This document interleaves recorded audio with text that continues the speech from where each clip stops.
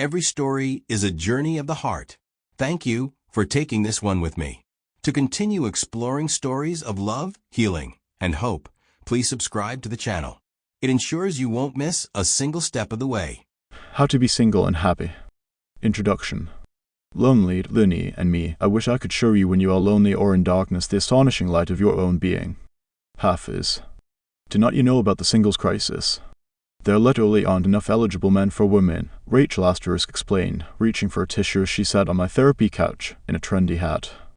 Ironically, given her single status, and her articulated negative feelings about it, she worked in the wedding planning industry.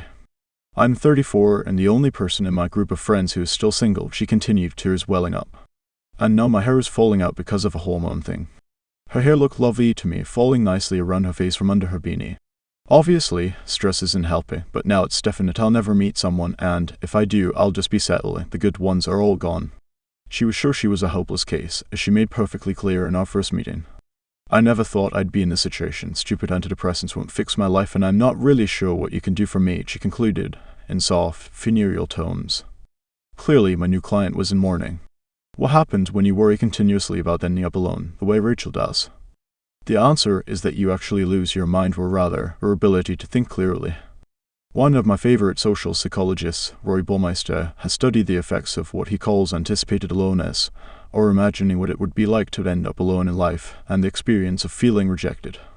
As the author of more than 500 papers, Baumeister is a leading expert on the very human need to belong as well as on self-regulation, or the science of managing emotions.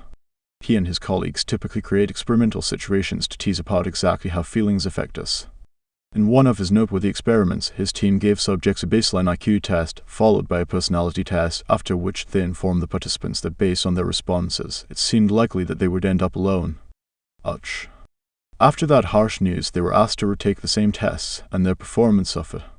As Baumeister puts it, the prospect of social exclusion reduced people's capacity for intelligent thought.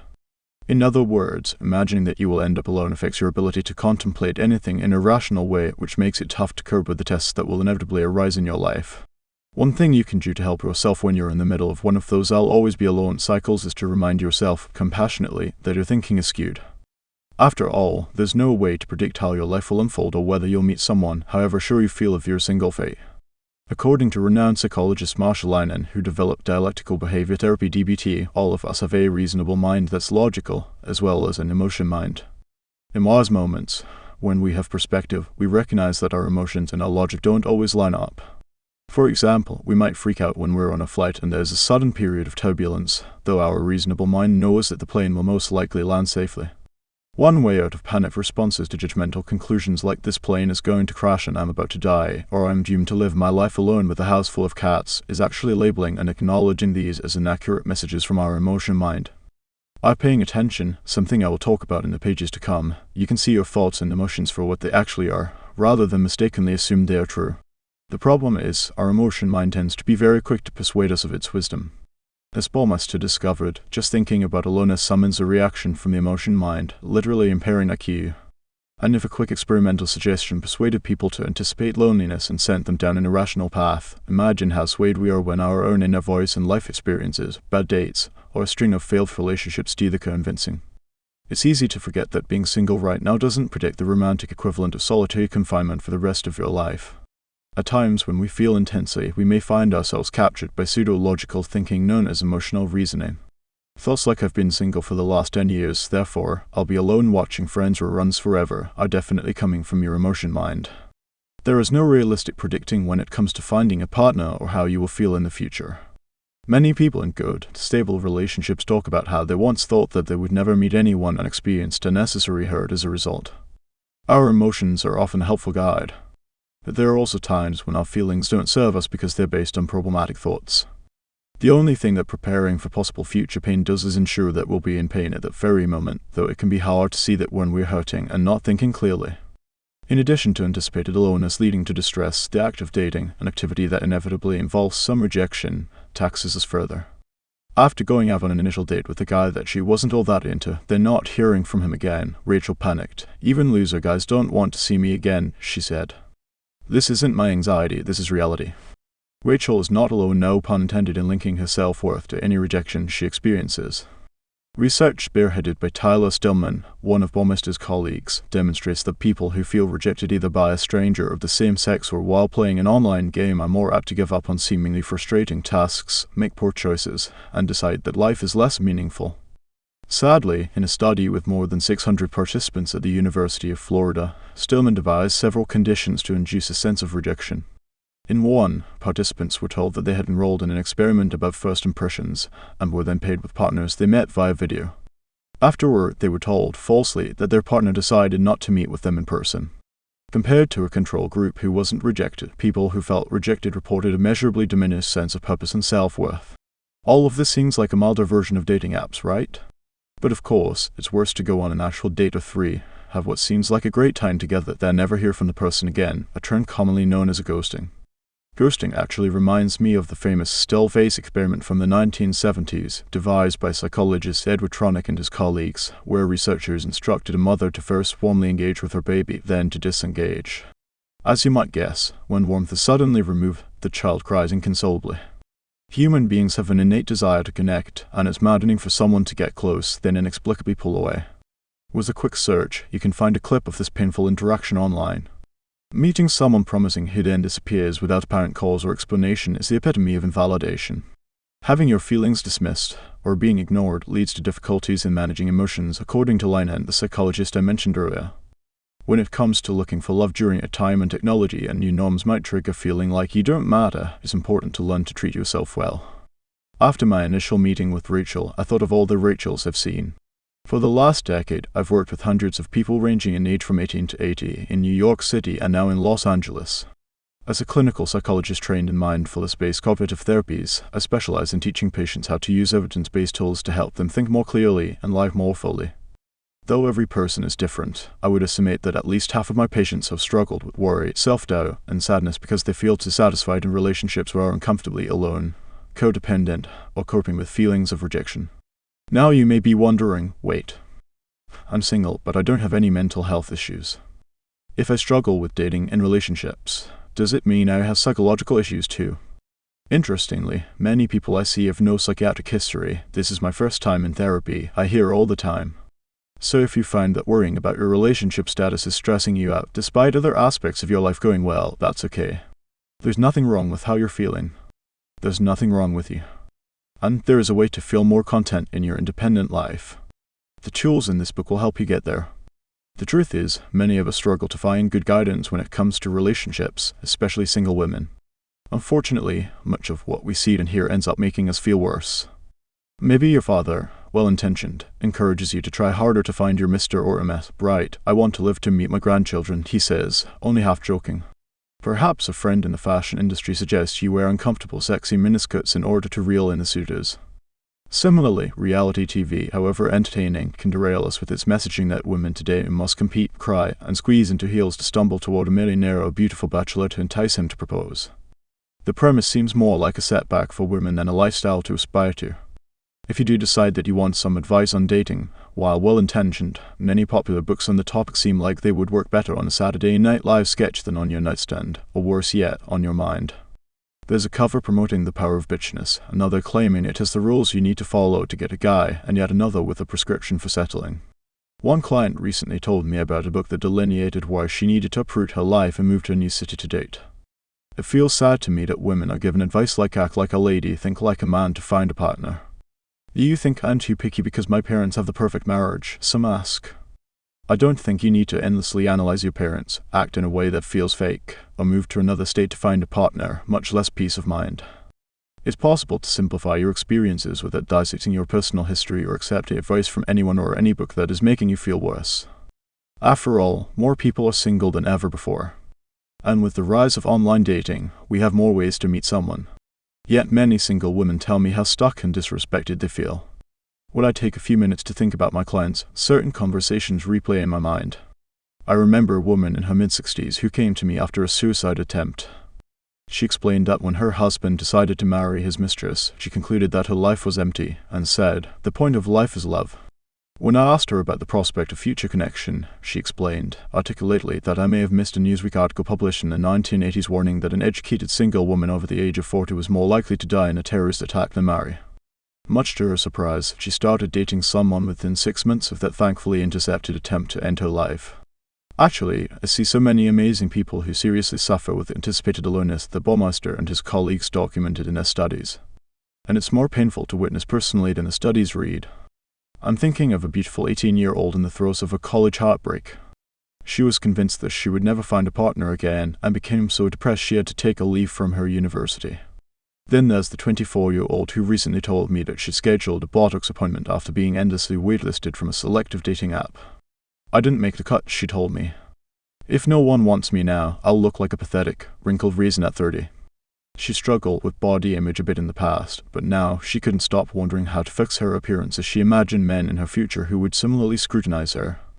Another woman, an immigrant in her early 40s who grew up without running water and was the first person in her family to go to college, then graduated from Harvard Business School, told me she had to ruin her life because she hasn't gotten a guy. For people who are driven, thoughtful, and looking for love, it may feel tempting to concentrate on finding a mate in a critical way. After all, for most problems, careful strategizing and planning often leads to the desired outcome. The challenge is, in situations that aren't entirely within your control, like relationships and dating, endlessly strategizing can be seriously depleting. You may even find that focusing on finding love, rather than loving your life, closes you off from great opportunities or leads you to settle for something that doesn't feel right. Yes, it's a virtue to grow and improve, but it's important to remember that being single does not mean you're flawed and in need of fixing. Your relationship, or lack thereof, has little to do with your worth. I want to stop the cycle of loneliness breeding hopelessness. You deserve freedom from suffering now.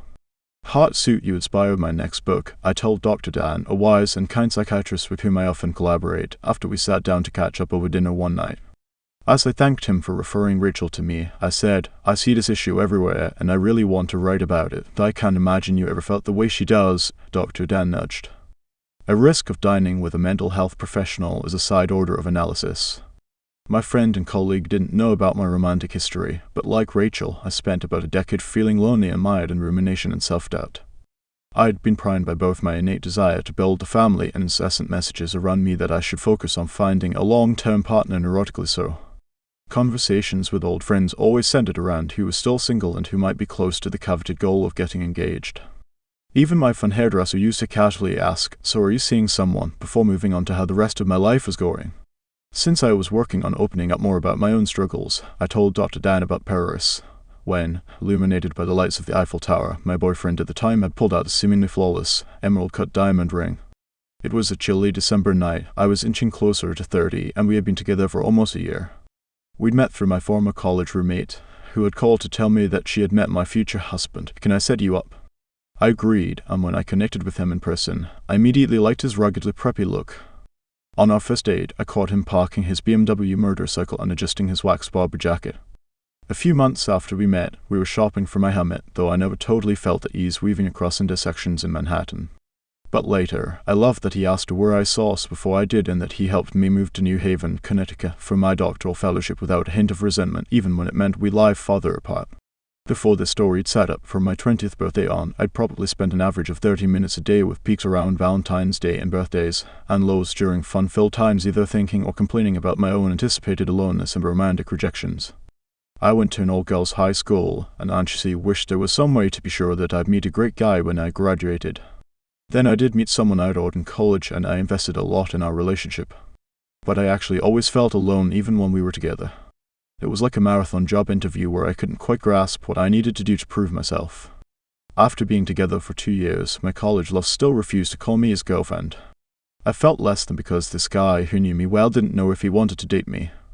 Yet every time I committed to walking away from him, he moved toward me and began treating me like I mattered, until I seemed committed again. Once I was, he'd revert back to his flaky ways, forgetting dates and acting like he didn't care all that much, and the cycle continued. Looking back, it may seem crazy that I put up with this for as long as I did. But I was an emotion mine, so I didn't see the situation clearly. Instead, I thought it was all my fault. I love you, but I don't know if I'm in love with you, he eventually confessed. I held back my tears and told him I was tired of us. Instead of agreeing to break up, he dismissed my feelings, trying to elicit my sympathy for the plight of his confusion. We did eventually break up, and I invested years going on endless dates, wondering why I couldn't find a connection or coping with feelings of rejection. Soon my closest friends were marrying their college boyfriends and post-college partners. When I went out or met people at parties, I fielded questions like, "You seem normal. Why are you still single?" which made me feel like I had to defend myself just for showing up.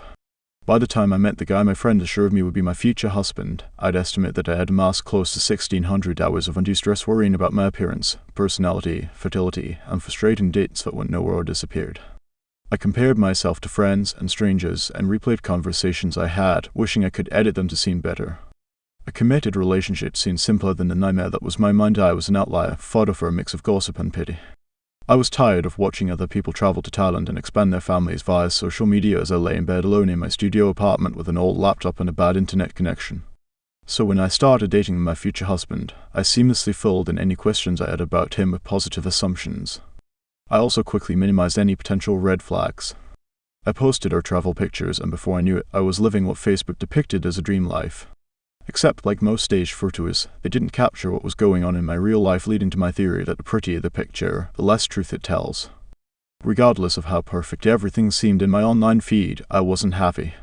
The problem was, he was actually attractive, generous, and loyal, everything I thought I wanted, which made it harder to accept that he and I actually wanted entirely different lives that weren't compatible together. My vegetarian diet alone was an ongoing argument. "It's just not classy," he whispered loudly when we were alone. When he brought me home to meet his parents, they mocked me, repeatedly asking me to explain the origin of what they insisted on calling my veganism, as they sliced steak and I feigned fullness and finished a sweet potato.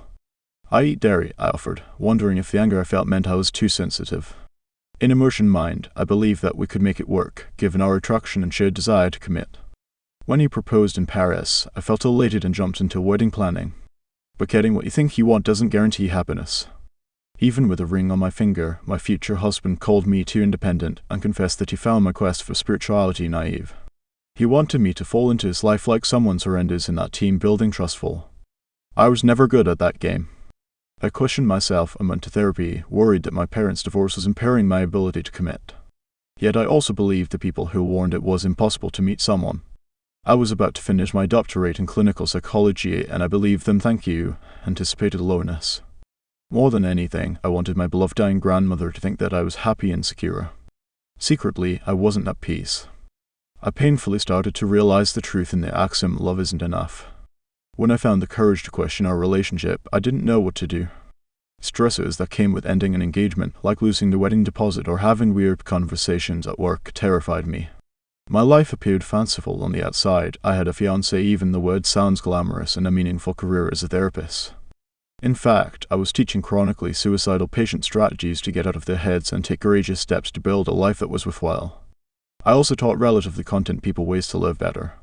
Increasingly, I noticed the discrepancy between my recommendations for others trying to be mindful of thoughts and feelings, practicing self-compassion, and accepting the pain and challenges that arise when living according to your values, and my own struggle. After advancing in my work and really practicing the advice I was giving to my patients, not just preaching, I decided that I was willing to go through pain, guilt, and loneliness to act courageously. I realized that I could sit with thoughts of anticipated aloneness if it meant I would be able to live my life in a way that fit with my most cherished values. I had been practicing yoga for a decade, but it was my professional training that made my mind more flexible and less seduced by my emotion mind. I do want to acknowledge that my ex-fiancé was the first partner to make me feel worthy, and I will always wish him well. But finally, with a clear sense of what we wanted our respective lives to stand for, my future husband and I broke up. Afterward, I felt both miserable and relieved. I created a schedule filled with goals linked to higher values that I hoped would bring me fulfillment and contribute to others as well. I brought ice cream to a dying woman in my neighborhood, wrote a book, worked on being a good friend, invested in religious practices, practiced yoga, and went on mindfulness retreats. On one of those retreats, newly single, in Maui, as I sat in front of meditation masters Ram Dass, author of the celebrated Be Here Now, and Sharon Salzberg, who has also written practical books on mindfulness and whose compassion is contagious, I noticed that for the first time in a while, I wasn't lonely.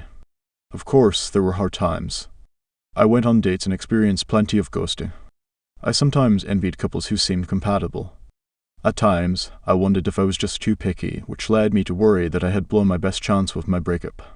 But through these ups and downs, I tried my best to recommit to letting go of unhelpful thoughts and feelings, to remind myself that I was trying to live according to my values, and that I needed to focus on what I could give, e.g., openness, not what I could get, e.g., a fourth date with someone amazing.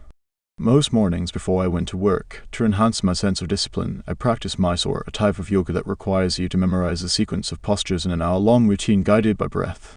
Mysore wasn't as fun as my power yoga classes, yet I found the regimen moving through poses I didn't like and focusing on my breath count, one breath at a time, instead of the teacher's words, therapeutic. I had to practice being non-judgmental of my body when my neighbors sat comfortably in graceful lotus positions that I could never manage.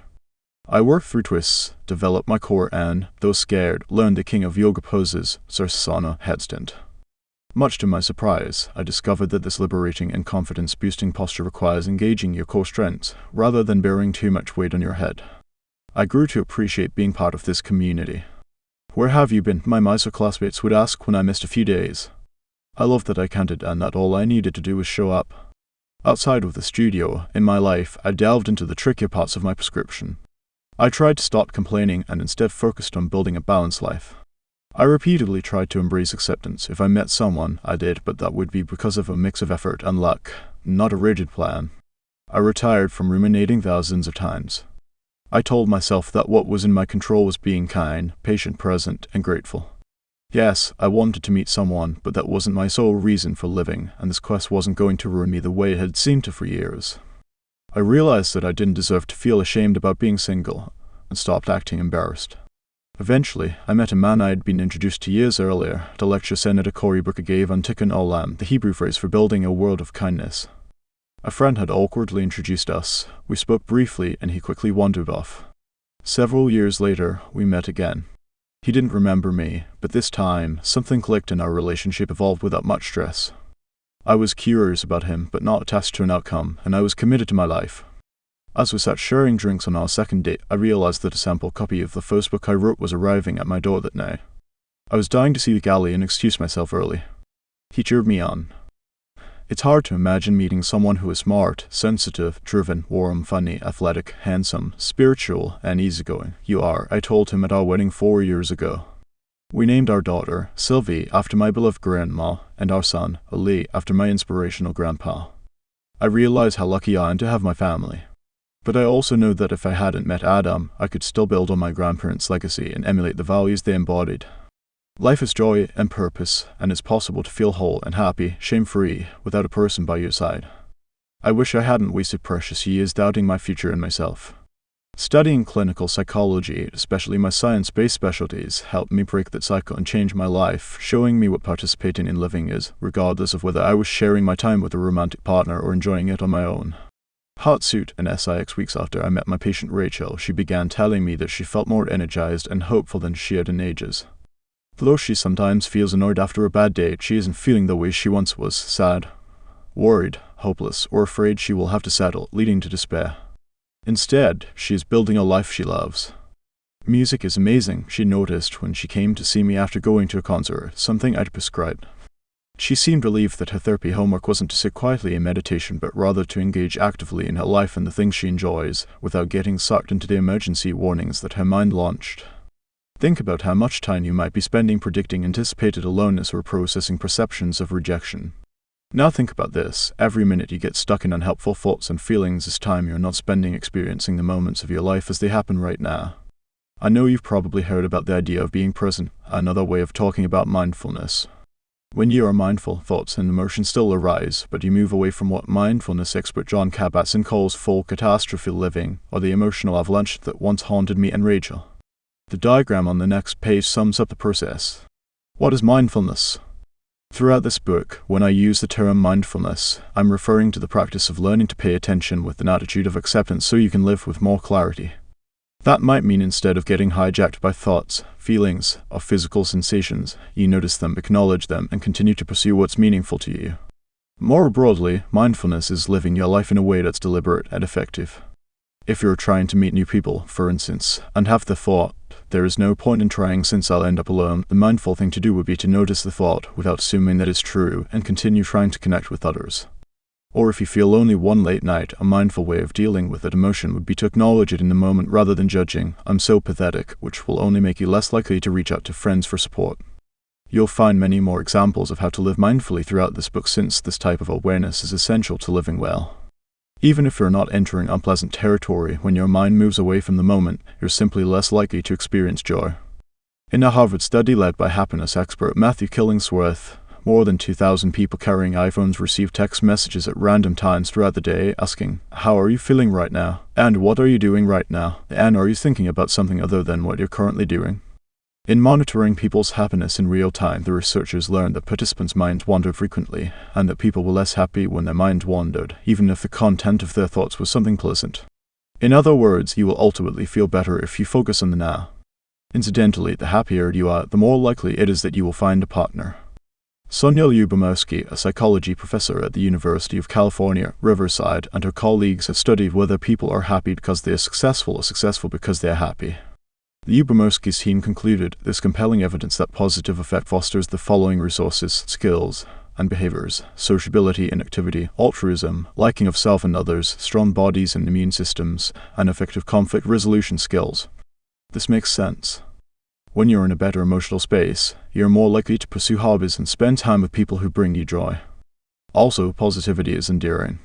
A study at the University of California, Berkeley, run by two psychologists, Leanne Hawker and Dasha Keltner, found that when people looked at yearbook photos of women with genuine smiles versus those who looked less happy, they perceived them as productive and having a good sense of humor, even when controlling for attractiveness.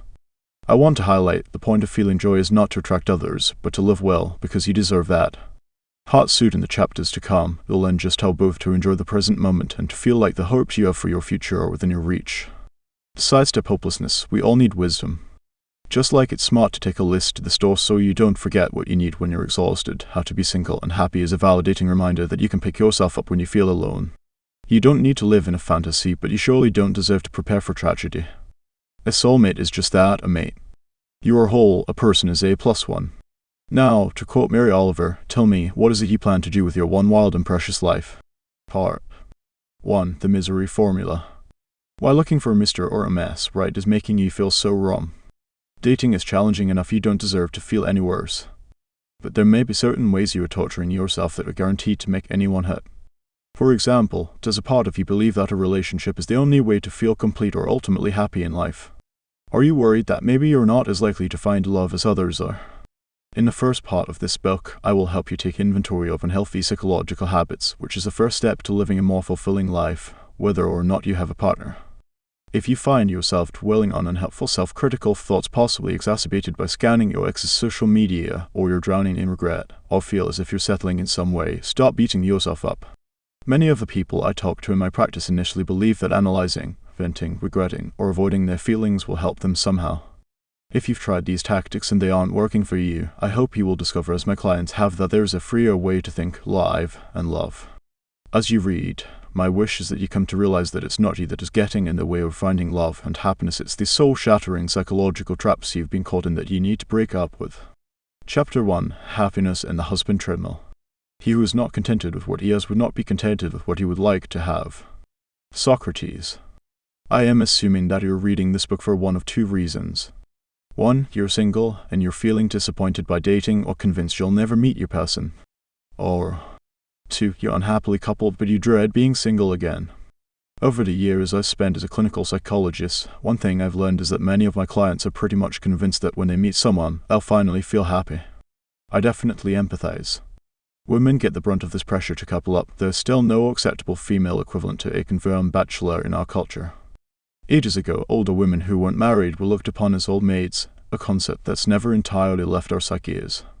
Even the most well-intentioned family members and friends can make uncoupled women feel like there's something wrong with them with comments like, "Don't worry, you'll meet someone," as if that is the only way you'll be okay, or "He doesn't seem so bad, maybe you're being too negative, why don't you just give him a chance?" I know the fear and sadness that being single can bring. I also know how disappointing it can feel to stay in less than optimal relationships because it seems too scary to risk being alone in case you never meet someone else. My goal, as I said earlier, is to show you that you can live with happiness and fulfillment with or without being in a committed relationship. After all, over the course of life, most people will spend time in relationships and also experience periods when they are single. Once you get to the end of this book, you will feel liberated by a new approach to being single, one that will allow you to find more satisfaction. For a long time, I certainly believed that meeting my soulmate was the key to my contentment. And it's true that finding someone wonderful might increase your joy, though perhaps not as much as you might think. In the pages ahead, you'll learn more about what psychologists know about love and how it relates to happiness, but first, I want you to take a moment to come up with your best estimate of how much you believe that meeting your dream person might increase your joy. 5%? 50%? 150%?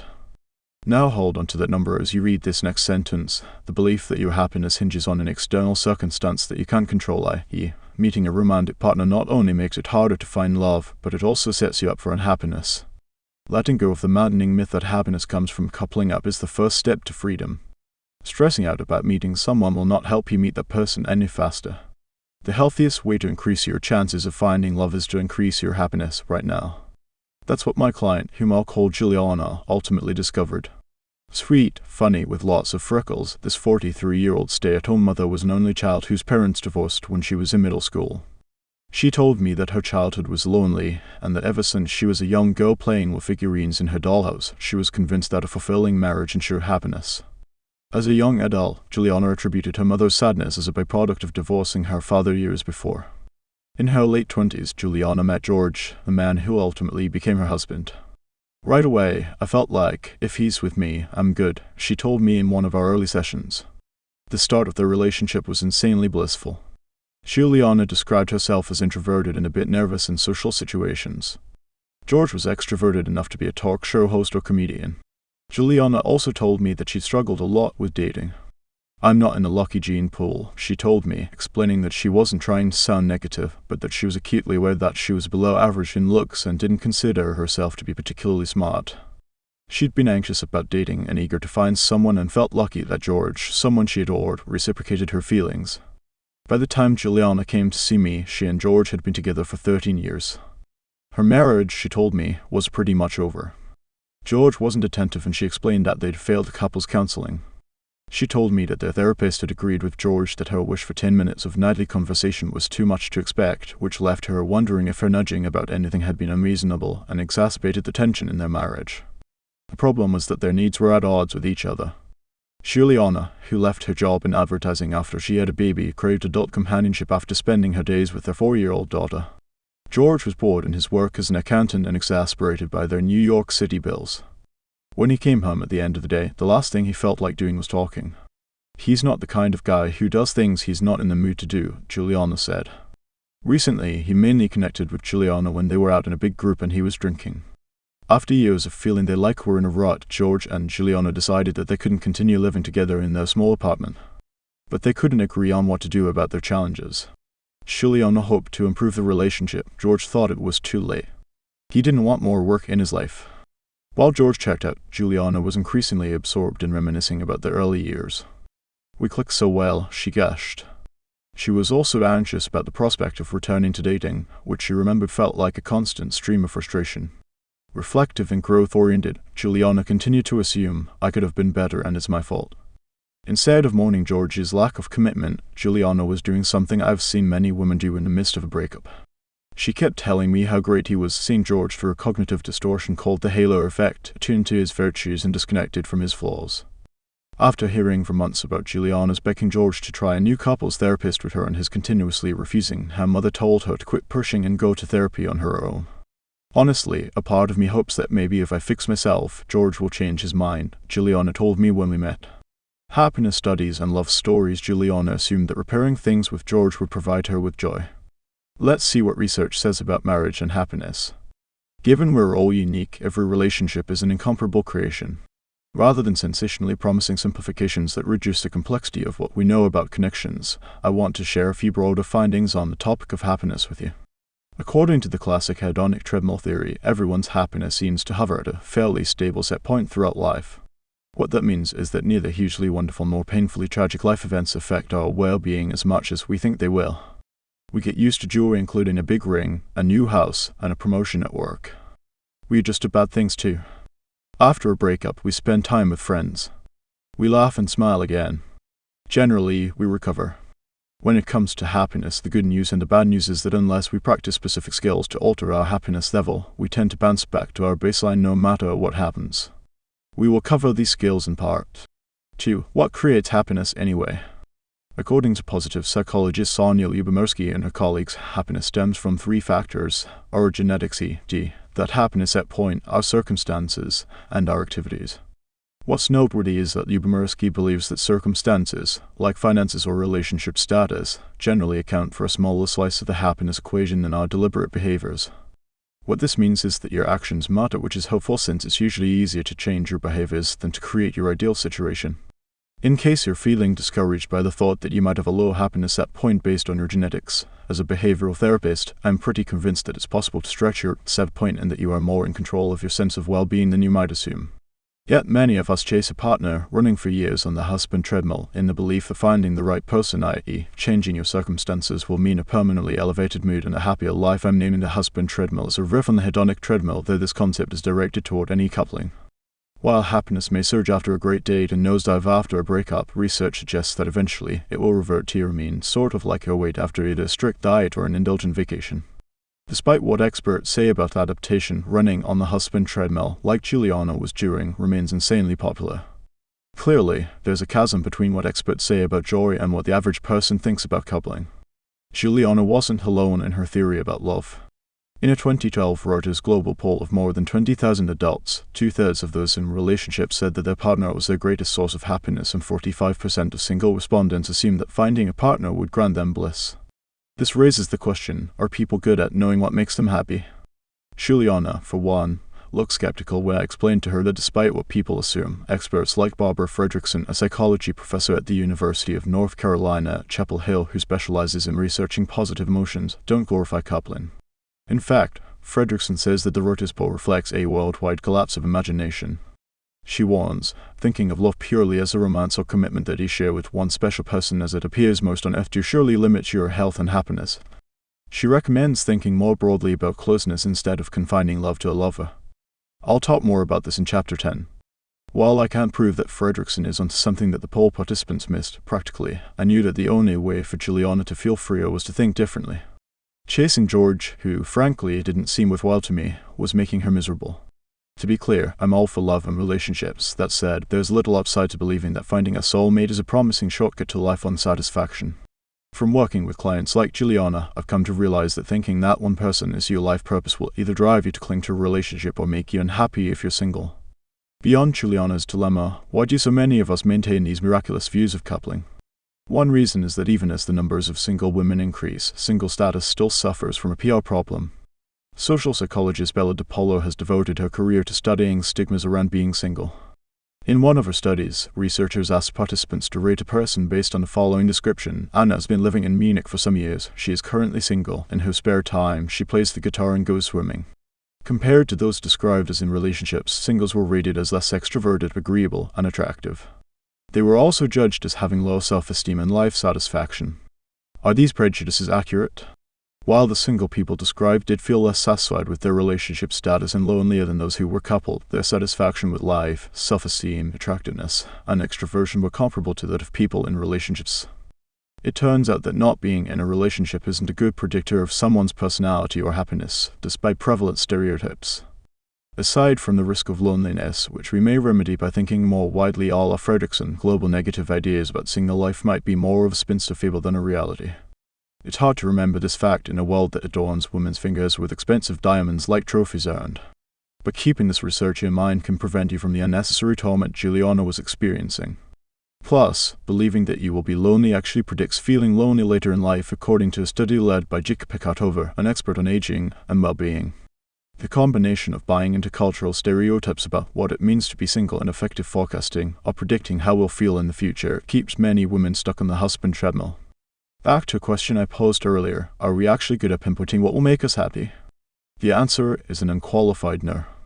In a study spearheaded by Professor Daniel Gilbert at Harvard, who researchers asked more than 500 college students to predict how happy they'd be 2 months after a breakup. The researchers found that the students' bleak predictions of how they'd feel after ending a relationship were way off. Happiness levels of partnered and recently single participants didn't differ. Gilbert and his colleagues explained that we routinely overestimate our negative reactions as well as the depth and longevity of our good feelings. Our ability to anticipate how we'll feel in the future is imprecise, at best. When we imagine meeting someone, for example, we may myopically focus on the positive details, like cuddling or kissing, and forget the potential difficulties that arise from adding someone significant to our lives. Even the most amazing person typically comes with a few annoying friends and family members, not to mention bad habits, like forgetting to replace the toilet paper after using the last square, or snoring. I'm not recommending that you dwell on endless ways of finding love may ultimately cause you stress, or making a case for staying single. My point is that everyone can benefit from the reminder that our unfulfilled fantasies, like our stereotypes, are just thoughts. My prescription is for you to start practicing joyful living now. I know this from personal experience. When I look back on my life, especially my single life, I noticed that I was miserable because of what was going on in my mind, not my actual life. I'd routinely imagine that a birthday or a pleasant Sunday would somehow be better with a boyfriend, and then my mood would plummet. It's easy to forget as we scroll through photos of couples at brunch and coordinating cozy sweaters that Instagram isn't instant truth. In case you're worried that I have some bleak take on marriage, I do feel lucky to have met my partner. The key wasn't getting married though. What helped, really, was learning how to practice mindfulness. The more I worked on entering the moment without wishing things were different, the less I worried about my future, criticized myself, and replayed various bad dates, and the more comfortable my life felt. Of course, when I met Adam, it felt easier to dwell in the moment. I wasn't tested as much by situations like hoping for someone I liked to express interest, or worrying about having a child, as I listened to friends debate over which high-end stroller, a bugaboo or a new PP baby, was best. Yet while I no longer get dragged down by some of the triggers that once upset me, as effective forecasting studies highlight, there are also times my mood dropped in ways I wouldn't have predicted. On a recent Friday night, I was lying on the couch wearing sweatpants, immersed in a page-turning story in the New Yorker, sipping mint iced tea. Adam, however, was bored. "Next Friday, we should have my friends over," he said. Suddenly, I was stressing about having to prepare for a party I didn't want. I also watched myself worry. I'm not good company. On the baby front, while I daydreamed of blissfully holding a cherubic infant, I never envisioned how I might feel returning home from work at 9 p.m., 6 weeks after giving birth to unsuccessfully console a colicky baby who cried for hours in our one-bedroom apartment. As I tried to analyze whether my misery was sleep deprivation or postpartum depression, I thought about how poorly I'd predicted my feelings and also tried to remind myself that emotions pass, as you'll read in Chapter 9. Whether I was single or partnered, during stressful times, it was mindfulness that offered me a way to re-engage, and to escape the pain of imagining that my negative thoughts and feelings would last forever. Mindfulness is about fully participating in activities instead of letting past pains or future worries contaminate your moments.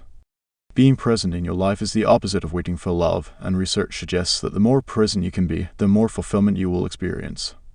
Supporting this theory, researchers at the University of Wisconsin-Madison deemed the happiest person in the world a Buddhist monk named Matthew Ricard. After examining neural correlates of joy in hundreds of people, the scientists discovered that Ricard's bliss was off the charts. As Ricard explains, training the mind is the foundation for happiness. Learning to refocus your mind can also alter your brain, shifting your happiness set point. Going back to Juliana, she was convinced that her family history and her parents' divorce tainted her capacity to feel content. She was excited to learn about a brain study led by neuroscientist Britta Helsel that examined people before and after they practiced mindfulness. Helsel and her team found that 8 weeks of mindfulness training resulted in neural changes associated with managing emotions. Remarkably, researchers have also discovered that present focused attention reduces the risk of depression. Asterisk, even people who have repeatedly struggled with depression can reduce their risk of relapse by learning to notice their thoughts and feelings. Juliana was surprised to see firsthand what researchers promise behavioral efforts can remarkably impact our biology. The magic of mindsets. Why is it essential to rethink what brings you happiness? For a moment, imagine that you are spending a couple of weeks working in the housekeeping department of a hotel. The hours are long, your pay is low, and you have limited time and money to go to a gym, so you don't think of yourself as someone who is especially fit. But what if you changed your thinking? In a remarkable study, Stanford psychologist Elia Crum divided 84 women who cleaned hotel rooms for a living into 2 groups. In the experimental group, she told the women that the Surgeon General recommended 30 minutes of physical activity every day for a healthy lifestyle, then congratulated them on meeting, and likely exceeding, this guideline. She and her team also gave the women estimates of the calories they burned for all the various tasks they performed, e.g., 15 minutes of vacuuming equals 50 calories. The control group, in contrast, wasn't given this information.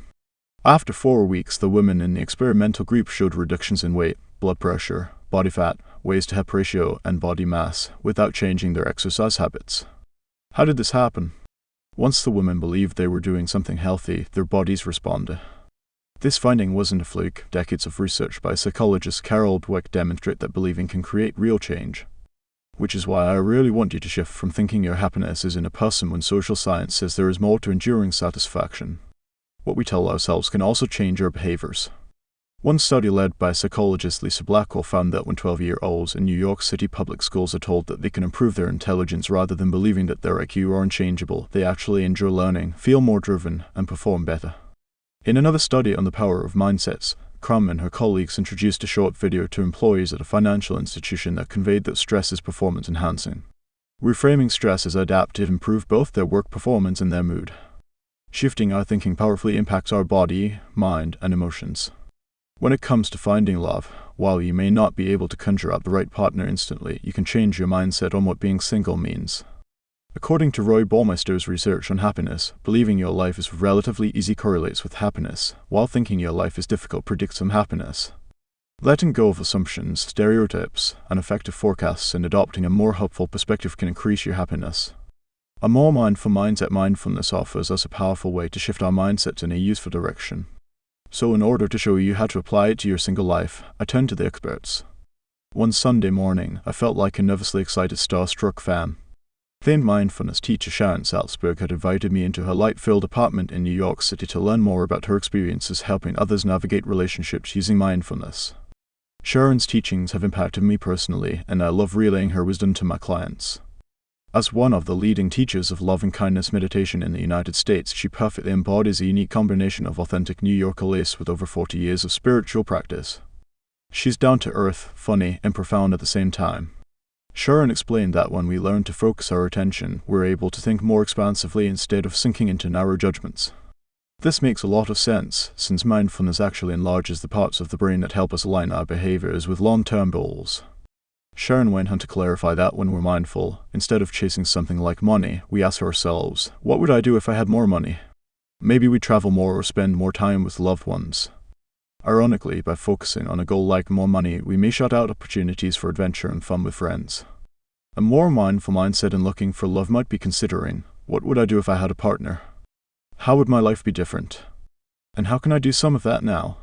If you're someone who relies on someone else to feel loved, how else can you feel appreciated? Is there some way you can start to add more self-care now? We'll cover more on self-compassion in Chapter 7. Before meeting with Sharon, I debated whether I could respectfully ask her about her personal life. Sharon's parents divorced when she was 4, her mother died when she was 9, and her father left, returned, and then permanently entered the mental health care system when she was 11. I'd read that by the time she was 16, she'd lived in 5 different family configurations, all ending in loss. I wondered how she'd survived to create what seemed like a remarkably satisfying life. She told me that at age 16, through an independent study program at the State University of New York, Buffalo, she studied intensive meditation in Burma and has been practicing since. One of her most influential teachers, Deepen, also experienced great loss, the death of 2 children and the sudden death of her husband, and found solace in meditation. Given Sharon's openness, I continued to wonder, is it a faux pas to ask your mindfulness teacher about dating? I respectfully went ahead. May I ask if you're currently in a romantic relationship? I asked. Sharon looked completely at ease as she explained that though she was not in a relationship, the door was open to one in the future, and she felt fulfilled in the present. If you have a sense of being deeply connected to yourself and deeply connected to your life through the bigger picture of life, then you don't have a sense of, I have to find a best friend by Tuesday, or I have to find someone to fill these empty hours to make up for all that I'm lacking. I can hardly imagine anyone having a richer life than the one Sharon's created. She radiates love, lacks shame, and has both an incredibly meaningful career and rewarding personal connections. You too can experience profound fulfillment and feel receptive to a relationship without attaching your happiness to the outcome. Marriage doesn't guarantee happiness. Back to the question I started with, just how merry does marriage make people? Let's step back from our biases and look at how marriage affects happiness on a larger scale. In a remarkable study looking at more than 24,000 people over the course of 15 years utilizing data from something called the German Socioeconomic Panel Study at Michigan State University, Professor Richard Lucas and his colleagues noticed that on average, most people reverted to their happiness baseline after an initial emotional uptick following marriage. More support for the hedonic treadmill. Lucas and his colleagues concluded, on average, people only got a very small boost from marriage, approximately 1/10 of 1 point on an 11-point scale. That's a mere 1%. The authors shared the unsexy finding that there were as many people who ended up less happy after marriage as there were people who reported being more content. All of which means that running on the husband treadmill can end up propelling you into a less than satisfying union. My hope is that these facts free you to think more clearly about relationships and your current ability to experience joy. Not that marriage doesn't have its perks. Married people tend to experience improved health and longevity. But it's tough to tell if that's because of the marriage itself or the improved economic situation and health insurance that often come with it. Here's another thing to keep in mind when you find yourself equating marriage with happiness. Research led by sociologist David Johnson at the Pennsylvania State University suggests that people who marry and stay married tend to report feeling above average life satisfaction before they wed, which again supports the idea that marriage arises from happiness, not the other way around. Positive effect of feeling grateful and acting upbeat is not only related to feeling happy, it's also strongly associated with living a longer life. In case you're skeptical that you can feel positive and remain uncoupled, in a fascinating study spearheaded by epidemiologist David Snowden, 180 nuns were followed for several decades, beginning in 1986, to learn more about aging and Alzheimer's disease. Among other things, researchers analyzed handwritten accounts of the nuns' lives and discovered that a woman's description of her life at 22 strongly predicted her risk of dying early. Women who included positive emotional content like love, gratitude, and hope in their autobiographies lived an average of 9 years longer than women whose stories lacked positive emotions. Given that positive feelings extend our lives and also make our lives worth extending, it certainly seems worthwhile to purposefully cultivate them. Close to a year after we first met, Juliana and George divorced, yet she was surprised that she felt happier than she would have predicted. Of course, there were times when she missed the connection she'd experienced at the beginning of their relationship, especially as she approached dating apps for the first time. I wish I could hire someone to message people for me so I don't have to deal with all the back and forth, she said. Moving apartments and setting up more childcare for her daughter was also stressful. But over time, she created a meaningful routine for herself. She's working part-time in real estate and embracing the vulnerability required to get close with someone new. I'm shocked, but I'm less lonely than I've felt in years. I'm maybe 35% happier, she told me. The same way many of us overestimate the joy of marriage, Juliana underestimated the toll of living with a partner who didn't share her definition of closeness. She had hoped that marriage would make her feel important and seen. When that didn't happen, she ultimately heightened her joy by changing her activities and adding mindfulness to her life. We worked on ways to help her worry less in social situations, which allowed her to enjoy conversations. She made plans with parents from her daughter's school and attended networking events. These new behaviors and relationships helped her feel validated. In the same way, I hope that by replacing the husband treadmill with a more mindful mindset, you can build what Sharon Salzberg describes as a heart as wide as the world. Chapter 2, Ruminating will ruin your life if it hasn't already. There's nothing either good or bad, but thinking makes it so. William Shakespeare. Why am I still single? I'll never meet anyone. I shouldn't have to spend my Saturday alone. People don't even date anymore, so how am I supposed to find someone? It's ridiculous that I have to go to this event next week by myself. Again, do you obsess about not being in a relationship? If you've ever felt like you're playing the emotional equivalent of that whack-a-mole arcade game where thoughts erupt and hijack your peace of mind, you're not alone. This mental habit is called rumination, obsessively dwelling on certain thoughts and symptoms, and it is the worst. Unlike other behaviors, rumination can be so subtle we often don't notice we're doing it, and it's completely portable. So we can practically ruminate constantly, even in yoga classes, as I once did. More on that later.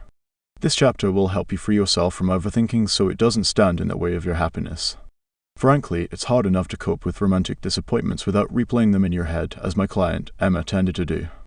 A passionate and petite 39-year-old who works in politics, Emma was an experienced ruminator and one of the smartest women I've met. When I asked her about her therapy goals, she said, "I want to stop being crazy in relationships and move on more easily after a breakup." She went on to describe her experience with Nina, her most recent ex. They dated for 8 months and had split up about a month earlier. But Nina was still almost constantly on Emma's mind, a spiral I could see in my office. If Nina meets someone, I'll definitely feel jealous, but I find her pathetic in so many ways. Maybe that means I'm codependent. As she spoke, going through countless possibilities and catastrophes, it was clear that Emma was obsessed with thinking about love. She couldn't tolerate the uncertainty of not knowing when she'd find her next partner, which she thought was the only way to exit her stressful existence. Compassionately, I asked Emma to estimate how much time she spent ruminating. Since the breakup, probably half my waking hours, she told me. She noticed that the obsessing was getting in the way of her productivity and that she had to work extra hours to compensate. Even when she walked down the street, she found herself imagining bumping into Nina, which prevented her from enjoying her beloved neighborhood. Emma isn't an outlier. Many of us are prone to overthinking. On the positive side, analyzing, anticipating, and predicting challenges can help us prepare for and solve future problems. One study found that 73% of young adults and 52% of middle-aged adults describe themselves as overthinkers. The trouble comes when you start thinking compulsively about issues you can't control in the moment, or when you're analyzing morphs into damaging and inaccurate assumptions you start to believe. That's when rumination can leave you stressed and unhappy. Why then do we ruminate? One cause is when we're facing a goal like finding a relationship that can't be readily achieved. Instead of moving on, we fall into dwelling on it, and the more importance we place on the goal, the likelier we are to ruminate. So many of us ruminate on the topic of relationships that psychologists have even developed the relational rumination scale, which includes items like thoughts about how to find a partner plague my mind, and I think about how I should have prevented the breakup with an ex. Unfortunately, just as it's impossible to solve certain problems instantaneously, like finding someone to love right this minute, we also can't choose our emotions. And when we're in a negative mood, we're that much more likely to get sucked into thoughts that maintain how we feel. To help break the cycle, it can be helpful to appreciate this idea, feelings, thoughts, as I mentioned in the introduction. When we feel intensely or notice that we're in immersion mind, it's much harder to access our ability to think reasonably. And again, anticipated aloneness and facing the feelings that come with that gloomy prediction renders us less able to perform tasks we're capable of, like solving math equations. Yet ironically, people prone to ruminating in the intense emotions that result assume that they are working to understand and solve their problems. But we need to remember that overthinking ruins our mood and drains our energy, making it that much more difficult to actually fix anything. With this in mind, Emma and I worked on noticing the intensity of her emotions, e.g., my anger is a 9 on a 1 to 10 scale, and reminding herself that she needed to postpone thinking about a hot topic and instead do something to take a small break until she felt more clear. This is like taking an exam and realizing that the more you read a tough question, the less sharp your mind feels. If you can step out to get a drink of water, you'll not only feel refreshed, you'll also think better, I explained. Again, when you're in emotion mind, overthinking only leads to more intense emotions. Ruminating actually causes psychological problems decades ago. Susan Nolan Hoeksema, a psychology professor at Yale until her death in 2013, wanted to understand why women are twice as likely to suffer from depression as men. In her quest to make sense of this puzzling gender difference, she discovered that women are more likely to overthink, a habit that significantly increases our incidence of debilitating sadness. So if you notice that you ruminate, remind yourself that you're not alone, and that the habit might be the culprit of feeling badly, not your single status. After extensive research, Nolan Hoeksema discovered that if you want to create depression, anxiety, and a host of other emotional ailments, in one word, ruminate. Given the problems overthinking can create, it's important to learn how to stop an upsetting event, like a bad date or a breakup, from creating a lasting bad mood. There's no way to prevent upsetting experiences, but you can limit the duration of your pain by managing your mind. In fact, in a study led by Jessica Jennett at the University of Miami, college students were asked to keep daily diaries to track events in their lives and their moods. They also answered questions on ruminating. On days when they ruminated less, unpleasant events didn't spiral into negative moods. Maybe you are wondering how it's possible to pinpoint rumination as the source of a bad mood. Couldn't a bad breakup make you miserable, not overthinking that breakup? In 1989, when a large earthquake shook San Francisco, Nolan Hoeksema was a professor at Stanford. As it so happens, days before the quake, she asked nearly 200 students to answer questionnaires measuring their propensity toward overthinking, depression, and anxiety. In the days and months after the terrifying event, she tracked down most of these students to see how they were managing. Were any of their close friends or family injured? Remarkably, ruminating predicted both short-term and long-term reactions to the earthquake. The students who were more vulnerable to obsessive thinking were more likely to feel depressed after the event and develop symptoms of post-traumatic stress, even if they hadn't been depressed before or personally affected. Life is hard enough without your mind ringing with nasty thoughts. Imagine, for example, that you've received an invitation to a party where you don't know anyone but the host. For weeks, you anticipate the event with dread. Then the night of the party comes, you reluctantly attend, and you discover that though there are moments of awkwardness, the party isn't as bad as you'd feared. What a waste of worrying.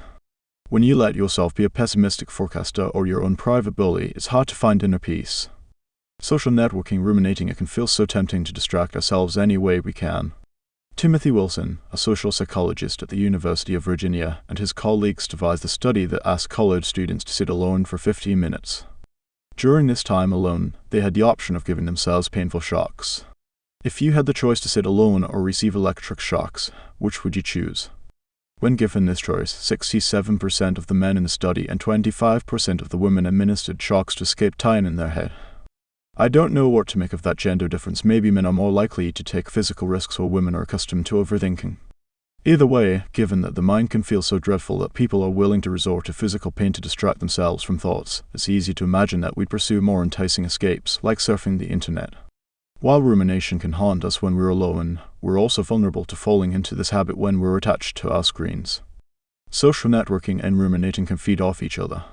While there are certainly lots of perks to our online communities, ranging from experiencing a sense of connection to learning about meaningful causes, we need to practice noticing when our feeds lead to upsetting thoughts. Snapchat texts evaporate on our screens, but they can easily marinate and multiply in our minds. Since social media is often a passive form of surveillance and we tend to observe more than we post, it can become a form to get in our heads in full color. We need to remember not to jump to conclusions as our fingers jump around our screens. After all, we have access to filtered and staged news that we'd never otherwise see, stories that may enhance our worst fears, giving us lots of inaccurate ideas that everyone else is happier, more successful, more interesting, or having more fun than us. Substantiating my concerns, Emma told me, I feel exhausted and totally stressed, but I can't stop looking at her Facebook and Instagram, even though it makes me edgy and gives me insomnia. Every time Emma noticed that Nina had added another friend, she felt a pang. Why is she moving on and I just can't? She wondered. Gently, I told her, she is moving on and you're leaving your life to watch hers. Emma was doing what comes naturally. It's so instinctive to compare, to think, like Emma did, I'm so much better, or she's prettier than I am, especially when browsing social media. Judging is one way we ruminate and find ourselves in unsettling permutations.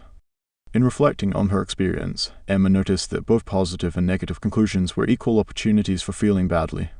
Researchers at the University of Miami who studied how people adjusted after a breakup found that rumination was associated with increased Facebook use, and the more people logged onto Facebook after they split up with their partners, the more they ruminated and the harder it was for them to move on. One of the first things Emma and I worked on was her social networking. At first, she told me that she had no self-control, but eventually she let a friend reset her account passwords until she learned to be more mindful and willingly agreed it was time to unfriend Nina. Understandably, she was itching to keep up with her, but ultimately she found that getting some social media distance was freeing. It's true what they say about ignorance and bliss, Emma said. Venting isn't guaranteed to help. When I asked Emma how she might cope with her breakup stress, she predicted, as many of us do, that talking to a friend would help. She had some amazing friends whom she could text, even at 2 a.m. While it sounded like a decent plan, her friends were bluntly impatient. It's natural to want to reach out to friends and talk through details of our experiences. The sad reality, though, is that when we start ruminating, our loved ones may start to burn out. After a weekend visit with her mother where Emma talked endlessly about her misery, her mother was frustrated. You're only as happy as your unhappiest child, she told her. Besides her mother, Emma connected to friends who cared and wanted to listen as they poured her a glass of her favorite rosé. But after a few weeks of ongoing texts and in-person complaints, one assertive friend acknowledged that he found Emma's relentless self-focus selfish. Ruminating isn't only depressing for the person doing it, it upsets others. Emma wondered if she should look for new friends, but I didn't think that was in her best interest. A study following people struggling with mourning found that those who continue to talk about their loss and its meaning for many months after the event noticed that others get frustrated with them. If my friends don't have the patience for me, obviously, no one will want me, Emma said. I sympathized. But when I tried to explain that co-rumination, or excessively discussing problems and rehashing details, wouldn't lead to relief or bring you closer to another person, Emma felt hurt and accused me of taking her friend's side. My girlfriend left me and now my friends are flakes, she said. But as we continued to talk, she had the courage to notice that her play-by-plays were making her feel worse. Speaking of venting, Emma and I set up a system where she was allowed to briefly update me for a few minutes at the start of our sessions, then we'd shift into using the rest of our time rehearsing ways she could cope when she was tempted to ruminate. At first, she resisted the structure. I need 5 more minutes. This is my time, she begged, tempted to continue endlessly venting. I pointed out that she'd already noticed that voicing her unhelpful thoughts made her feel worse and affected her friendships, and used the analogy of a person who finds himself on a losing streak at a casino yet can't stop gambling. Sure, there's a tiny chance that you'll hit a jackpot solution, but it's more likely that you'll actually lose more than you anticipated. I cared too much to allow Emma to feel worse. Though she agreed, very reluctantly, eventually she thanked me. Of course, friends can be great sounding boards during tough times. The trick is to learn to feel unburdened without burdening yourself further or shifting your unhappiness onto others. I encouraged Emma to apologize to her friends for her recent self-absorption and hyperfocus on her breakup. To try to reconnect with them, I suggested that maybe she could start by asking them more about how they were doing. We also worked on her adopting the outlook that get-togethers with friends could be a vacation from her overthinking. Instead of replaying the same things again and again, she could participate in new conversations, look beyond herself, and listen deeply to the people she cared about. At first, Emma was skeptical. "Isn't that depressing?" she asked. I agreed with her that pushing aside thoughts and feelings wasn't the point, and would inevitably lead to rebound thoughts. We'll cover more on suppressing in Chapter 4. After all, Don't Think About Dating has dating in it. As an alternative to shutting her negative breakup dialogue down, she could compassionately notice whatever thoughts came up and choose not to pursue them, like seeing a donut, thinking it looks good, and opting not to bite into it and fully partake in doing something else. What helped was engaging in activities, like going to trivia night for a movie, which made it easier to stay in the moment than lingering at a cafe. Obsessing steals your willpower. Emma was worried about sticking with her plan to participate with her friends without ruminating aloud. The best way to do this, I explained, is to not ruminate when you're alone.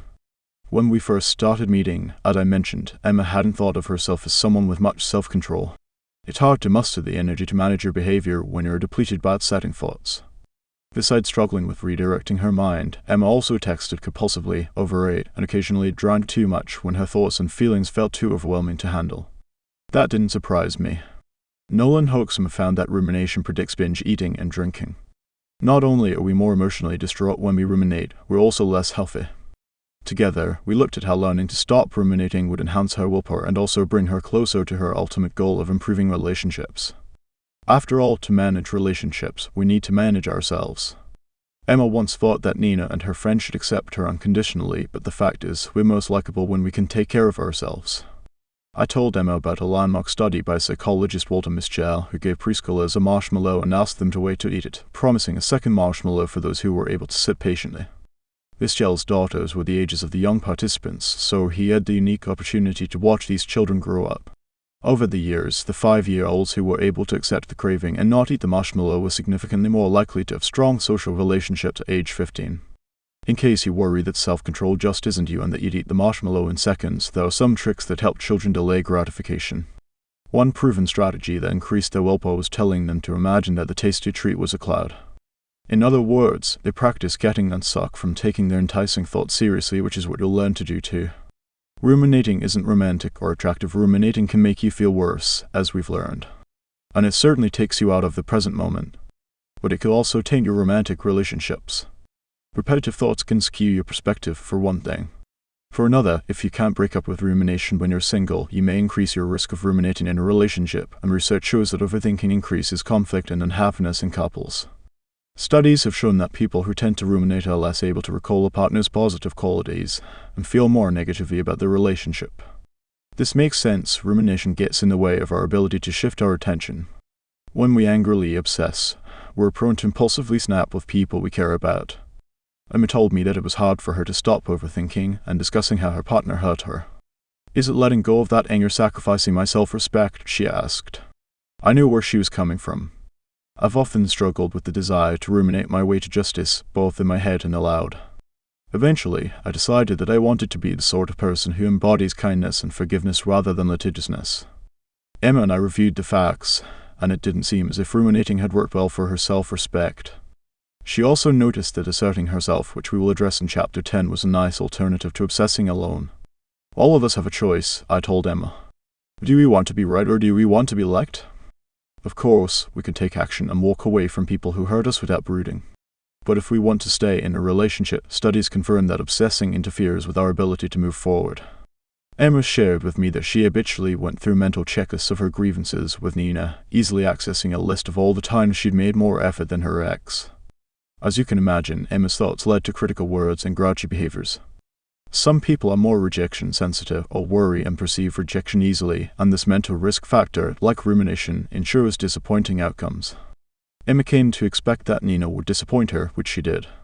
Expecting rejection leads us to act in ways that elicit rejection, becoming a self-fulfilling prophecy.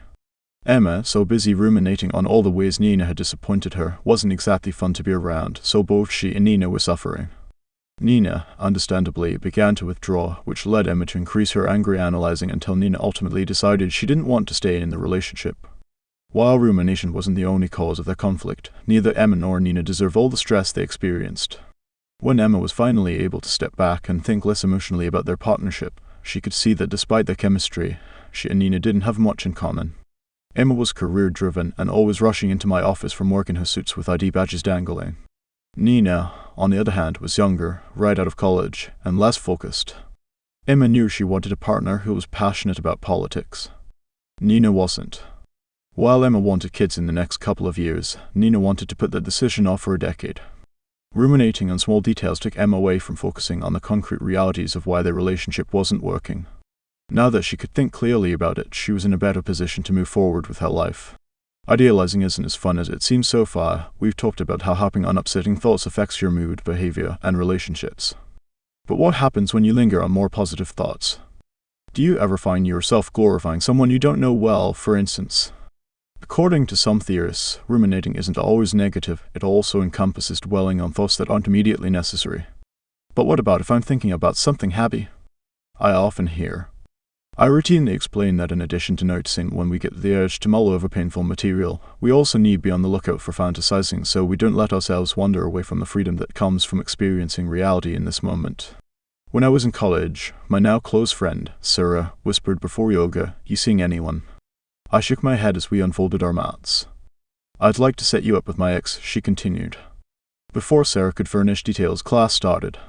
I noticed that as my body moved through downward and upward facing dog postures, my mind similarly wandered in downward and upward directions. Why was my new friend introducing me to someone she dated? Would he like me? If he wasn't good enough for her, why would he be right for me? In my mind, Sarah seemed more desirable than me. She was in medical school, cute and charismatic. Should I stave off rejection by saying no? I wondered. Weeks later, after her persuading, I finally met Sarah's ex. Our date lasted about an hour, at which point he excused himself to meet up with a friend. I didn't want our conversation to end. This guy was hilarious and seemed to have his life together. He worked in finance, and compared to the guys in my dorm who could barely shower and get to class, he seemed like a mature mensch.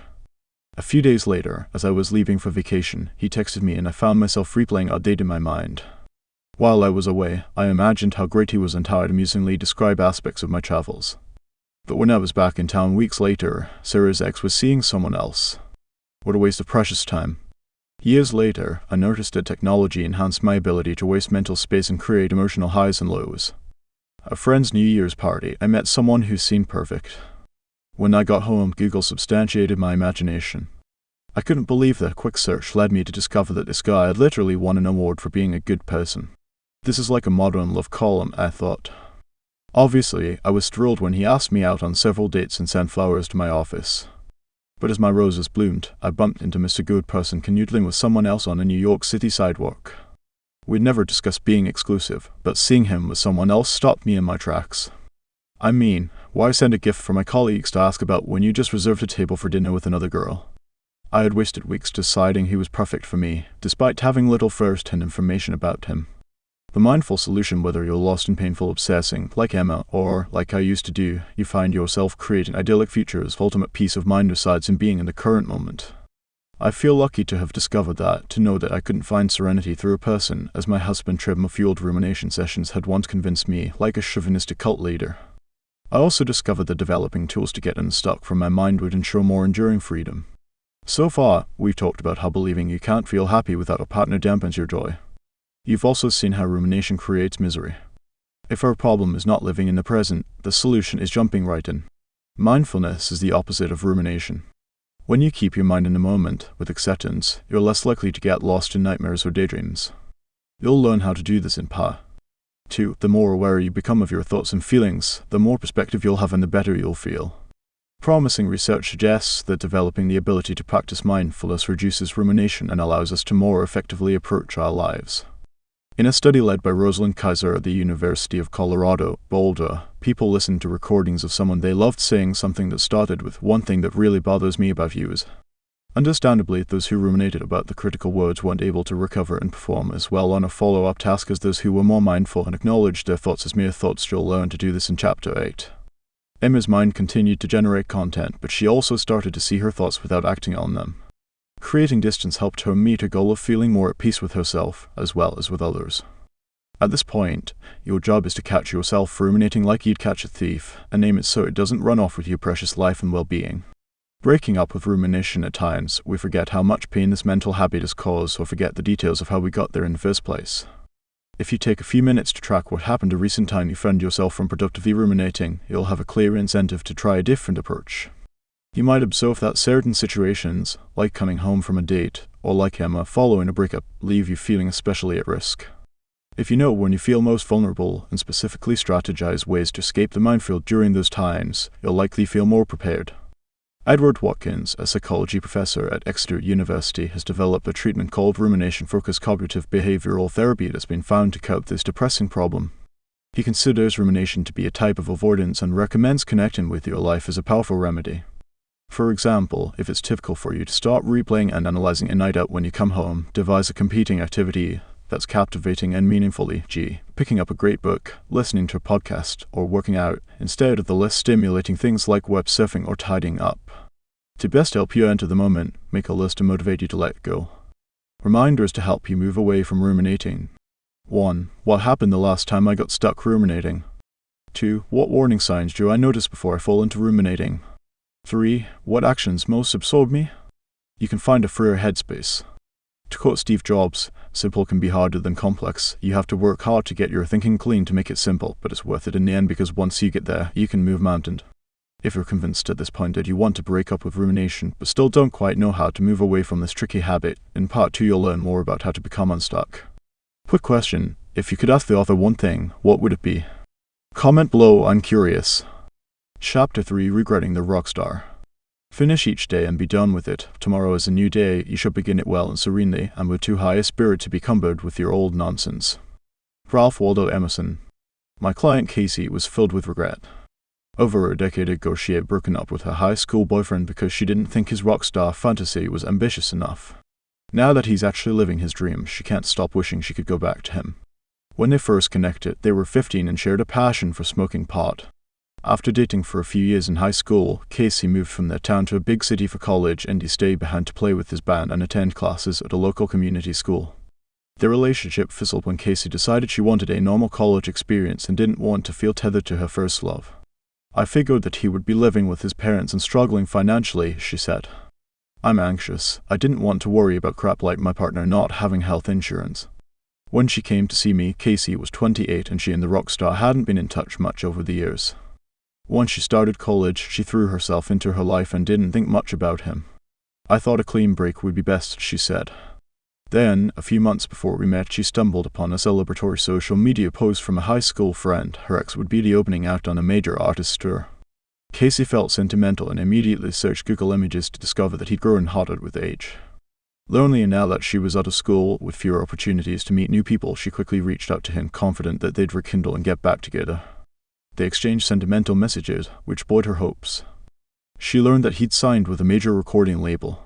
Bored, doing temp work in a frigid cubicle, and entranced by his success, she let him know that she wanted to see him when he played in her city, and held out hope that would happen, repeatedly checking her inbox, waiting for his reply to her flirty invitation. As she was refreshing her Gmail, she fantasized about locking eyes with him as he performed. She'd always liked his music, she just didn't predict he'd actually find fame and financial security.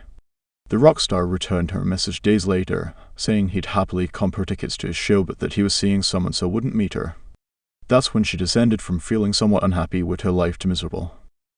She felt guilty that she hadn't had more faith in his dreams and that her pragmatic sensibilities clashed with his unlikely stardom. My life is S***T and it's my fault, she told me. Casey had recently left a design position after her company downsized and she was working on various projects until she found something permanent. Outside of work, she was sick of sharing an IKEA-furnished walk-up with a roommate who left dishes in the sink for weeks.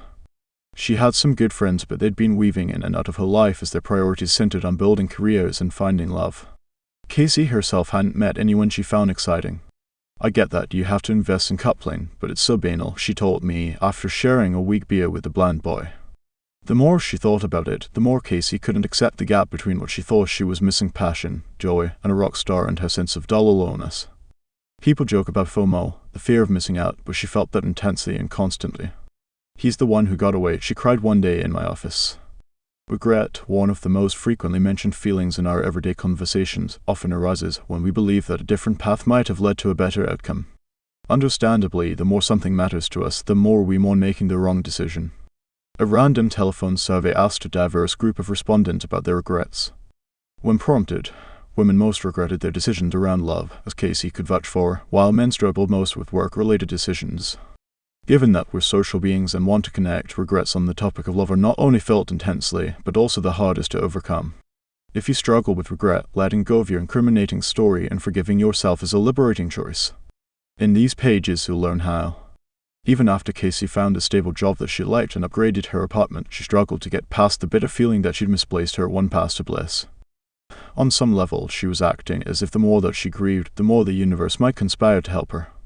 But like the husband treadmill or the act of ruminating, if we don't accept our situation, we'll never feel good.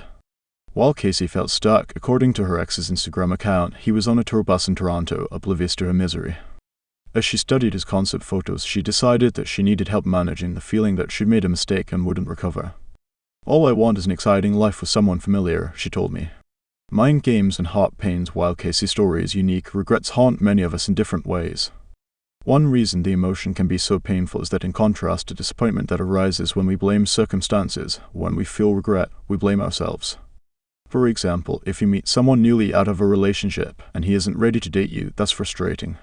But if you decide that he isn't available because you've screwed up, that's so much worse. It's especially hard to sit with the 1-2 punch of pain mixed with self-blame, which is why drowning in intense regret can take such a toll on our well-being. Just as it's difficult to rally your strength and rational thinking when you're anticipating aloneness, when you feel regret you're also less able to manage. In a study where researchers asked people to think about a situation they regretted, participants had a hard time solving math problems and tolerating their frustration. This makes sense when we remember, again, that we have limited bandwidth. If we're stuck in regret, we don't have resources left to invest elsewhere. I thought of this when I got an email from my friend Danielle, a usually carefree and competent 33-year-old architect who was seeking dating advice.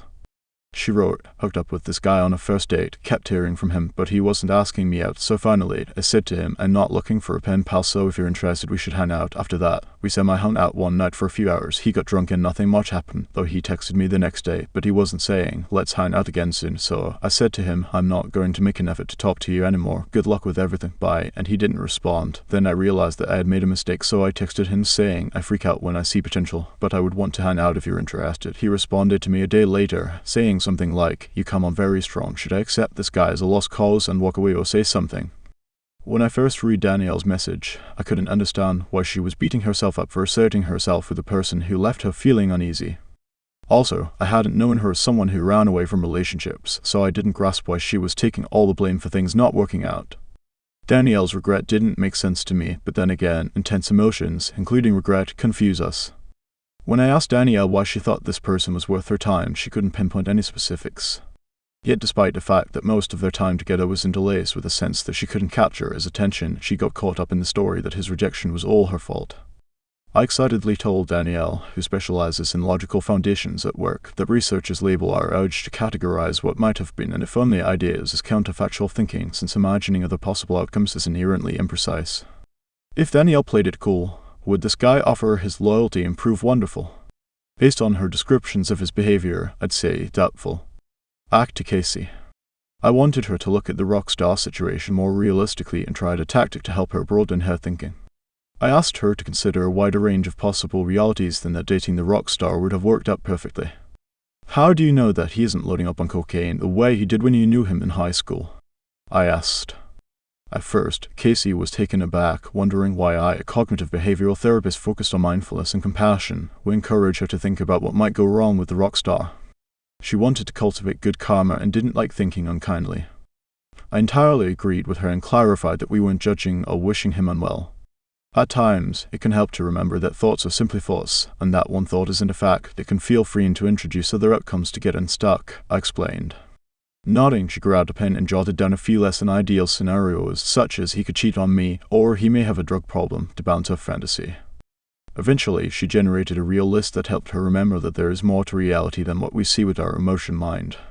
She sounded convinced as she told me that if they'd stayed together, she likely would have missed out on my education, and also acknowledged, enduring success isn't a guarantee. After she worked on thinking more flexibly, Casey seemed less devastated. I wasn't surprised that the list-making exercise helped. Hal McGow, the same researcher who discovered that regret affects our ability to solve problems, found that the simple tool also improved performance. One study participants read the following statement: everything can be viewed from different perspectives. There is positive value in every experience, and were then asked to recall at least one benefit from a regrettable event. Their smarts resurfaced. Adopting a more flexible attitude, like Casey did when appreciating her decision to embrace academics, can also help restore your mind and your peace. This soulmate risk, practically speaking, my goal was to help Casey shift her idea that she was destined for a single soulmate and instead consider that there are many people we may appreciate for a variety of reasons. But initially, when Casey felt less stuck and downloaded a few dating apps, she was disappointed. These guys are either physically attractive, but a pain to talk to, or nice to talk to, but unappealing, she complained. Maybe the men she was meeting weren't right for her, but research suggests there may have been more contributing to her disinterest.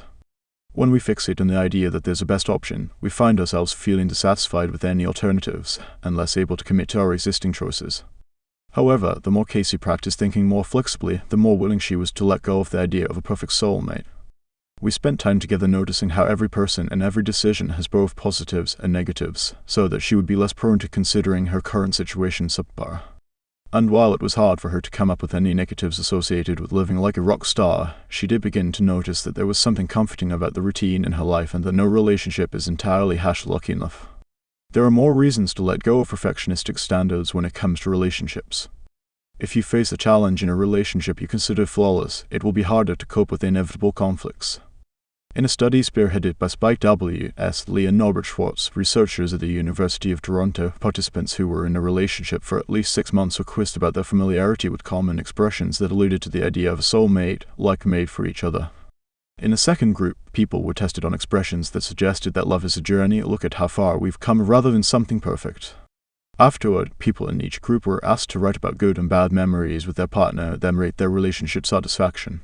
Notably, the people who had been primed to think about love in an idealized way were less happy in their relationships.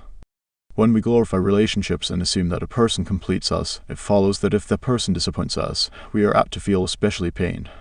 Moving forward by replacing rumination with self-compassion, Casey and I also worked on noticing that much of her regret was fueled by rumination, which we explored in Chapter 2. That's not surprising since regret itself is a type of rumination. Relatedly, the more that she searched for stories about her ex on social media, the more upset she felt. I like to just chill out and relax at night, she told me, explaining her browsing. But we noticed that looking at him wasn't actually helping her unwind. We decided that following at the Waywomit and that Human Sophnie said of her ex's new love on Instagram could also satisfy her voyeuristic urges and help her swap desperation for hope and inspiration. Of course, it's possible to also feel regret spontaneously, as Casey often did after an uneventful date or when she'd unexpectedly hear her ex's songs on the radio. But most often, regret comes from a mixture of thoughts, like effective forecasting. Regret also shows up when we judge ourselves, as we touched on earlier in this chapter. To help Casey stay strong, we broke down her struggle so it felt less personal and more like a universal phenomenon. Regret equals rumination plus self-blame. Casey learned to take a step back when she caught herself in that equation. To remedy these traps, we explored ways for her to treat herself with more self-compassion like she'd treat a friend. We'll cover the specifics on how to do this in part 2. Casey acknowledged that the idea of being good to herself seemed nice in theory, but worried that letting go of self-blame meant she'd never learn from her mistakes and potentially walk away from someone incredible again. I was happy that she was no longer calling the rock star her soulmate. As Duke psychology professor Mark Leary reports, self-compassion actually leads to taking more personal responsibility after a negative event. If we're too burdened by regret, we may feel so overwhelmed that we can't think through opportunities and grow after our perceived setbacks. With a dose of compassion, we may have more faith in ourselves and feel hopeful that we can actually improve. In studying regret, researchers Jia Zhang and Serena Chen at the University of California, Berkeley examined entries on the blog www.secretary.com and rated them for compassionate content. Their analyses found that regret stories that included compassion were more likely to result in self-improvement. To further test the theory that self-compassion is helpful in growing from regret, the Berkeley researchers also asked 400 students to write about their biggest regrets. The students were divided. In one group, participants were asked to imagine that they were talking to themselves about their regret from a compassionate and understanding perspective. Compared to the people who weren't asked to practice compassion, the experimental group experienced increased acceptance, which led to more personal improvement. The takeaway is, we don't need to run from regret. Rather, we can learn from our past and treat our mistakes and ourselves with kindness. Researchers Abigail Stewart and Elizabeth Vanwater, who followed women decades after they graduated from the University of Michigan, found that regretting life choices in middle age was likely to lead to setting goals. Yet those whose regret led to rumination struggled with actually implementing those life changes. In contrast, women who utilized the feeling of regret to take actions, like improving their careers, enjoyed a heightened sense of well-being. As Casey practiced getting unstuck from her mind, she gradually stopped believing that her life would always be less than because she was an idiot. I made the best decision I could at the time, she says now. She is optimistic that there are other romantic options out there for her and is clear from her first love experience that she values someone creative and brave. Just a few weeks after we talked about letting go of the rock star story and giving herself the gift of self-compassion, she met someone through a friend. He's fun, she told me. But best of all, I feel like a much happier person. When regrets are life-changing, sometimes we face situations when our regret is unquestionably real and the impact of our action endures. One afternoon, a woman called my office and asked my assistant if our office suite was handicap accessible. The following week, Greta arrived for an evaluation to join my dialectical behavior therapy DBT group. For a moment, I'd love to share a bit more on DBT, a treatment developed by Marsha Linehan, the psychologist you met in the introduction who coined the term emotion mind. Her strategies brilliantly synthesize behavioral therapy and mindfulness, creating an approach comprised of useful, practical tools for optimal living. A lot of wisdom in this book stems from Linehan's curriculum of skills on managing emotions, entering the moment, communicating effectively with others, and coping with crises. You'll learn a lot of these skills in part 2 of this book. It moves me to tears to think about the lives Linehan has touched since many help seekers turn to DBT when nothing else works and described the approach as life-saving. Courageously, Linehan acknowledged that after spending years in psychiatric hospitals, she changed her own life using elements from the approach she empathically created to empower others. When I met my new DBT client, Greta, a notably articulate former school administrator in her 50s, wearing a bright floral patterned shirt and sitting tall in her wheelchair, I was immediately touched by her kind manner and enthusiasm. As we talked, I learned that several years earlier, feeling utterly hopeless in the aftermath of a divorce, she jumped from the 6th floor of her apartment building. Her suicide attempt left her paralyzed from the waist down, leaving her with endless medical complications and chronic pain.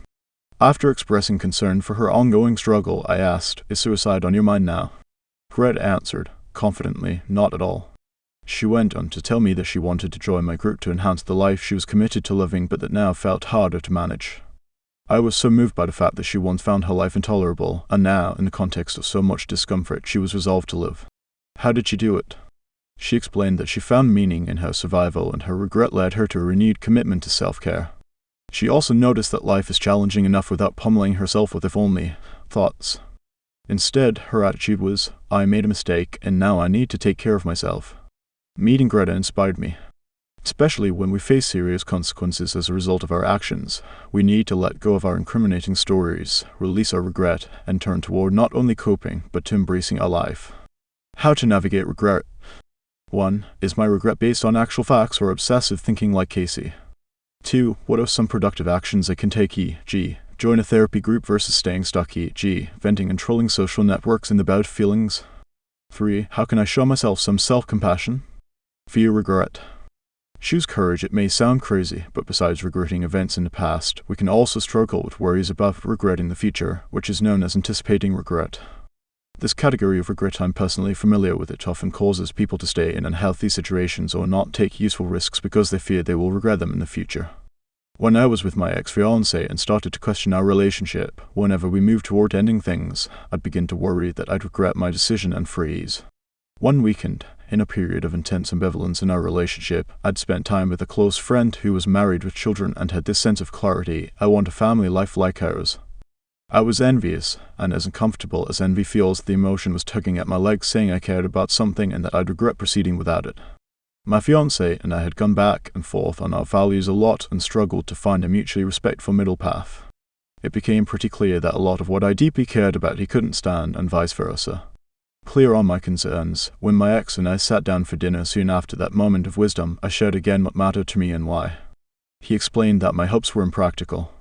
This hadn't been the first time I directly confronted the fact that he and I couldn't agree on certain significant decisions, especially ones that impacted our future.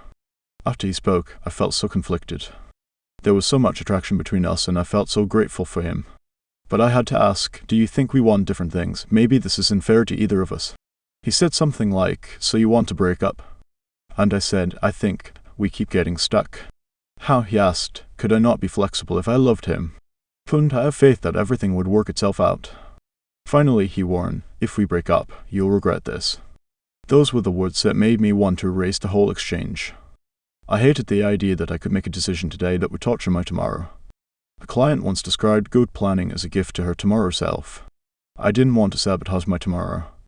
So for months, I was stuck between noticing we had differences and thinking I'd make a mistake I'd never get past. I was in limbo, questioning either my wants or my relationship, which meant doubting myself constantly. It was awful. As I mentioned, I also spent a lot of time really practicing mindfulness and considering what I wanted most deeply, which you'll do in Chapter 5.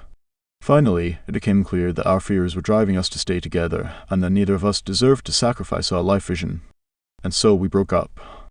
Then, one afternoon, I was lying on a close friend's couch, telling her about feeling sad after my breakup.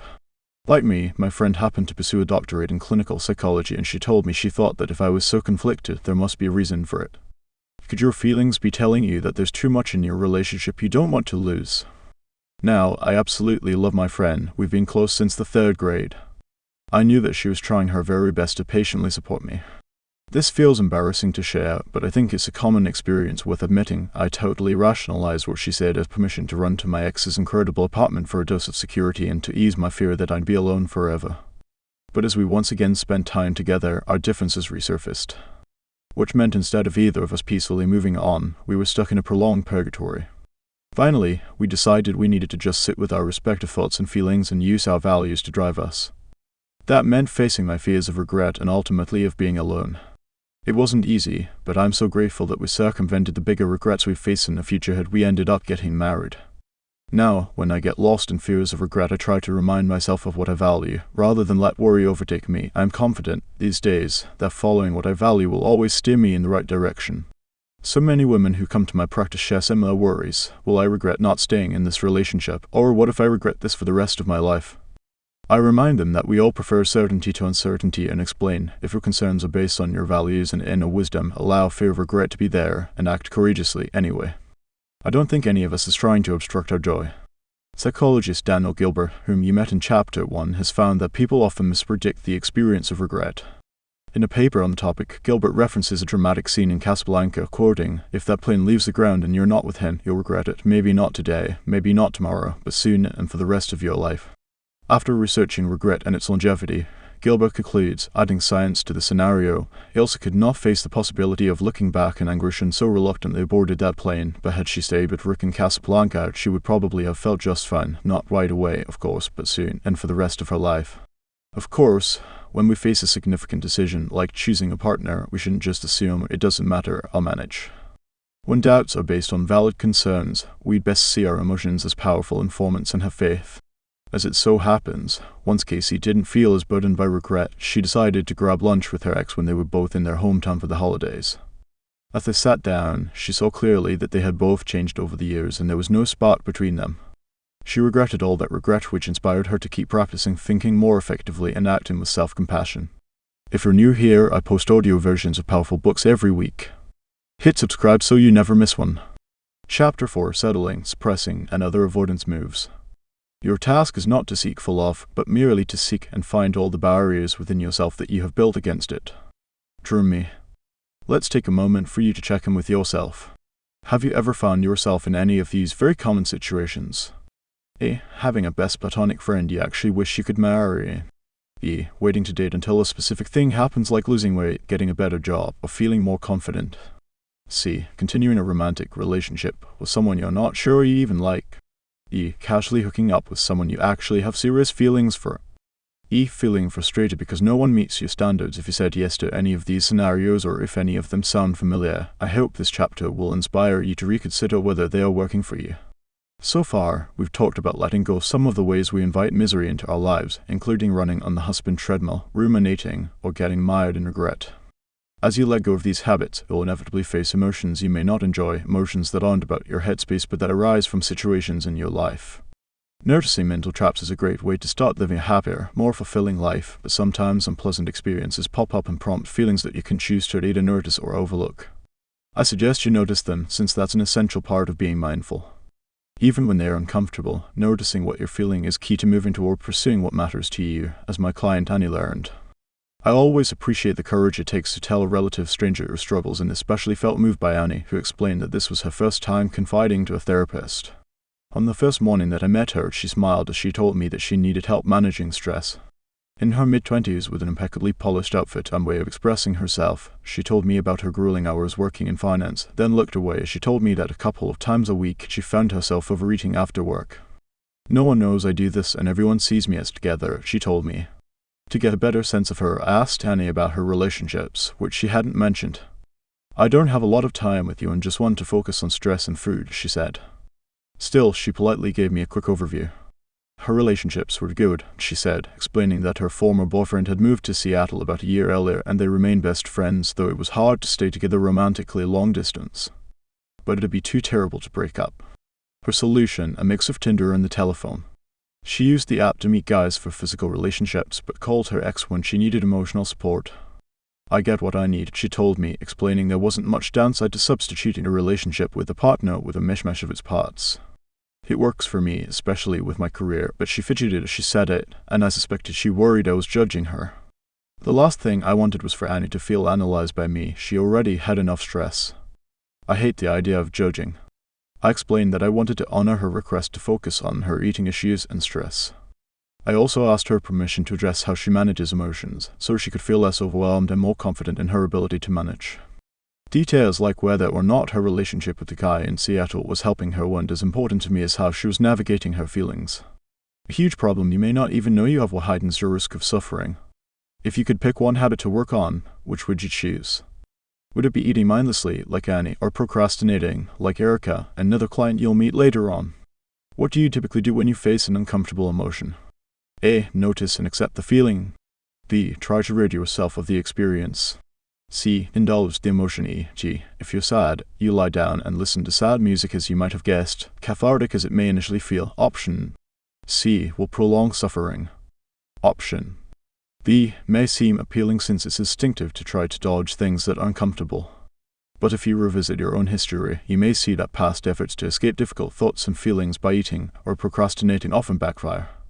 Trying to escape feelings is no escape. After all, it's not exactly helpful when someone says, "Don't worry." Which brings me back to the sneaky issue at the root of most people's distress. It's a behavior known as experiential avoidance, first described by psychologist Stephen Hayes, and it's defined as coping by running away from unpleasant thoughts and feelings.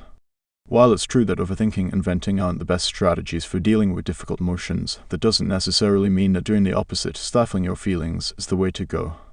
Like an unwanted credit card bill, stuffing your sorrows in a drawer guarantees greater costs in the future. Hayes is one of the founders of acceptance and commitment therapy, ACT, one of my favorite types of therapy, and one that's moved me personally. Briefly, this approach teaches people to take courageous steps to build their lives, independent of how they feel or their circumstances. After decades of research, Hayes and his co-authors put it this way: many forms of psychopathology can be conceptualized as unhealthy efforts to escape and avoid emotions, thoughts, memories. In other words, many of our problems are actually caused or exacerbated by the imperfect solution of trying to avoid our pain. After seeing Annie for several weeks, I noticed that she often avoided talking about or focusing on her feelings. "Don't we all have to?" she wondered when I mentioned it.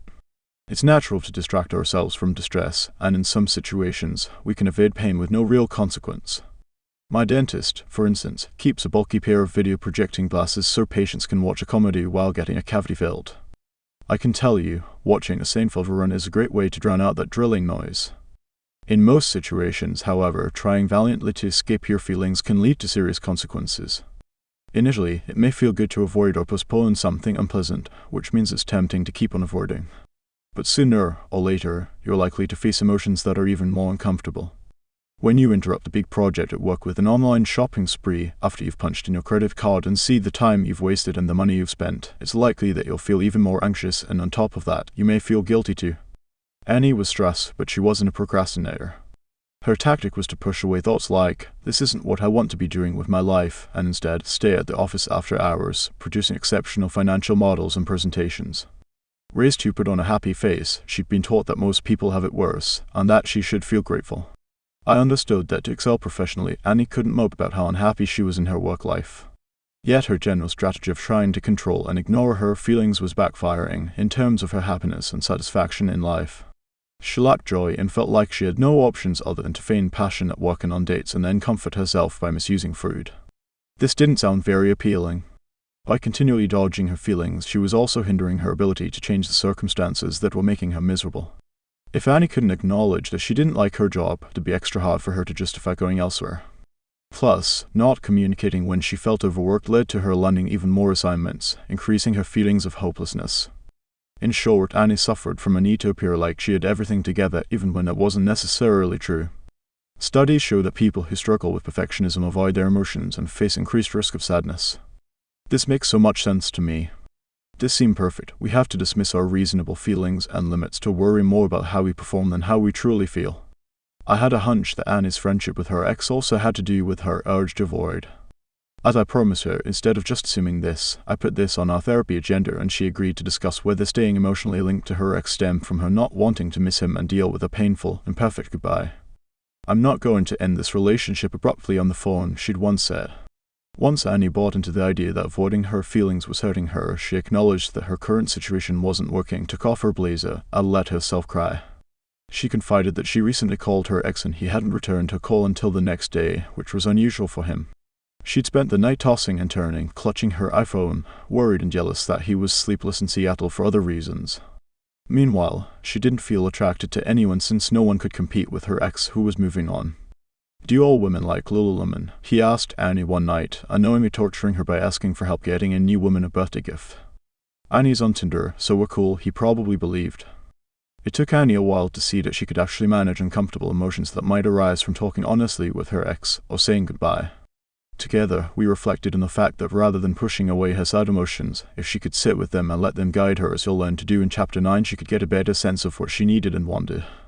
Choosing wisely by acknowledging her feelings, Annie was taking the first step toward taking space from her Seattle friend and, eventually, finding a job where she didn't eat dinner at her desk every night followed by binge later. Instead of waiting to feel ready, or sure, as she put it, we worked on looking at the pros and cons of staying in close contact with her ex, compared to a list that described what could happen if she said goodbye to him and accepted her sad feelings. To further clarify her options, I had her star any items on her list that might affect her long term. Take a look at what Annie discovered below. Decision: stay emotionally connected to Seattle. Pros: good to have support. Don't have to sit with immediate loss. Hold on to hope will rekindle. Maybe we can be friends and I'll get over him. Cons: likely miss him more *, hold on to false hope. Don't give others a chance *, I'm staying in the habit of avoiding my feelings *. Decision: goodbye Seattle.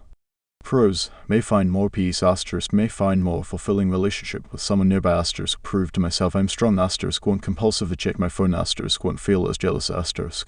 Cons: will feel sad and lonely. Will wonder a lot about him.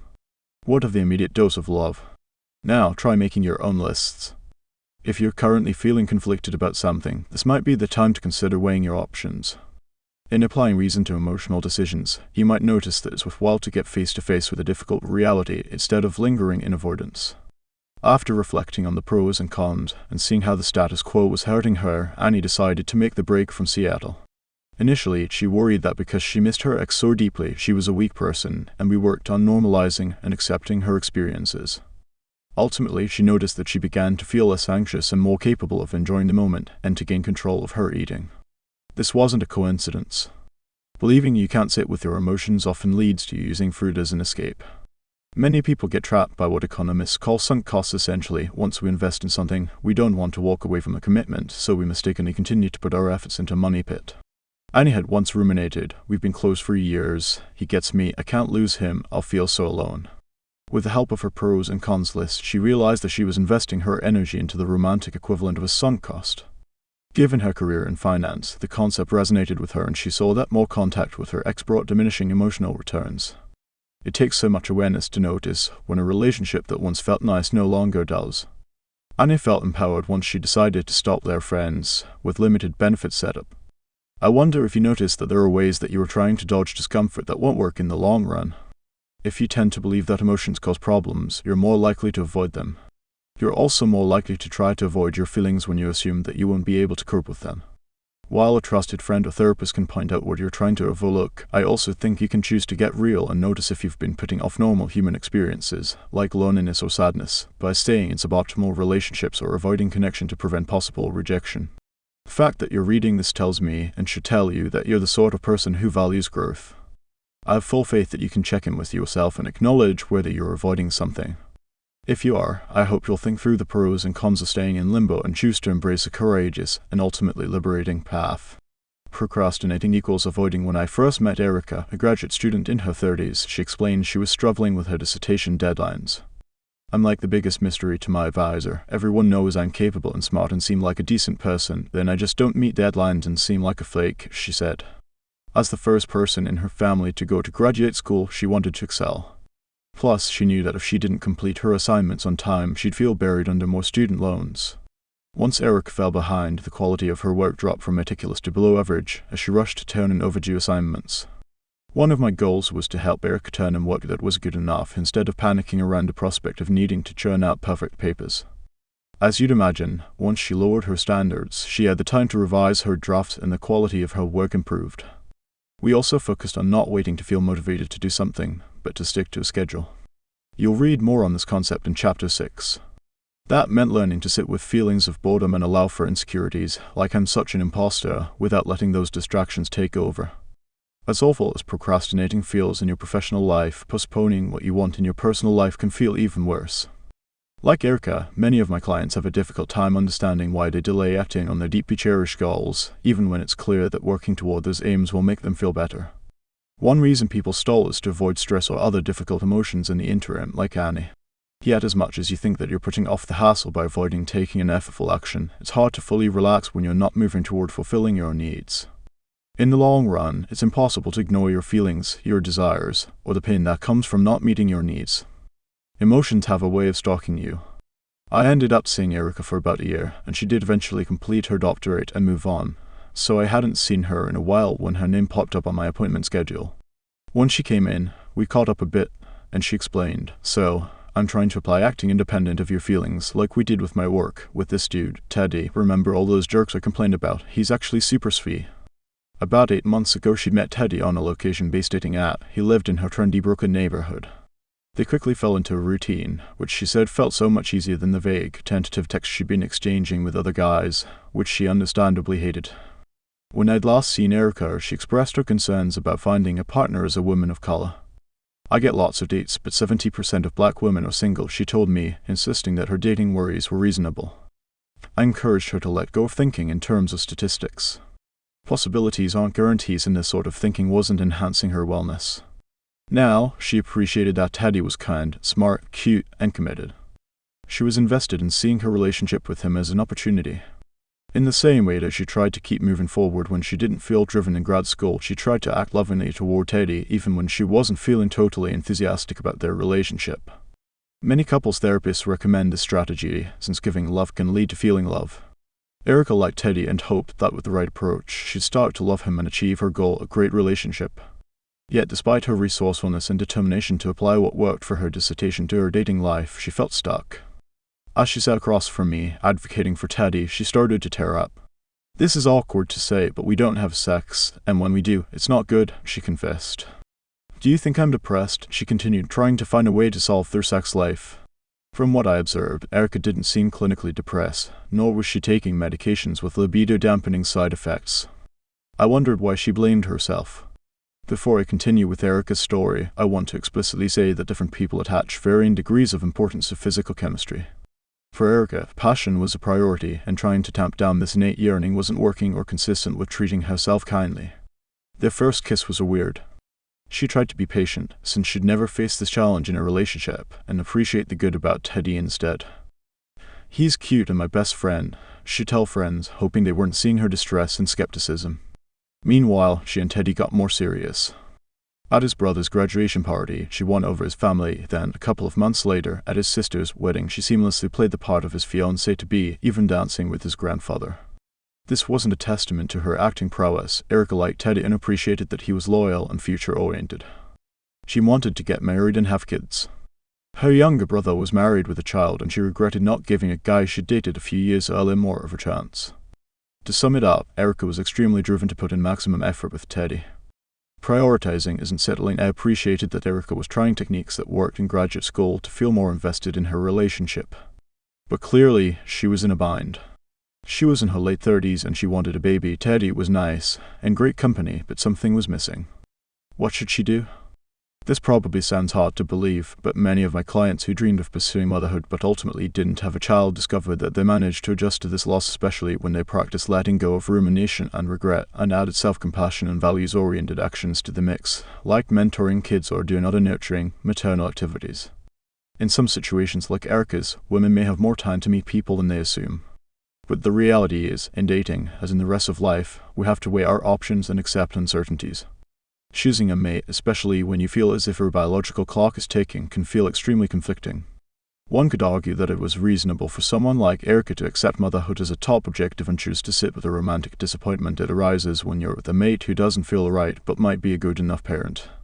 In Chapter 5 you'll read more about identifying and prioritizing your values. I've met many women who have entered relationships because they wanted to start a family and seen scenarios where couples can respectfully collaborate in raising a child even without experiencing passion.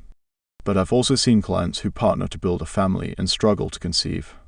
And there are also times, especially in the midst of contentious custody battles, where women tell me they wish they had gone to a sperm bank, though not all of us can afford the expense of raising a child on our own, much less pricey fertility treatments. You'll read more on these topics in Chapter 6. It's hard to predict what will prove to be the most meaningful path in life, but prioritizing your values can feel clarifying. It also helps to remember, again, that no one person will create enduring happiness for you, that no person is perfect. I'm an optimist, yet I still can't imagine meeting a neurosurgeon who looks like Leonardo DiCaprio, shares Will Ferrell's humor, and has a heart as huge as a special needs teacher. Still, I would never prescribe settling. Instead, I encourage the more proactive, accepting practice of deciding what matters to you, which includes making space for another person's imperfections without ignoring your needs. Erica and I worked on replacing settling with scheduling. We worked on picking a time to talk to Teddy instead of ignoring her feelings and hiding the truth from everyone. We also decided that Erica should choose a date to decide if she could embrace Teddy's character alone and feel satisfied without sexual chemistry.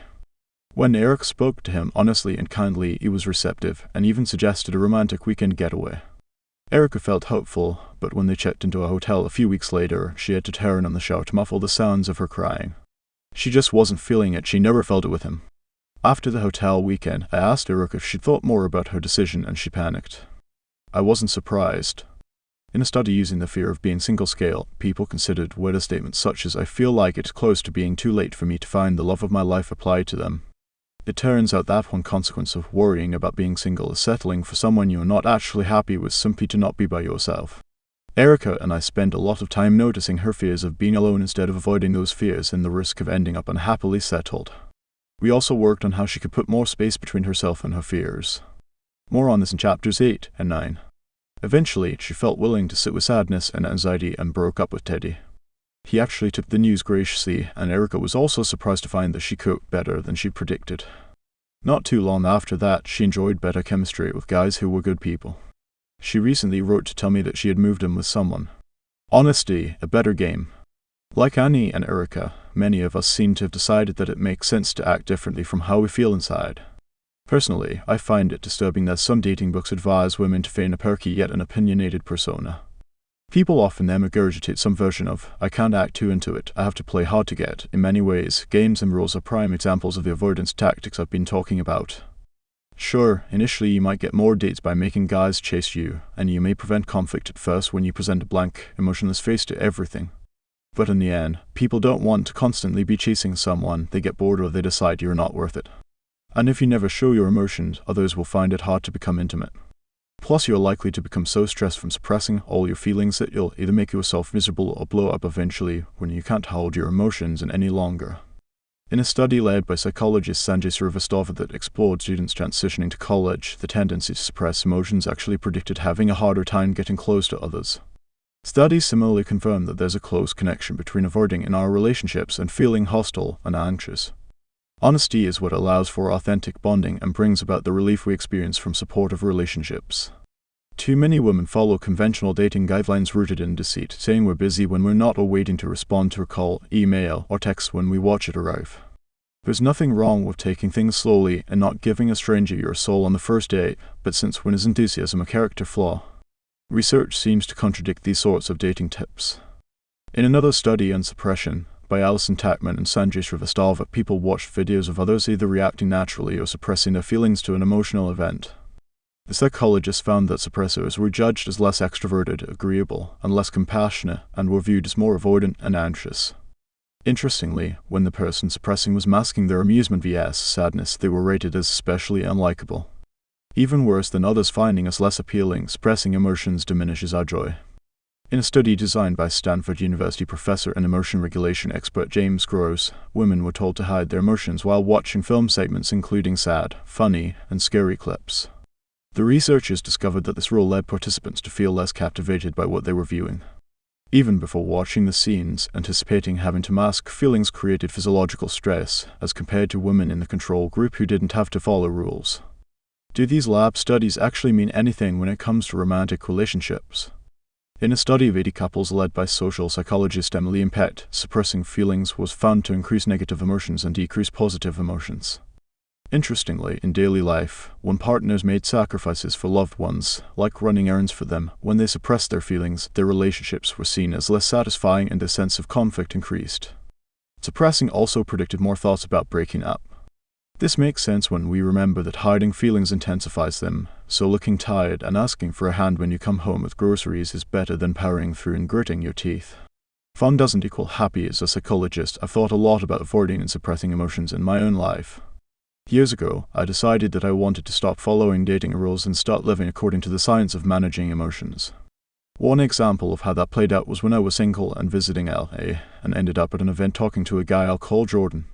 I hadn't had a boyfriend since my ex-fiancée, and I found Jordan attractive and endearing. He sounded smart, spent weekends running on the beach, and seemed down to earth. I couldn't stop smiling when he asked me for my number, but when we texted, I realized that he didn't remember that I lived in New York City. Clearly, he'd met a lot of people that night. I was disappointed and worried he'd delete my number, so I let him know I'd be in town again the following month, and we made a tentative plan to grab a drink. In the meantime, we exchanged a few "Hey, how was your weekend?" messages. It may seem crazy to start a bi-coastal texting exchange, but I grew up in LA, and I'd been planning to move back. Instead of an obstacle, I considered Jordan living there to be a perk, since I visited often to see family and friends and explore job opportunities. Weirdly, when I next visited, Jordan was harder to reach than when we were in different time zones. "What's up?" he'd write. I felt relieved to know I wasn't alone in finding these exchanges ridiculous when reading Aziz Ansari's Modern Romance. I'd reply and he'd respond a solid 8 hours later. I felt disappointed, but also told myself that we'd met once. He didn't owe me anything. Still, I also felt jerked around. Why text me for weeks, then not set a time to see me when I was actually in town? The day before I left, he asked me to meet at the last minute and we got a drink. He enthusiastically asked again how long I'd be in town, convincing me to join him for a late dinner and directing me toward his Jaguar convertible. People joked that pets resemble their owners, and Jordan reminded me of his mercurial car. He made a puppy dog face and hugged me tight when we said goodbye and promised we'd talk before I left the next night. You've probably guessed by now that he didn't text for a week, though when he wrote, he said, "Amazing seeing you." The next few times I was in town were basically a repeat. He sparkled, revved up, sped through some terrain smoothly, then slammed on his solid brakes and I ended up carsick. As a behavioral therapist, I know a lot about the impact of erratic contact. People are more responsive to intermittent reinforcement, someone who is available than not, than they are to continuous reinforcement.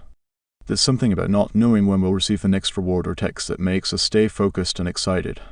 Inconsistency keeps us attentive and trying. But I didn't want to sit around salivating. I'm not a dog in training. I decided that part of my mindfulness and self-compassion practice included honoring my emotions, not dropping everything when a guy I'd seen 5 times in as many months finally decided that he was ready to make a plan. I was sure that I wasn't going to let winning him from my self-respect. Life is too short to play games. That was my motto in my new dating life, and I told myself that I was willing to do what worked for me. With that in mind, I called Jordan, and keep in mind this was the first and only time we'd ever spoken by phone. "Hey Jordan, it's Jenny, hope you had a nice trip. Call me when you have a sec." A few hours later, he texted back the hackneyed, "Hey, what's up?" I surfed my urge to succumb to the safer, random texting ritual and instead I wrote, "Wanted to catch up, call me when you have a couple of minutes." To cheer myself on, I reminded myself how unsettling it feels to have a prolonged text message conversation. It was especially insulting to feel like I was his person on demand. I told myself that I had a life and people routinely made appointments to see me. Finally, hours later, now past my bedtime, Jordan called. It was awkward. We made some small talk. My heart raced. "That's normal, of course you're nervous," I reminded myself. Then I stammered a bit and said, I was thinking, I've never asked you and we've been in touch for a couple months. Are you looking to meet someone to date or for something casual? I know we're still getting to know each other, but I was thinking I really want to spend time with people looking for a relationship rather than looking to hang out. I don't want to put you on the spot, but wanted to see what you were thinking. By this point, I wasn't even sure I wanted to date Jordan.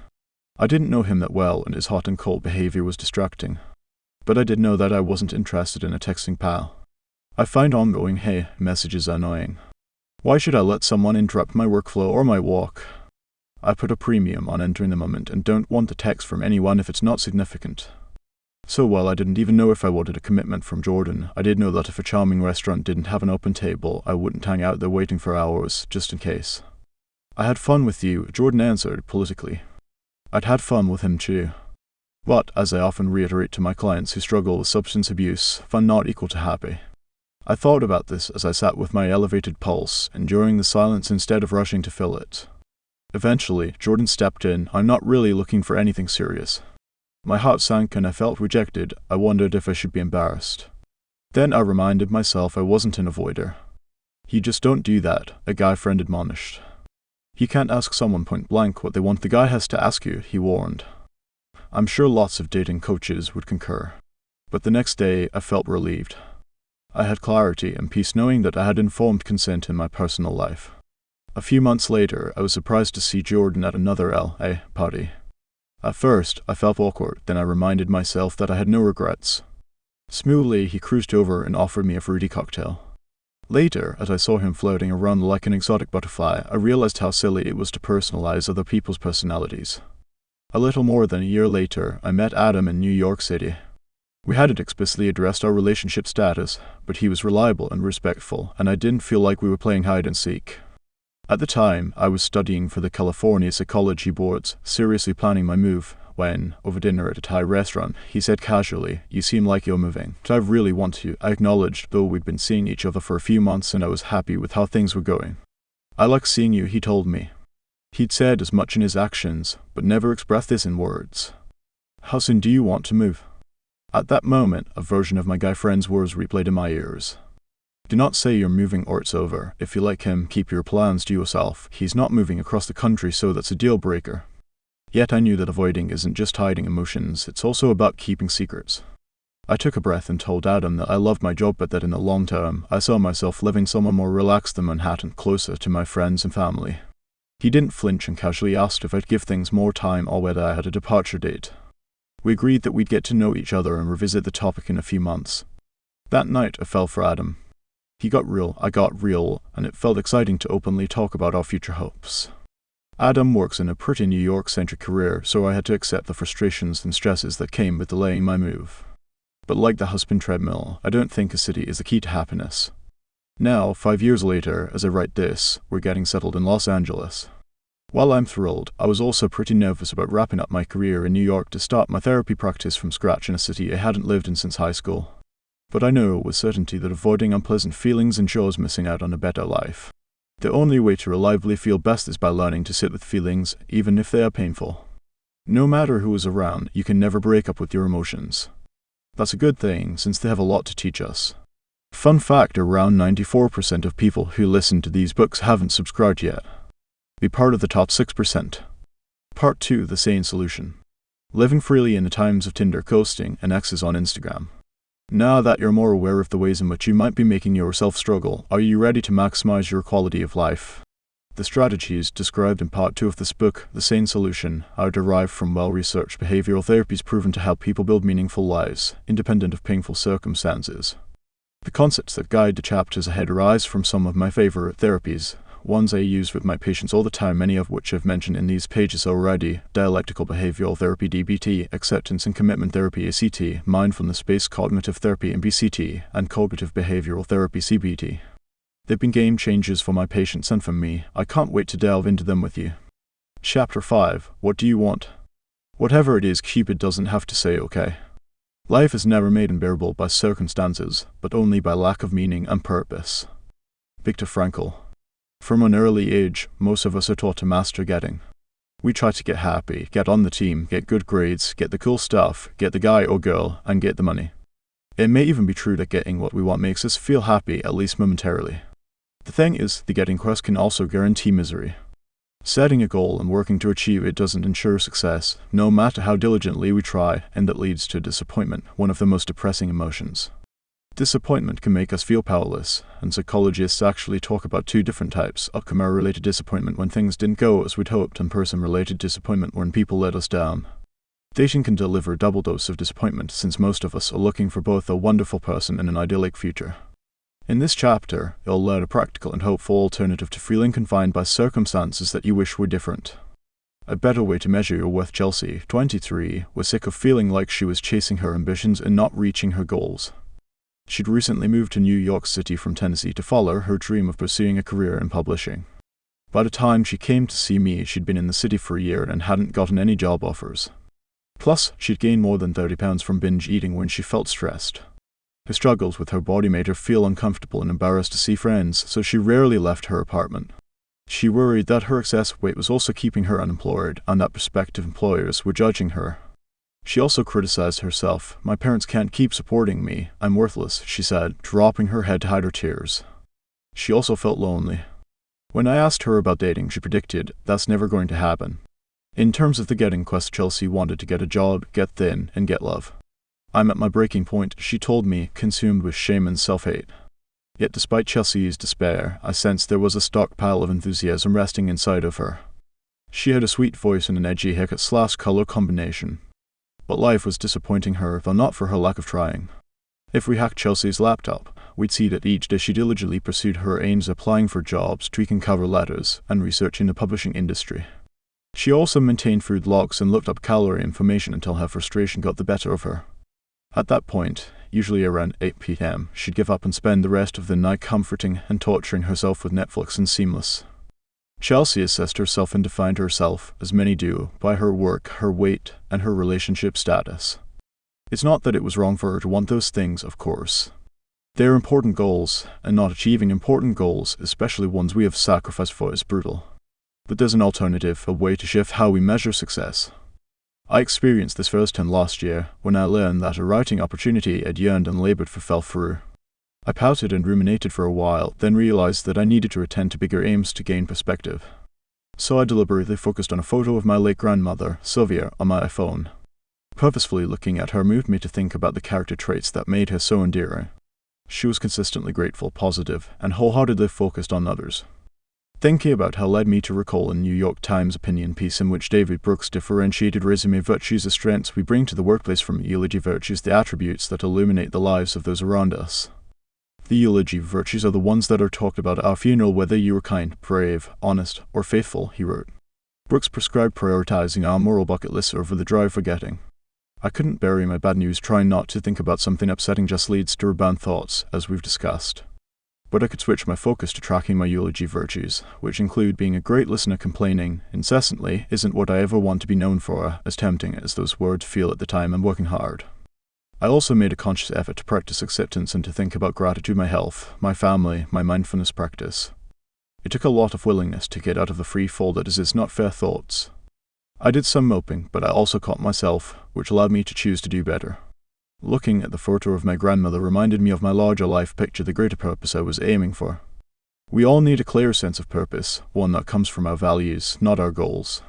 Values aren't the same as goals. With a goal, we win or lose, get it or not. With values, if we're acting, not just thinking consistently with our aims, we can cherish a sense of mastery independent of the end result. Values aren't measured by what we get, but by what we give. We can wait a long time to feel better or to find luck or to meet that good enough partner. The alternative to focusing on that kind of potentially disappointing uncertainty is to purposely start living better right now by focusing on what lies within our control. It would take time for Chelsea to get a job, lose the weight, and find a romantic relationship. But in the meantime, she didn't need to live a life of heartbreak or hell. First, however, she needed to change her focus. Can we focus on how you show up instead of whether you've accomplished your goals? I asked her one morning, explaining again that our new metric system was what she brought to her life, e.g., effort rather than the results she achieved. I was overjoyed to see her shoulders soften and her smile emerge. I liked that idea, she agreed. She had been living as though she had committed a crime. Now it was as if she'd been exonerated. With her buying in, we worked on creating a personal life mission statement, what I think of as a kind of cheerleading mantra she'd tell herself. Our new way of describing her focus was both authentic and aspirational: Chelsea, kind, courageous, healthy, and hardworking, which felt more useful than Chelsea, single, overweight, and unemployed. We weren't sugarcoating. As a therapist, I tried to balance optimism with realism in my work with my patients. Instead of replacing truths with wishes, we were focusing on more workable tactics. Chelsea could choose kindness, courage, and health. After all, weight, jobs, and partners fluctuate, but a life based on meaningful values is a constant option. Chelsea knew that she was an exceptional friend, that she was smart, and that she had a passion for animals and social justice. She had been so distracted by her setbacks that she let them overshadow her inner strengths. Her sense of failure led her to abandon aspects of her life that mattered to her, aspects she did have control over. In recent months, she'd been flaky with her friends, often cancelling on them at the last minute and avoiding exercise. She was willing to try a different approach when she realized that focusing on outcomes instead of processes was backfiring. With outcomes, she could either succeed or fail, and she felt as if she were constantly failing, which was wearying. Chelsea's initial dilemma reminded me of a life lesson I learned from my friend Chris. Not too long ago, while waiting in line for water to spin studio, I started chatting with my fountain neighbor. He said he played the trumpet. You don't hear that every day, and I said I'd love to hear him. A few months later, I ended up going to one of his shows at the Blue Note, a celebrated Greenwich Village jazz club. Initially, I thought it would be great to support an artist and hear live music. Little did I know from our water break small talk, this humble man was a celebrated Grammy-winning musician. As you can see, I'm not a huge jazz fan, but that night I became a huge Chris Barty fan. Chris isn't merely a performer, he's valued action in person, at spin and on stage. At his concerts, he shows up in a buttoned-up suit, bursting with energy, despite playing an instrument that leaves most people breathless. He's generous, and seems truly eager to touch hearts, from those of his bandmates as he steps back to compliment their talents, to the girl from Italy who was celebrating her 7th birthday that night. His presence gave me awe-inspiring chills. Though Chris isn't struggling with feeling less than due to his relationship status, I wondered how he mastered the resources to consistently give in a life that seemed potentially depleting. He is on tour for more than 275 days a year, to the point that he found it impractical to keep a permanent home, possessions, or even have a partner. I couldn't imagine how he maintained his drive without the comforts that sustain many of us. I had to know how he embodied joy and generosity in circumstances that led many to substance abuse and debt. How did he find bliss? Was fame fulfilling him? Not exactly. My commitment is to my instrument, he explained, with a quality of surprised gratefulness.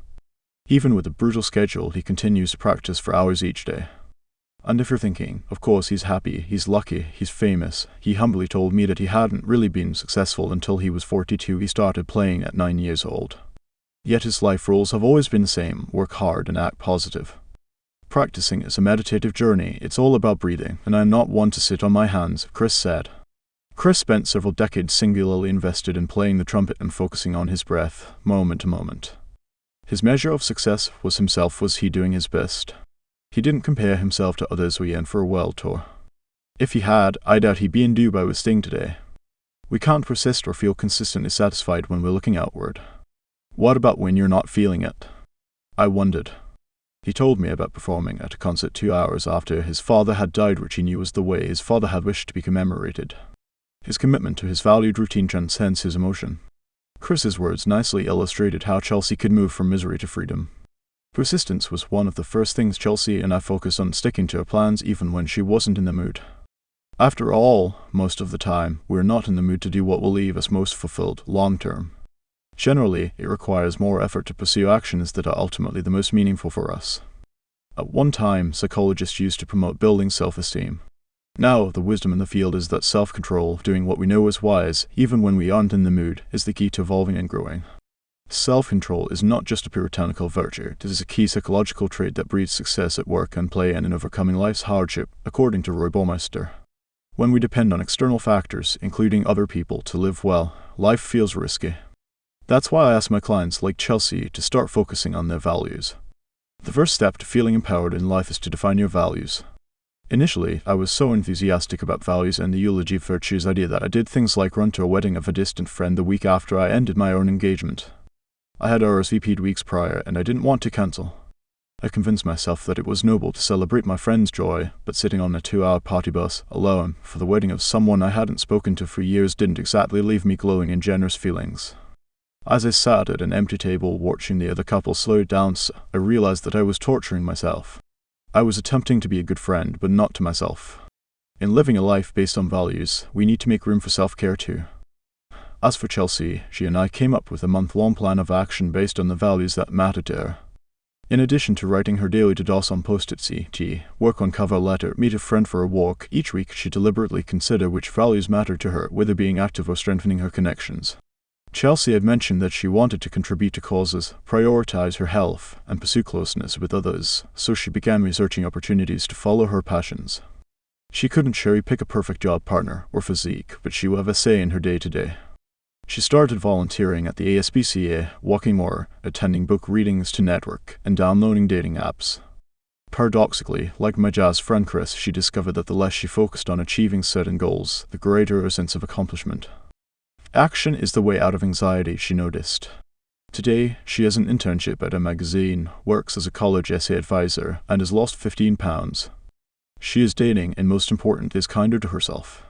During one especially discouraging week, when she was rejected from what she considered to be her dream job and a date stood her up, she was bummed, but she wasn't broken.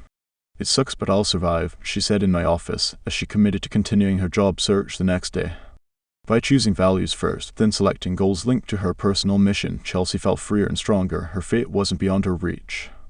Instead of feeling limited, it's possible for all of us to feel empowered. What it takes is reflecting on what matters, then shaping your day so that you can achieve your personal best. Choosing your life purpose, sit with a notepad and pen or just quietly with yourself. Ask and answer the following 2 questions. The intention is to access your wisdom and values. If your mind wanders away into worries about whether you'll be able to take action or you feel guilty over past setbacks, just notice your emotions and come back to these questions. What do you want your life to stand for? How do you want to live your life? Having a say in your life is liberating. Chelsea's newfound resilience isn't a one-off success story. Research suggests that feeling as if you have a sense of purpose in your life builds emotional and physical well-being. Scientist Stacy Schieffer and her colleagues at the Center for Investigating Healthy Minds, a wellness research institution at the University of Wisconsin-Madison, conducted a large, multi-year study of adults aged 36 to 84 as part of the U.S. longitudinal study of health and well-being. At one point, the participants were asked about their purpose in life. Several years later, they were shown unpleasant photographs, such as a reddish newborn baby crying in pain, while their psychophysiological responses were recorded. Incredibly, having stated a clear sense of purpose 2 years earlier predicted a faster recovery from the disturbing photos. The more meaning you feel your life has, the better able you are to regulate negative moods and emotions. And once you cultivate a strong personal sense of meaning, the benefits are enduring. Beyond recovering quickly in an experimental situation, feeling as if you have a purpose in life is a protective factor for one of the greatest health burdens, the decline of the mind, as well as overall well-being. Aging expert Patricia Boyle and her colleagues from Rush University Medical Center in Chicago followed a sample of more than 1,200 adults, assessing them 6 times over 18 years. People with a stronger sense of purpose reported lower levels of disability and fewer depressive symptoms. They also lived longer. Even in adults with Alzheimer's, a strong sense of meaning seemed to slow cognitive decline. Why is this? In a famous study in the 1970s, psychologists Ellen Langer and Judith Rodin divided nursing home residents into 2 groups. One group had their furniture arranged for them, a preset schedule, and a plant that a nurse came by and watered. In the second group, residents were able to decorate their rooms, plan details of their days, e.g., select dining times, which movies to watch, and care for their own plants. Just 3 weeks later, the group with more autonomy experienced significant improvements in health and emotional well-being. The seniors with diminished freedom either declined or showed no improvement. Autonomy literally refers to regulating yourself.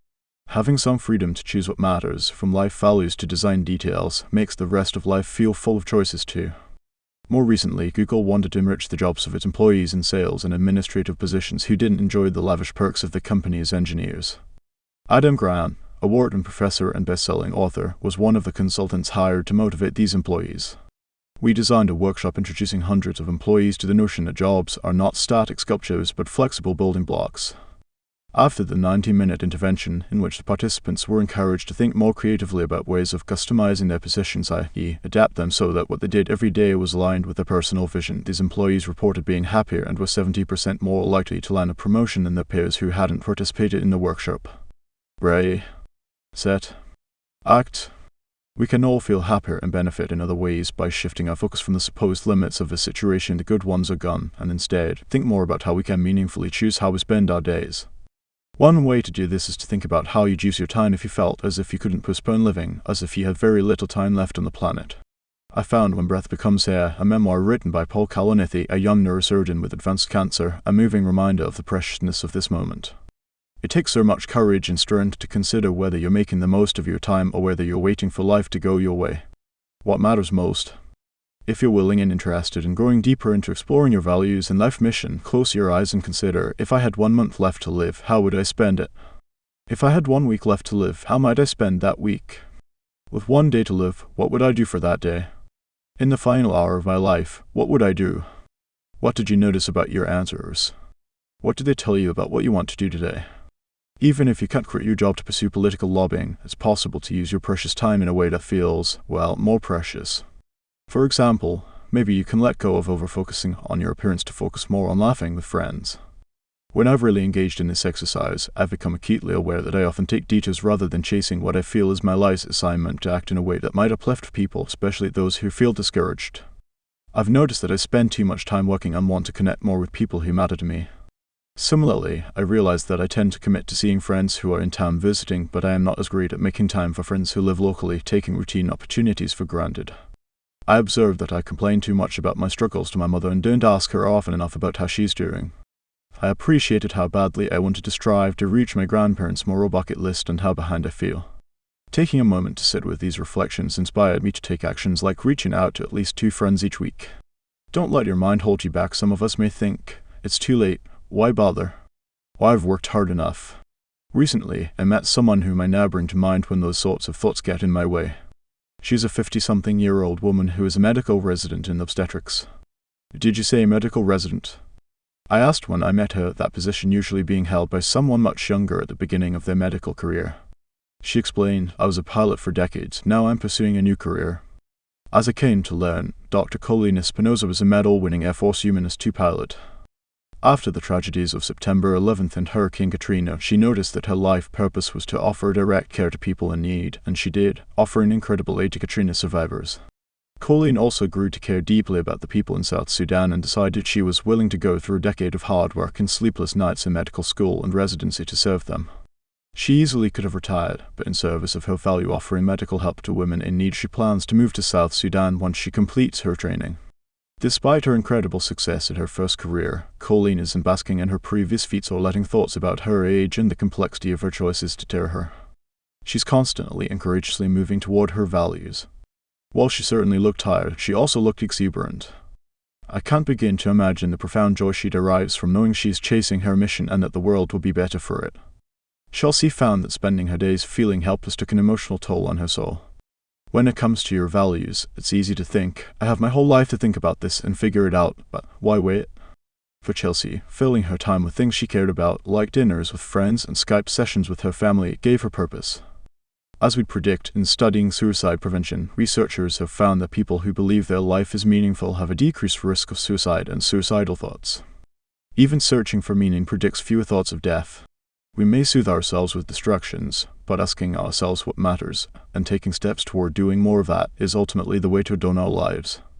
Many of us worry that starting to truly live today rather than focusing single-mindedly on goals means settling for being alone, or for a supper job, or being 10 or 50 pounds overweight. But if I stop focusing on this goal, it will never happen.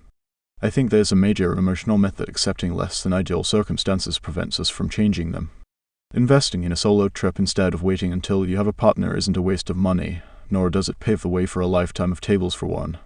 Taking a break from dating to focus on a passion project at work for a couple of months doesn't mean you're a workaholic who will never find a boyfriend. In fact, it may work for you. When you add substance to your life, you might find companionship, though that's not the reason to do it. In a study conducted by social psychologist Tyler Stillman and his colleagues, students completed questionnaires on meaning in life and were also videotaped having conversations with a friend.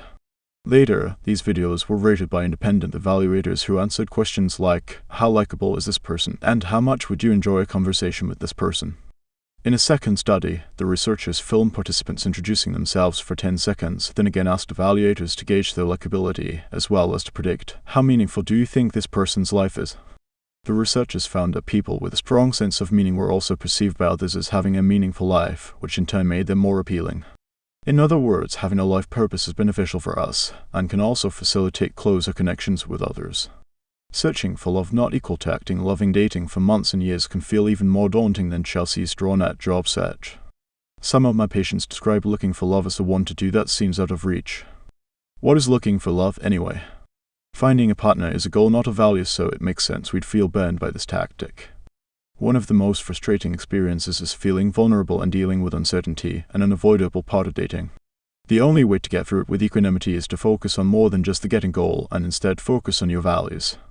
Once you clarify your values, it's easier to move toward what matters, without focusing rigidly on any one outcome. In shifting your focus, spending a night out with friends is no longer pointless if you don't meet someone new. It's an opportunity for bonding, a chance to focus on the importance of closeness with friends. In the same way, a disappointing date doesn't have to be a dead end. It may be a time to get to know someone, offer a kind ear, or learn more about a topic that's new to you. A meaningful alternative to finding love is giving love. In the classic book The Art of Loving, psychologist Erich Fromm writes about how love isn't simply a feeling, it's an action. One CBT technique used in couples counseling is to invite dissatisfied partners to treat each other through loving gestures instead of rehashing recent dramas. As hard as it seems, running to grab a soy chai for someone you don't especially cherish in the moment actually can produce loving feelings asterisk when the action is done wholeheartedly.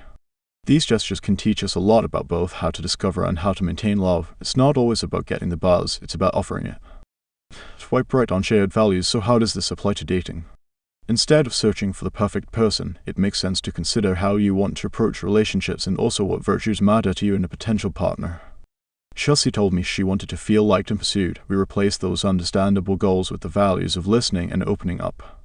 It's nice when someone expresses interest in us, especially when we feel insecure. Chelsea much preferred when someone reached out to her first, but that passive approach limited her as it would limit anyone. Gradually, on dating apps, she started contacting men who seemed like her type and made a point of being open and honest, such as, "The job search is hard," instead of a vague "I'm in between" project. At first, Chelsea questioned my nudges for her to initiate and get real. But I wanted her to have a say, and women having a say works. In a survey done by the popular online dating website OkCupid, women who initiated contact with people they were interested in were 2.5 times more likely to receive a response than men who did the same. Once she learned that, instead of retreating from dating, Chelsea tried to courageously connect with others and put her once out there, making suggestions of places to meet instead of waiting for the other person to decide, so she didn't have to trek out of her way in the snow. When things felt difficult, or a guy disappeared, she consciously went back to her list of what she aimed to give to others, e.g. vulnerability, openness, and to herself, e.g. self-compassion. After a few months, she met someone and they clicked. When she learned that he was a confirmed atheist, her family is Christian. Instead of asking everyone what she should do, she concluded that she needed to be with someone who shared her faith. She felt sad about ending things, but also relieved to see that she could tolerate short-term pain in the service of living well. Chelsea's decision reminded me of a date I went on with a man who had great resume virtues and swagger. He invited me to a busy bar and I found myself feeling captivated by him. Then, toward the end of our date, someone accidentally bumped into him, splashing his pristine blazer with red wine. Most people would feel upset if someone's carelessness cost them, but this guy was livid. Later, I wasn't sure what to do. I certainly was attracted to him, but was fairly put off by his unforgiving reaction. Using values as my guide, and knowing I really wanted to be with someone more easygoing, I decided I didn't want to waste time getting closer to him when that kind of quick-to-anger reaction would be a real deal-breaker for me in the end. As I continued to meet people using values as my metric, I felt like I was replacing first impressions with a sounder strategy that helped me stay true to myself. What dating values matter most to you? Do you want to show up as fun-loving? Or do you want to focus on understanding someone? Either strategy can work as long as you clearly know what deeply matters, then follow your chosen course. Below are some examples of values that may arise during dating, both within you and in another person. Take a look at these examples. What values matter to you? Kind, enthusiastic, open to new experiences, loyal, healthy, responsible, affectionate. What values matter in another? Respectful, honest, patient, generous, hardworking, open, loving. Just as focusing on your own values can make you feel better about life, focusing on another person's values, e.g. generosity, loyalty, instead of their traits, e.g. looks, level of success, doesn't mean you won't meet someone who is attractive or accomplished. Settling is self-defeating, and it cements the idea that we're not good enough to keep trying for the possibility of reciprocal closeness. A huge part of self-care is being authentic and experiencing chemistry. but writing people off based on initial assumptions might lead to misunderstandings. Years ago, I was about to go on a first date with a guy when he contacted me at the last minute to push back our meeting by an hour. "I'm running late from the gym," he texted. Once we met, somehow the topic of fraternities came up, and he reminisced about his college fraternity. When it came time to part ways, he didn't offer to walk me to my apartment, just a block away from the restaurant. I definitely place a high value on chivalry and respect, but I was also really immersed in practicing a non-judgmental stance. Despite those brow-raising moments, why didn't he walk me down the block? Then I'm not interested in frat boys. I noticed that I had a nice time. When I felt tempted to tell a friend about my reservations, I decided not to, thinking I'd be creating a story from inconclusive little tidbits, which was not in line with my intent of being open-minded and non-judgmental. When he asked me out again, I went, and I learned that he was a really nice guy who loves a good workout and is always up for a good time with a group of friends. Months later, I sort of jokingly asked about why he didn't walk me home on our first date. "I didn't want you to think I was inviting myself over," he explained sweetly. "Now that is chivalrous and respectful. I'm so happy I gave this person a chance initially, and I grew to discover that we shared similar values, so much so that I eventually wound up marrying him. We both cherish personal growth, spirituality, and independence. Yet we also have different priorities that help us facilitate balance in our relationship. I'm probably more focused on doing my very best in my career, while he really focuses on creating fun. This difference allows us to work toward a healthy middle ground. I keep him focused and he keeps me from taking myself and everything else too seriously." What should I be looking for in a partner? A patient asks me. Experts say it's helpful to choose a person who values being kind and respectful. But I'm attracted to bad boys. I hear every so often. If you tend to write off nice guys, there's some research that explains why that might prove problematic. In The Science of Happily Ever After, psychologist Taitz recommends choosing a partner who embodies values such as agreeableness and kindness. He explains that good relationships stem from choosing someone who cares about being a good person. John Gottman, one of the most celebrated marital experts of our time, has done extensive research on couples, filming them as they communicate, and has found that he can predict with amazing accuracy 94% of the time whether a relationship will last based on a brief interaction. A key factor that predicts divorce, Gottman has found, is acting with contempt or behaving in a superior, cruel way, the opposite of agreeableness. This means that respect is an essential ingredient in a successful partnership. Tashiro, Gottman, and other researchers are noticing that a potential partner's character matters more in terms of creating lasting love than having a big bank account or a full head of hair. And to be fair, consistent with the theme of giving rather than getting, while we're trying to monitor whether someone else is living according to universal values, like acting considerately, we also need to make sure we're doing our part to act that way too. Finding peace and power. What happens, though, when you feel as if you're giving, and not getting your goals met? It's exhausting to continuously give, and we don't want to feel like the withered stump in the classic children's book The Giving Tree. To feel satisfied, we need to ensure that there are aspects in our lives that feel enriching.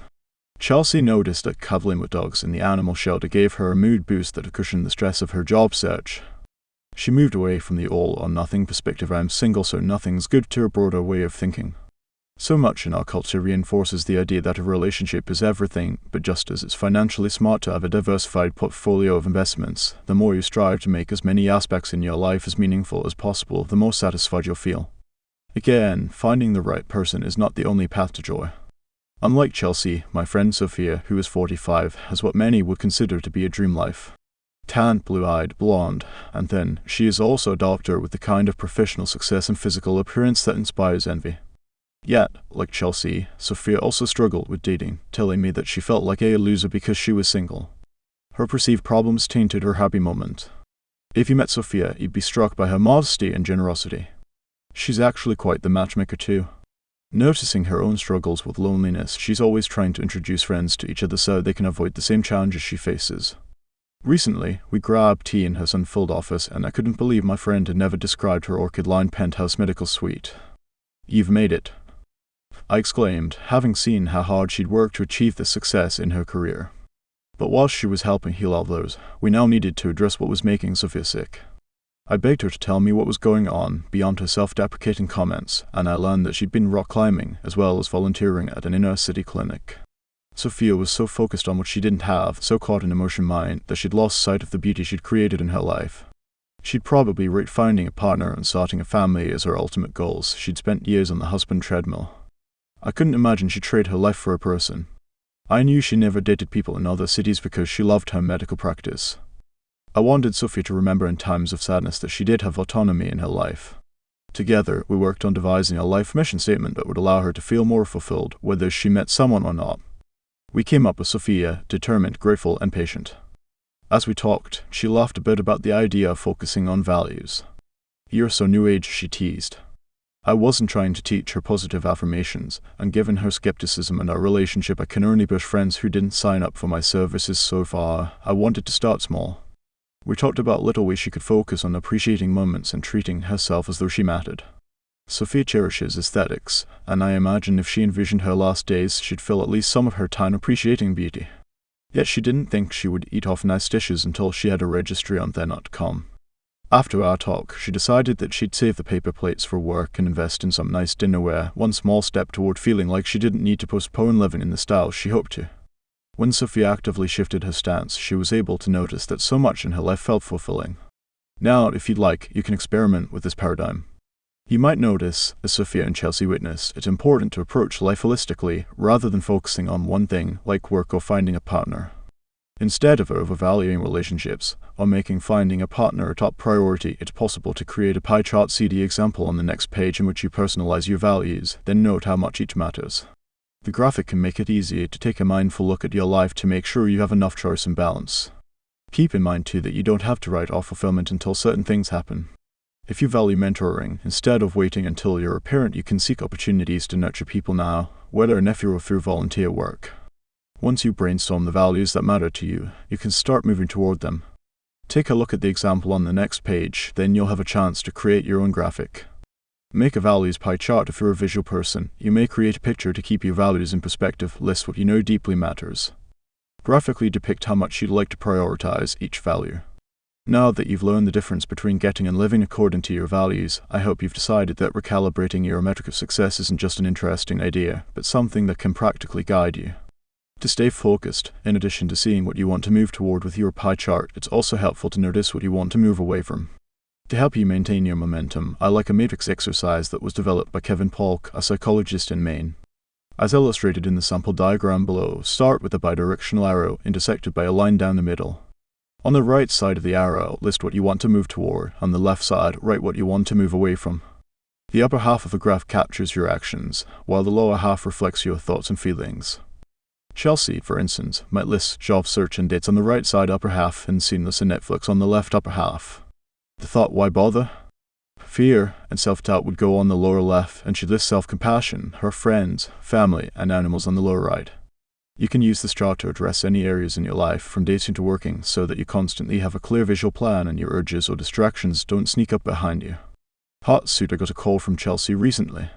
I hadn't seen her in a while, and she told me that given how much her family matters to her and her preference for a quieter life, she decided to move back to Nashville, where she knew she wanted to live long-term. She's now balancing freelance writing with volunteering and continues to date. As for Seamless and Netflix, well, she broke up with them.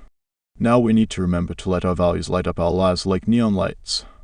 As Aristotle put it, happiness belongs more to those who have cultivated their character and mind to the uttermost. One of my favorite stories involves three men who are laying bricks at a construction site.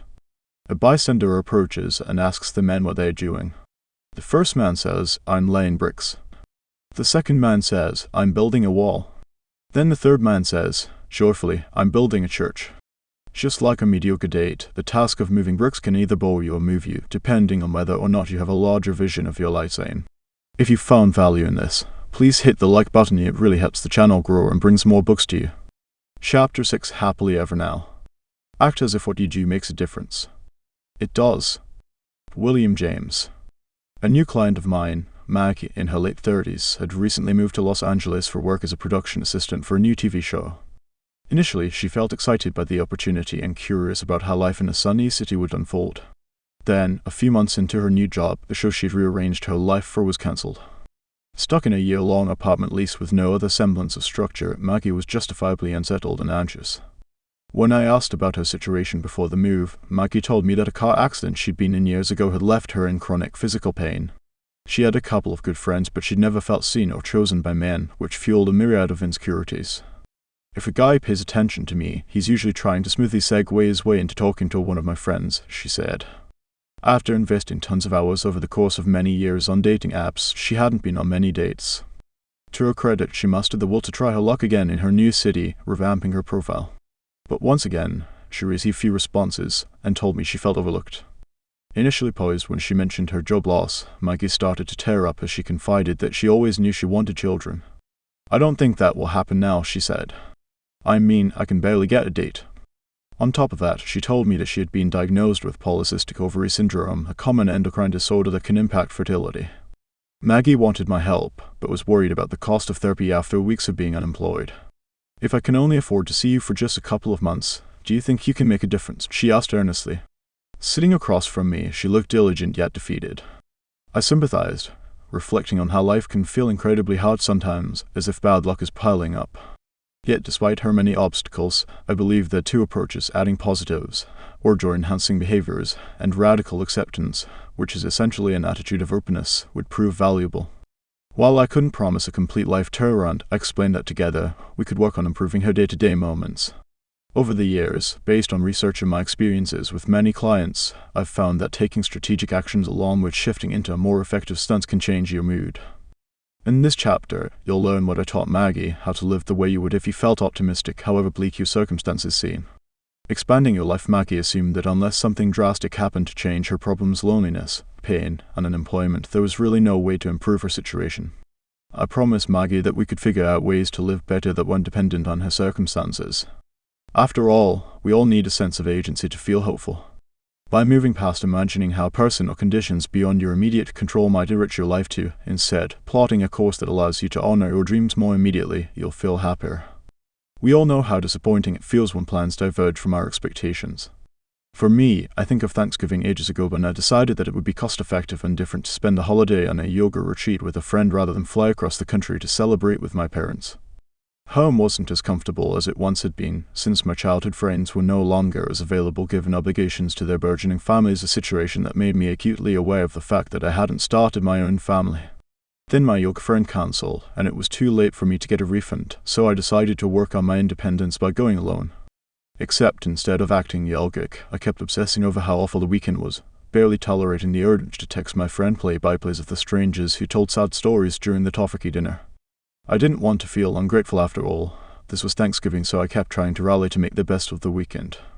But wandering around the rainy retreat center alone except for my phone, where I kept scrolling past other people's festive tablescapes, made it hard for me to get past the idea that what I was doing was pathetic and depressing. Looking back on my weekend of misery at a place designed to bring inner peace, I've since realized that by not accepting the situation, I barely saw my surroundings. Even with a schedule of yoga classes led by a teacher I liked and who usually made me laugh, I felt as if I were being punished and certainly wasn't happy. Speaking of happy, I think it makes sense to clarify that I'm not talking about the flash sentiment captured in either a bright yellow smiley face emoji or a quick selfie. Short-lived bursts of happiness that happen after an amazing date or fun night out with friends can't compare with the more enduring sense of meaning that arises when you live according to your values. That latter isn't always instantaneous. If you saw me sitting at the library writing this book at this very moment, I'd look more pensive than elated. Yet I know that long-term, I'd rather be here at my laptop than sipping a cucumber drink at a beach resort. Sharing teachings in psychology feels purposeful to me, and the opportunity to write this book is something I've strived for, unlike relaxing poolside. Ironically, thinking about whether or not you feel happy can make you less so because it takes you out of the moment and pulls you toward instant gratification. For instance, just considering whether I feel happy now makes me want to leave this desk and rush home for dinner. Instead, it makes sense to reflect on whether you're doing the things you'd want to do if you were in an optimal state of mind, free of self-doubt. Of course, as I've mentioned, doing what feels meaningful can feel difficult along the way. It can be tempting to give up. Psychologist and meditation teacher Tara Brach, author of Radical Acceptance, tells a story about Mohini, a white tiger who was enclosed in a 12x12 cage in a zoo. After many years, the zoo created a more liberating environment for the animal, allowing Mohini to wander through trees and a pond. Yet after years of confinement, Mohini habitually paced within a small slice of her now vast territory, just as she did when she was in her cage. As Brach powerfully describes, perhaps the biggest tragedy in our lives is that freedom is possible, yet we can pass our years trapped in the same old patterns, entangled in the trance of unworthiness. We grow accustomed to caging ourselves in with self-judgment and anxiety, with restlessness and dissatisfaction. Like Mohini, we grow incapable of accessing the freedom and peace that are our birthright. Planning activities to experience pleasure and a sense of mastery. The truth is, even when you don't believe it's possible, you can find joy by expanding your range of actions and your thinking, starting with adding more positive activities to your life. If that sounds like some sort of superficial band-aid that won't actually make you feel more fulfilled, studies suggest otherwise. In one experiment, researchers assigned 241 patients struggling with depression either to placebo or to one of 3 evidence-based treatment options. 1 cognitive therapy to target problematic thinking, 2 antidepressant medication to address biological vulnerabilities, or 3 behavioral activation BA to help people structure their days to engage in activities linked to their long-term goals. At the time, medication was seen as the standard approach to managing depression. Cognitive therapy was one of the most studied psychological interventions. The behavioral approach, on the other hand, looked like the underdog. Here's what psychologist Sona Demidzian and her team at the University of Washington, she's now at the University of Colorado, Boulder, found. For those with more severe depression, antidepressants and BA were equally effective. Both outperformed cognitive therapy. But people tended to be more willing to stick with BA than to stay on medication. In patients with lower levels of depression, all 3 approaches worked equally well, but cognitive therapy and BA were more effective at preventing relapses. That a behavioral approach to treating depression proves so powerful is pretty remarkable and also highlights how the actions we take on a day-to-day basis aren't artificial, they are life-enhancing as much as a potent medication. Positive activities aren't only for people who need a pick-me-up, they increase well-being and help prevent future psychological problems. Understandably, when you start to feel stuck, it's easy to shut down, be a homebody, and withdraw from activities in life. For Maggie, simply going to work every day with her chronic physical pain had been a challenge. Now that she didn't have an obligation to go anywhere, she wanted to curl up on her couch. She also told me that once her lease ended, she didn't expect to stay in LA, so she didn't see the point in trying to make friends. "Why bother?" she said. "I'll just end up going out and spending money I don't have." I explained to her that in addition to having a clear sense of your values and a life filled with actions that align with those values as described in Chapter 5, it's also important to experience both pleasure and mastery. When I say pleasure, I mean activities that you passively enjoy, like going to a show, eating, or shopping. In contrast, mastery, a term described by one of the founders of CBT, psychiatrist Aaron Beck, involves doing activities that create a sense of accomplishment, like learning to cook, studying a foreign language, or practicing mindfulness, activities where you continually challenge yourself and grow. In creating a meaningful schedule, it's important to find balance. Just as you'll feel nauseating and self-indulgent if you spend a long vacation tanning and napping, overworking will also deplete you. A middle path is key. That means indulging in an afternoon of pampering, but only after a productive stretch. Maggie wasn't doing much for either growth or fun. "I don't deserve to invest in myself," she lamented. It made sense that Maggie was suffering, since avoiding activities and withdrawing from people creates long-term problems. That's one of the central tenets of BA. When you decide to melt into the couch in your apartment instead of going to a barbecue or doing another activity, you can't enjoy the naturally occurring rewards that arise from participating in your life, like bumping into someone interesting and having an unexpected great conversation. Making appointments with yourself. One BA principal Maggie and I worked on together was to come up with activities that followed a plan, rather than her mood. I wanted her to become a scientist in her own life, tracking how much she enjoyed different activities and which ones made her feel accomplished. Like it did for Maggie, this knowledge allows you to design your best day instead of waiting for motivation to magically make an appearance. During our sessions, Maggie and I spent time assessing her goals and brainstorming ideas about what she might enjoy, based on what she had enjoyed in the past. On the mastery front, Maggie told me that a physical therapist had mentioned that pilates might help with her back pain. Before her job loss, she'd also considered trying to put money aside to eventually pay for procedures to help her get pregnant. More on this topic later in this chapter. In terms of pleasure, Maggie shared that before she'd moved, she'd imagined visiting different beaches and exploring neighborhoods she'd seen only in movies. On her coffee table, she had a copy of a local magazine with dog-eared pages of things she might like to try, like inviting old friends to visit and go into a bar she'd read about that featured classic arcade games. Next, we strategized ways to make these ideas realities. First, Maggie found a pilates class in her neighborhood. Then, since she was worried about money, she calculated that she'd save $8 a day if she gave up on a couple of fancy coffee drinks. Not a lot of money, but it felt responsible to cut her costs. Later, we made a list of things to do, like visit Malibu beaches, and we put these outings on her calendar, making sure to schedule them so she'd miss rush hour traffic and not end up exacerbating her physical discomfort with an unnecessarily long car ride. To help her get going, Maggie found 2 apps designed to help people stick with their plans: Super Bitter, which makes a game out of achieving goals and provides suggestions of things to try if you feel stumped, and Way of Life, which sent Maggie reminders and allowed her to keep notes on how she felt after various activities. One night, she even stopped by the bar she'd read about. They were having an 80s night with a DJ. She predicted that she'd feel happy playing Pac-Man while listening to Madonna, as long as the space wasn't too crowded with couples on dates or big groups of friends, and she did have fun. Maggie left her phone in her car and actually danced and sang like no one was watching. If you're already doing a lot to create pleasure and build mastery, yet feeling like I did during my ungrateful Thanksgiving, make sure that you're mindfully participating by entirely throwing yourself into the activities you're doing for fun. If Maggie went to the bar but stayed glued to her phone or spent her time in the corner enviously people watching wherever she went, she wouldn't have had the same uplifting experience. Maggie was stunned to find that she was actually capable of enjoying herself, especially because she admitted that she'd only agreed to do these activities because I'd assigned them. But the more active she was, the more willing she felt to do even more, and we continued to expand her plans. As she tracked her activities, emotions, and physical symptoms, Maggie discovered that the more engaged she was in life, the better she felt, mood-wise and even physically. Not only is participating in life good for emotional well-being, but researchers have also found that for people with physical pain, positive activities reduce discomfort. Beyond pleasurable activities, Maggie also worked on increasing her sense of mastery by setting aside time each day to job hunt and network.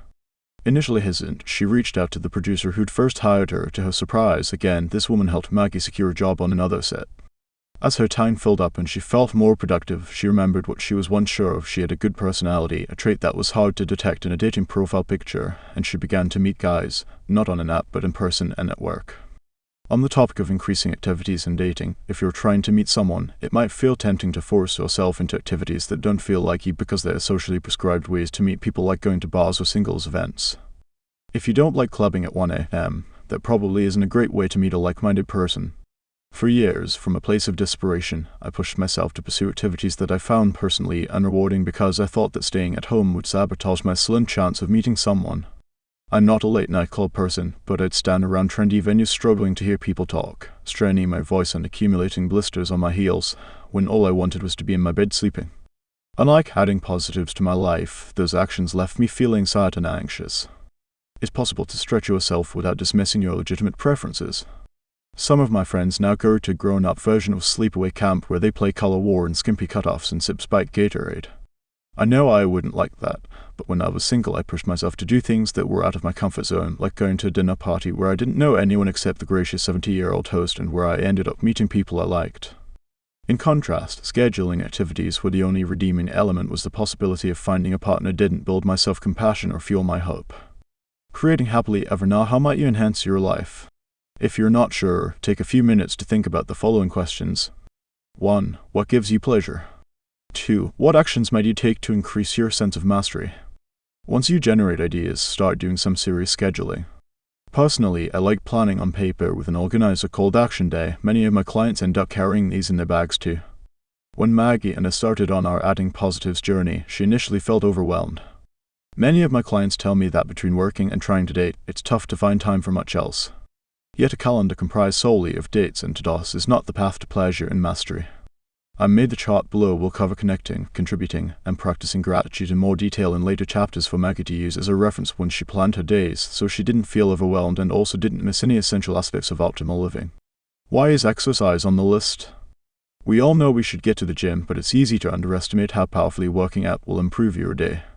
Any client who sees me for therapy gets a workout pep talk. I would never want to shortchange anyone from one of the most effective therapeutic interventions. Like adding pleasurable activities to your life, it often feels easier to wait until you feel pumped to get going. I can't tell you how many clients tell me that they want to lose weight before they start going to the gym. And if you're not exercising enough, and only 20% of Americans do, according to the Centers for Disease Control and Prevention, know that you're not alone, and that now is the perfect time to get moving. If you're feeling depressed or anxious, exercise improves your mood as powerfully as medication does. It also improves sleep, reduces stress, and keeps your mind sharp. A study on Hatha Yoga found that people who engaged in the mind-body exercise felt more able to cope with the stress and were less likely to turn to emotional eating than those in a control group. Personally, I need to do intense cardio for at least 45 minutes, 5 days a week, or I don't feel as resilient. There's something about increasing the number of burpees you can do that makes you feel like you're up to facing any hurdle. I also know that I don't enjoy using machines by myself. I much prefer taking motivating classes with others. If you've been meaning to get moving but haven't made that a priority, I'd suggest you pencil in several workouts this week and track how you feel afterward. And if you're already working out, make sure that you're not hyper-focused on perfecting your body for your next date, but determined to invest in your health, since again, your aim is to feel empowered by your values, not depleted by the quest for approval. Needing to look good for someone else is dismissing your inherent worth. Having a say in your future, we've talked about things you can do to improve your day-to-day life and how you need to adopt a mindful attitude to enjoy what you're doing. But it's also important to consider ways to ensure a meaningful future. When I was in college, I went out with some old friends, and one of them noted that she'd never seen me so studious. In high school, I hadn't taken a single advanced placement course. In college, I was double majoring, double minoring, working on my honors thesis, volunteering, and I had a job. My friend was perceptive. When I started at NYU, I had an epiphany that my life was officially in my hands. Unlike many who rely on eventually sharing responsibilities and expenses with a partner, I never assumed that was an option. My parents divorced when I was 6, my mother remarried shortly thereafter, and when I was 13, in an unfortunate sequence of events, she had to give my now stepfather my childhood home as a divorce settlement. It hit me then that you can't count on a husband for your security, a painful lesson but one I'm grateful for learning. If I needed a plan, I couldn't assume that another person would be my life vest. Weirdly, though I was reasonably confident that my professional life was within my control, I assumed that I needed a partner to have a fulfilling personal life. If I had known then what I know now, I would have made a list of how I thought my future would improve with a romantic partner. I didn't do this until I'd been struggling with being single for a decade. Let's talk about babies, but only if you want one. Speaking of thinking about the future, for many women, that includes deciding whether or not they want children at some point. Since the goal of this chapter is to help you create the life you want, if parenthood is one of your goals, I want to offer you specific information to help you meet that goal, whether you happen to have a partner or not. If you know you don't want children, feel free to skip this section. I'm not recommending motherhood if that's not one of your values. As I've mentioned, I was someone who worried a lot about having children. Yet when I was single, I lamented the prospect of freezing my eggs, assuming that it would be physically and emotionally painful, not to mention time-consuming and expensive. Rather than feeling liberated by medical advances and anticipating aloneness, I said things like, well, I guess I'll have to freeze my eggs, like someone might describe getting a root canal. Because of my own experience and the fact that many of my clients tell me they feel confused by their fertility options, I thought I'd try to relay some expert information here, especially since scouring Dr. Google for answers isn't a great way to gather wisdom that takes years of medical training to appreciate. One experience that confused me was when my client Alyssa decided to pursue becoming a single mother at 41. Years before we met, she had her eggs frozen. If I meet someone, we can have a child together, even if I'm in my late 40s, and if I'm still single then, I'll have the option to do it on my own, she told me. Then, when Alyssa's mother had a cancer scare, Alyssa decided to expedite her baby timeline. I want to see my mother hold my child, she told me. She says she was worried about the costs and logistics of pursuing parenting alone, but decided that this was her priority and she'd make sacrifices. Alyssa went back to the reputable hospital-based program where she'd frozen her eggs in the first place, selected a sperm donor, and got started. One day, soon after, I noticed her crying in my waiting room. When we sat down alone, she told me, it's not good. Apparently, her eggs weren't surviving the thawing process. Each week, when she came in, I was on the edge of my seat hoping for good news. I'd always assumed egg freezing was like conventional banking, where you make a deposit or withdrawal at your leisure.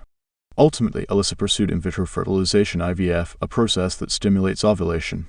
And recently, she sent me a photo of her mother holding her 2-month-old son. Alyssa said she felt fortunate she acted swiftly. If she hadn't decided to do IVF and become a mother when she had, it would have been too late to conceive, her doctor told her. Alyssa's experience, and those of my clients who express uncertainty about when they should freeze their eggs, inspired me to try to find some guidelines about possibilities for conceiving. Dr. Richard Mars, a reproductive endocrinologist who made history in 1986 by facilitating the first pregnancy from a thawed frozen embryo, is the founder of California Fertility Partners, one of the first and most respected practices in the country. As I sat in his Santa Monica waiting room ready to interview him, I noticed that the center looked more like a modern upscale spa than a medical practice, and was struck by the number of languages I heard spoken. People had traveled from all over the world for consultations. When I met Dr. Mars, in his mid-60s with a Texas drawl, I found myself thinking that I'd never met someone kinder who had contributed more to his field. Even after decades in practice, he seemed truly elated when he told me about helping someone conceive and heartbroken when the limits of nature prevailed. In the pages to come, I'll summarize what I learned from him. Sneak preview: had Alyssa frozen her eggs using today's technology, she wouldn't have experienced the months of anguish she'd faced. How do you know if a fertility clinic is reputable? Look at the history of a clinic and ask about their success rates. A big caveat: it's hard to compare clinics because every practice sees a different population. A reputable program may see women who have tried multiple times elsewhere, which is a different case from a person who is trying for the first time, and while there is a movement to get the Centers for Disease Control to clearly report information on fertility center success rates, at this time that information is hard to come by. To be safe, make sure that the fertility group you're visiting does at minimum 100 to 150 cycles of IVF a year. If a program isn't doing that much IVF, they probably shouldn't be freezing eggs. When is the best time to freeze your eggs? Optimally, between the ages of 28 to 34 and certainly before age 40 your body stops allocating eggs in menopause. The younger you are, the better the outcome. A simple ultrasound costing roughly $200 on the second or third day of your period can let you know the number of eggs in your ovaries and whether that number looks like egg freezing would prove promising. To successfully freeze eggs, it's important to know how many eggs your body allocates or generates. In your 20s, you might allocate 25 eggs in a month. In your 30s, it might be around 20 eggs. Everyone is different. The older a woman is, the fewer eggs she'll produce. Eggs also decrease in quality with age. For optimal freezing, you want about 10 to 15 eggs frozen in one cycle, which ideally gives you the option to have several children. If you're only allocating 4 to 5 eggs a month, or you're what specialists call a low allocator, you may need to do egg freezing twice, maybe 3 times, for the process to be a reliable insurance policy. What does egg freezing entail? If you decide that egg freezing is a good option for you, know that the process takes about 2 weeks and a handful of visits to a fertility practice. Beginning on day 2 of your period, you start a stimulation program, an injection of follicle-stimulating hormone FSH and luteinizing hormone LH to trigger egg production. The goal is to override what your pituitary is programmed to do, which is to grow one follicle which contains an egg cell. The drugs get all 15 follicles to grow to produce more eggs. This takes about 10 days and you can inject yourself at home, like administering a little insulin shot. Most of the time, you won't feel any side effects from the FSH and LH stimulation. In fact, many women report feeling good with higher levels of estrogen. On days 2, 6, and 8 roughly, you visit your doctor for blood work and an ultrasound to make sure that the follicles are growing. By the 10th day of the injections, the follicles should be mature. That's when you receive a trigger shot, a medication that tells your pituitary to release eggs just like when you ovulate naturally. Next, you wait a couple of days for the eggs to go through genetic divisions. Finally, on the 14th day after the start of your period, a physician uses an ultrasound to ensure that the follicles have matured. A Roman 4 drip of medication. This doesn't require general anesthesia is administered and a probe is used for egg recovery. Altogether, the process takes about 10 minutes, after which you stay in a recovery area for 45 minutes. Once the eggs are retrieved, you may have PMS-like symptoms, moodiness, breast sensitivity, and fatigue. After the procedure, you shouldn't drive because you've had narcotics, but you could work from home that afternoon or go out to dinner later that night. The next day, you can resume all normal activities. By the end of the day, your doctor will be able to tell you how many mature eggs were frozen that day. With 10 to 15 eggs frozen, a woman can rest assured she'll be able to conceive. Long-term studies by the National Institutes of Health of more than 50,000 women suggest that fertility treatments full of high estrogens do not increase the risk of breast, uterine, or ovarian cancer. Also, these treatments will not prompt menopause or reduce your reproductive lifespan. The one risk in fertility treatments, which applies to women pursuing egg freezing, or serving as an egg donor, is that if your body generates 40 to 50 eggs a month after your high allocator, which you'd know prior to treatment, you'll need to be closely monitored and minimally stimulated to avoid hyperstimulation and fluid buildup, which results in your ovaries becoming painfully swollen. With advances in technology, this risk is less than 1%. How much does egg freezing cost? Treatments and medications are expensive, totaling about $10,000. Storing eggs can cost anywhere from $250 to $500 per year. Companies like Google, Yahoo, and Microsoft are providing insurance coverage for egg freezing. There are also programs for veterans to receive coverage for reproductive services. Despite the cost, many women across socioeconomic groups are saving to pursue this process. What happens once your eggs are frozen? With new technology known as vitrification, a snap-freeze process that takes milliseconds, unlike a slower freeze process previously used, over 90% of eggs frozen end up surviving when thawed. They also fertilize as well as a fresh egg. If you have 12 eggs retrieved, you can expect 10 to 12 of them to survive with this method. Eggs aren't at risk of freeze or burn and can be stored without risk of genetic damage. In fact, in Australia, an embryo frozen for 16 years produced a healthy baby. When you're ready to be pregnant, the doctor takes sperm either from a donor or your partner and fertilizes the eggs, letting them grow in a laboratory for 5 days. At that point, your doctor can perform genetic testing, then transfers the embryo into your uterus and stores remaining embryos. To prepare for implantation, you take oral estrogen, no need for shots, and your doctor will monitor your cycle so that the embryo is painlessly transferred when you naturally ovulate, no sedation required. The process of thawing, fertilizing, and transferring the embryo costs about $3,000. What about IVF? If you're ready to get pregnant as opposed to storing your eggs for a later date and you're struggling to conceive naturally, IVF is another option. If you've frozen your eggs, you've basically done the first half of the IVF cycle where you're trying to stimulate many follicles. But in doing IVF, instead of freezing the eggs, the doctor takes sperm, fertilizes the eggs, and allows the embryos to grow for 5 days before transferring the embryo to your uterus. Despite stories in the media, it's not advisable to pursue IVF after age 44 because the chance of pregnancy at 45 is about 2%. At age 43, your chance of having a baby from IVF technology is about 15%. If you're within the recommended age bracket, you should get pregnant within 2 to 3 IVF cycles.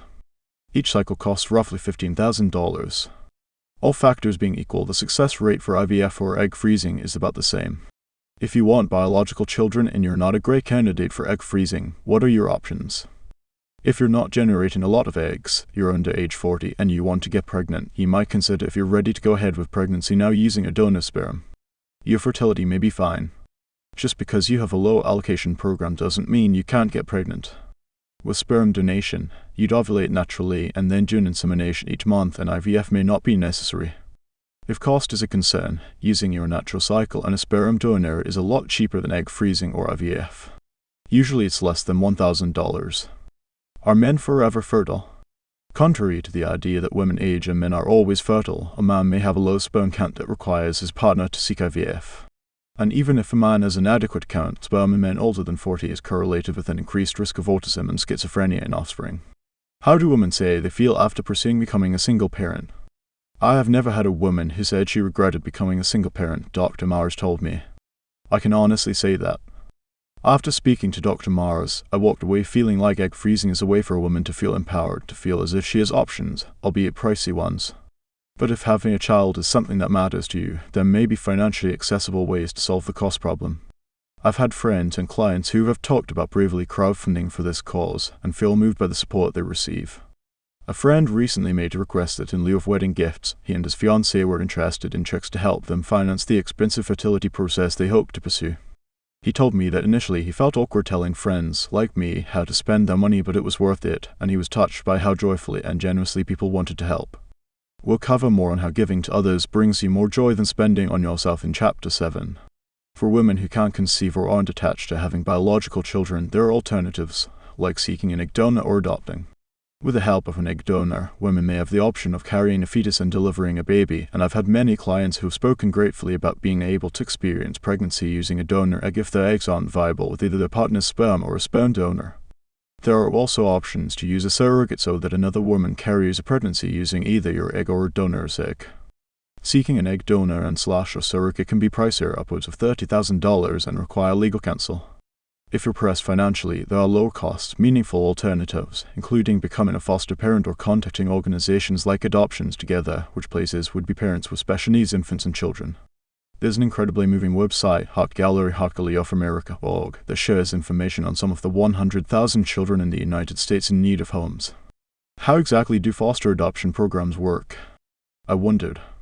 A lot of my clients tell me that they're eager to parent yet concerned about the cost and the prospect of raising a child alone.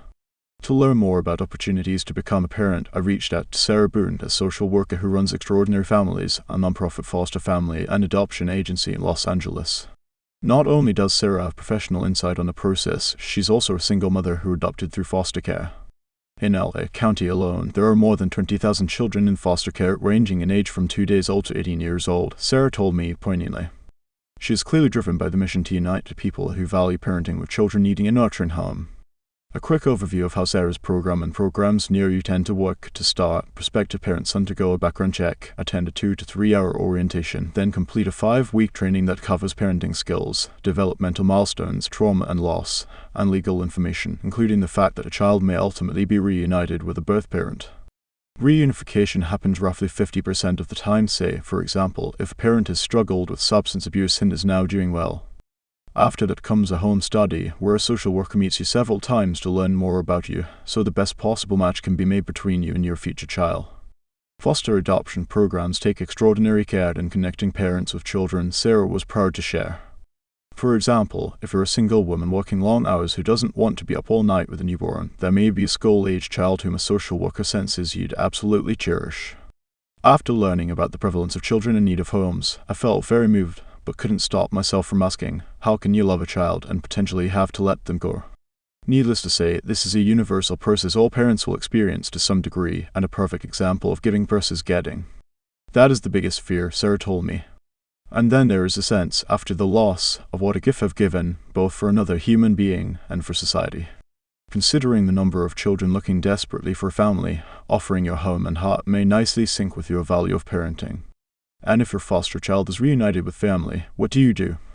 I wondered. Sarah said that many people foster again and ultimately secure a permanent adoption and find meaning in the entire process. If you know that it would be too difficult to potentially have to part ways with a child whom you've grown to deeply care for, adopting a sibling set or an older child exponentially increases the chances that fostering will end in adoption.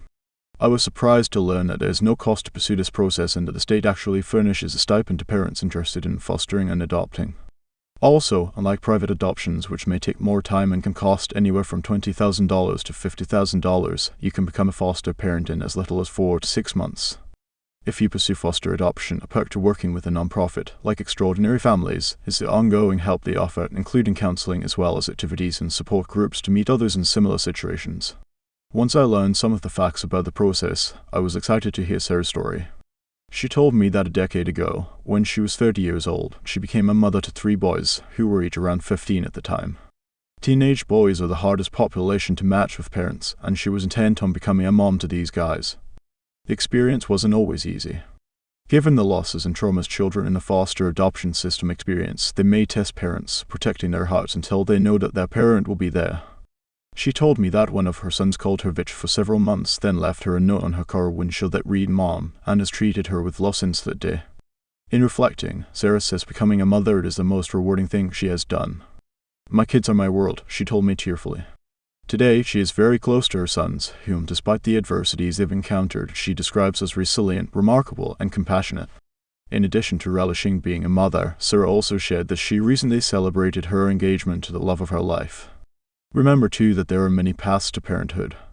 In a BBC interview, Kim Cattrall, known for her role as Samantha on Sex and the City, explained, I am a parent. I have young actors and actresses that I mentor. I have nieces and nephews that I'm very close to. I think the thing I find questionable about being childless or child-free is, are you really? She said. There's a way to become a mother in this day and age that doesn't include your name on the child's birth certificate. You can express that maternal side of you very, very clearly, very strongly. It feels very satisfying. To me, this statement embodies the theme of values being all about how you show up versus what you get, e.g., acting maternal versus having a baby who looks just like you. I don't want to discount that for many women, egg freezing, adopting, and other fertility procedures are not their first choice. Many of us would prefer to conceive at no cost with a lover, and the same holds true for pursuing activities to find pleasure and mastery. It is nice to do these things with a beloved person by your side, rather than alone. Moving forward with any of the options we've covered truly takes a tremendous amount of willingness and courage. I don't want to minimize that. And if you take steps to enrich your life, I hope you focus on celebrating your bravery rather than wishing reality were different. Practicing acceptance for a minute, I'd like to invite you to try an experiment.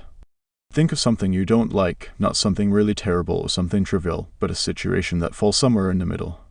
Now, for just a minute, while thinking of your selected challenge, tense your muscles, clenching your fists, raising your brows, and bringing your shoulders up to your ears while sitting with the source of pain. What do you notice?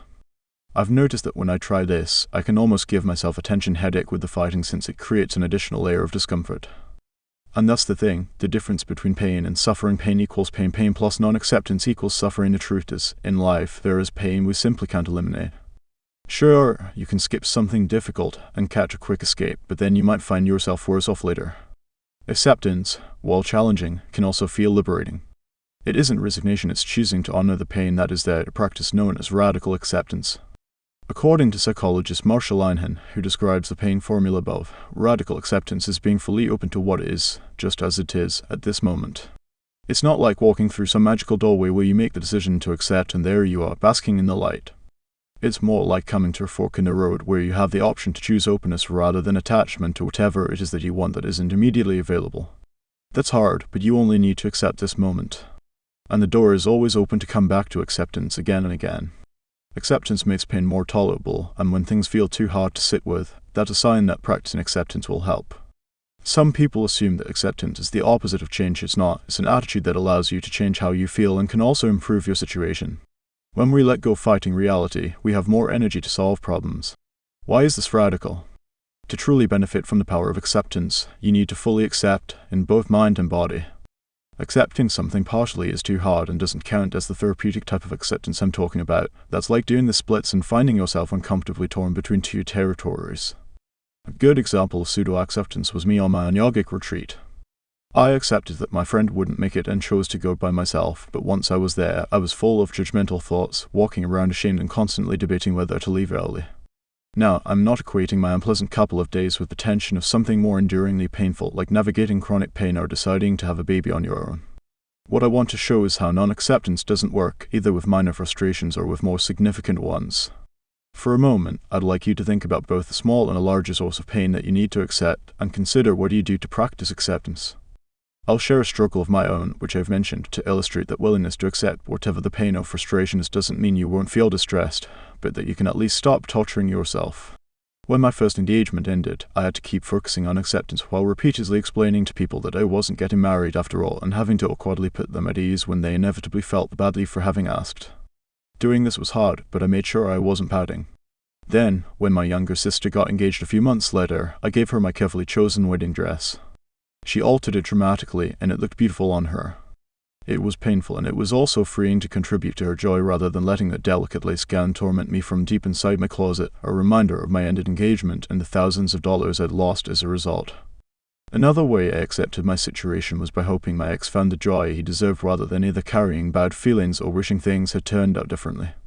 As you'll notice, these are actions and mindsets. There were also times when non-acceptance felt enticing, and I had to recommit to practicing acceptance. I struggled with the fact that my recently deceased grandmother, whom I'd adore, wouldn't know my partner if I ever found one, and had to repeatedly remind myself that I wasn't marrying someone just because my grandmother approved or because he would know the beautifully kind woman she was. Since I'd struggled so deeply with my grandmother's death, I also decided to volunteer at a hospice center to get better at sitting with life's impermanence. Acceptance isn't easy, but it's less draining than fighting a battle you'll never win. For Maggie to reap the benefits of her positive activities, she also had to fully accept her physical pain, notice it without judging it as getting worse or being unfair, and instead focus on living well as opposed to waiting to take action until she felt 100% better. In fact, acceptance is a huge element in treatment for pain, both physical and emotional. Once she started her new job, Maggie decided she'd start saving money to freeze her eggs, which she told me felt more useful than worrying. She estimated that it would take about a year for her to save enough, and confirmed with her doctor that she could wait until then. Spending more frugally was annoying, but also gave her a sense of mastery. When we first met, Maggie was full of if only thoughts, if only I didn't have pain, if only I could meet someone, if only, which were completely unhelpful. Now, she's learned to let herself notice pain without prolonging it or fantasizing about how wonderful her life could have been if only. Once you can live your life without if onlys and instead fill your minutes, hours, and days with activities and people and goals you find meaningful, you'll find that you're able to do more, feel more, and surprise yourself by the joy and beauty you'll begin to notice all around you. It's time to start turning those if onlys into a phrase I think is much more effective and mindful, if not now, when? Chapter 7, Give More to Feel More. Since you get more joy out of giving joy to others, you should put a good deal of thought into the happiness that you are able to give. Eleanor Roosevelt. At a holiday party, Brooke, a friend of a friend, approached me. I heard about your book idea. Do you actually believe it's possible to be happy while single? She asked, skeptically. My life is so much better with Trevor. Brooke is not exactly one for insincere small talk. She did look pretty satisfied. The handful of times I'd spoken with her, I felt like I was standing alongside a celebrity.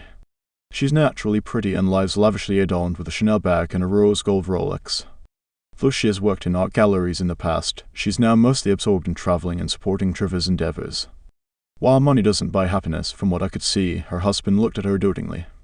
If anyone were to sell marriage as life-enhancing, it would be Brooke, and I was eager to hear her thoughts and share mine. Researchers who study happiness say that much of it has to do with our actions, not just our circumstances, I explained. Brooke agreed that women today have more options, but concluded I wouldn't feel content without Trevor. Then she sighed. I feel sorry for people struggling to meet someone. Dating is awful. I didn't entirely agree. Dating is hard, I said gently, but holding on to the idea that a person is your only path to happiness makes it worse. If you're not meeting someone, there's still so much to cherish as long as you're able to let go of the idea that you're somehow less than if you're not coupled. At that point, Brooke interrupted to ask, do you get the stress of being single since you're married? I told her that I'd spent most of my adult life single and could easily access that experience, even from my current vantage point in a satisfying relationship. Though our opinions certainly diverged, I was moved by Brooke's authenticity. Truthfully, seeing Brooke did make me feel slightly envious. I love my career and don't think beauty or niceties can fulfill anyone forever, but she did seem to relish her life. And her days didn't seem as stressful as mine, which consisted of rushing to work, living in an apartment that seemed to have an unfixable mysterious stench, and generally feeling unglamorous. If I had to choose my life or hers, I choose mine, but there's something about appearances that stirs up craving. So I was surprised to learn, just a few months after my debate with Brooke, that her beloved husband Trevor had been caught red-handed in a dramatic affair with someone else. I felt truly sorry for her, especially since it seemed as if so much of her existence centered around her marriage and her husband. It wasn't my place to reach out since she was a friend of a friend, and our shared friend warned me that Brooke wanted privacy. But I found myself picturing what I would say if I did talk with her. I admit, I sometimes find it tempting to offer unsolicited input, as some of my family members will attest. I imagined that Brooke might be questioning her self-worth, as I've seen many clients do, adding to the heartbreak of Trevor's infidelity. I wished I could somehow cheer her on and encourage her to practice self-compassion and expand her sense of purpose. Watching one too many romantic comedies can drive us to look to fill our sense of worth and meaning through a relationship. Deciding to shift your approach to find appreciation intrinsically rather than for external validation can feel challenging, especially when you're in the throes of feeling betrayed by a person or exasperated by the process of dating. But while it's certainly nice to get adoration from others, especially someone you love, looking to another person for fulfillment leaves you vulnerable, robbing you of the essential life practice of good self-care. Taking care of yourself isn't about settling for being single. It's something you deserve whether you're in a relationship or not. In this chapter, you'll learn how to experience some of what people tend to long for from a lover independent of one. Why do we need to do so much? In life, a long apology can't always cancel out a hurtful word. In Brooke's eyes, Trevor's years of generosity would never redeem him for his unfaithfulness. This phenomenon brings to mind a paper Roy Baumeister wrote titled Bad is Stronger Than Good. Just like it sounds, the paper describes how upsetting events shake us more than good ones. From a survival perspective, it makes sense that pain persists in our memory. We don't want to get bitten by a snake twice. But since we're programmed to respond intensely to pain for balance and life enhancement, we also need to strategize ways to cultivate enduring positive emotions. I've found that there are some effective, lasting ways to soothe yourself, which I'll sum up below. If you are struggling with to cope, you'll learn to self-criticism, right arrow, develop self-compassion, feelings of worthlessness, right arrow, contribute to others, believing that nothing is going well, right arrow, practice gratitude. How self-compassion works. To start, let's talk about self-criticism and its opposite, self-compassion. When you feel rejected by others, it's tempting to look at yourself as though under a magnified LED-lit mirror, inspecting and poking at your perceived flaws while forgetting that these most likely aren't visible to anyone else and don't capture who you are as a multidimensional person. I've seen many women do this, including my client Rachel, whom I mentioned in the introduction to this book. Rachel, I noticed, spent a lot of time harping on what might be wrong with her, quickly listing off thinning hair, thick thighs, too stressed. Like Rachel, many people assume that being self-critical keeps us motivated to meet our goals. As she explained, if I can't manage to go on a few dates with even a mediocre guy, there's clearly something wrong with me. Yet, as we've talked about, research consistently confirms that it's self-compassion, not self-criticism, that keeps us growing and changing. Over time, by considering the pros and cons of being hard on herself, Rachel realized that it made sense for her to find an alternative way of being. She decided to try to catch these automatic judgments and replace them with kinder, more truthful words. It can feel hard to meet someone you feel close to, she eventually said. I was glad to hear her speaking in a sympathetic tone, since being overcritical increases the risk of facing emotional and psychological difficulties. Self-criticism doesn't work in your relationship with yourself, or in relationships with other people. It's associated with heightened feelings of rejection and marital dissatisfaction.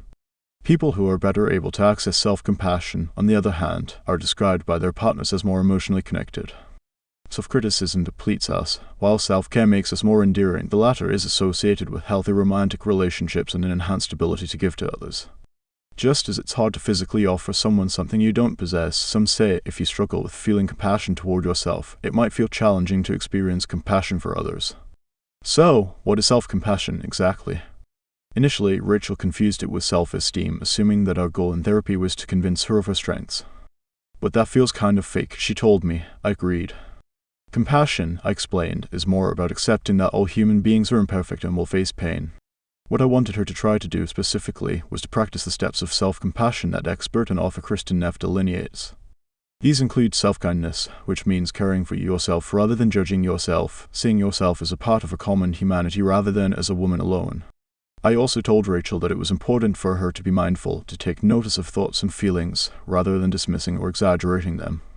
Together, we worked on moving away from self-critical words and toward doing things to treat herself better, like responding as she would to a friend in need of support. Self-compassion isn't supposed to be a perfect substitute for love from others. I see it as a way not to feel worse. After all, going out with someone you don't see yourself with, then feeling snubbed when that person doesn't see himself with you, is sufficiently annoying without additional self-critical nitpicking. I went so far as to suggest that she rub her own tense-looking shoulders, and she shot me a sarcastic look.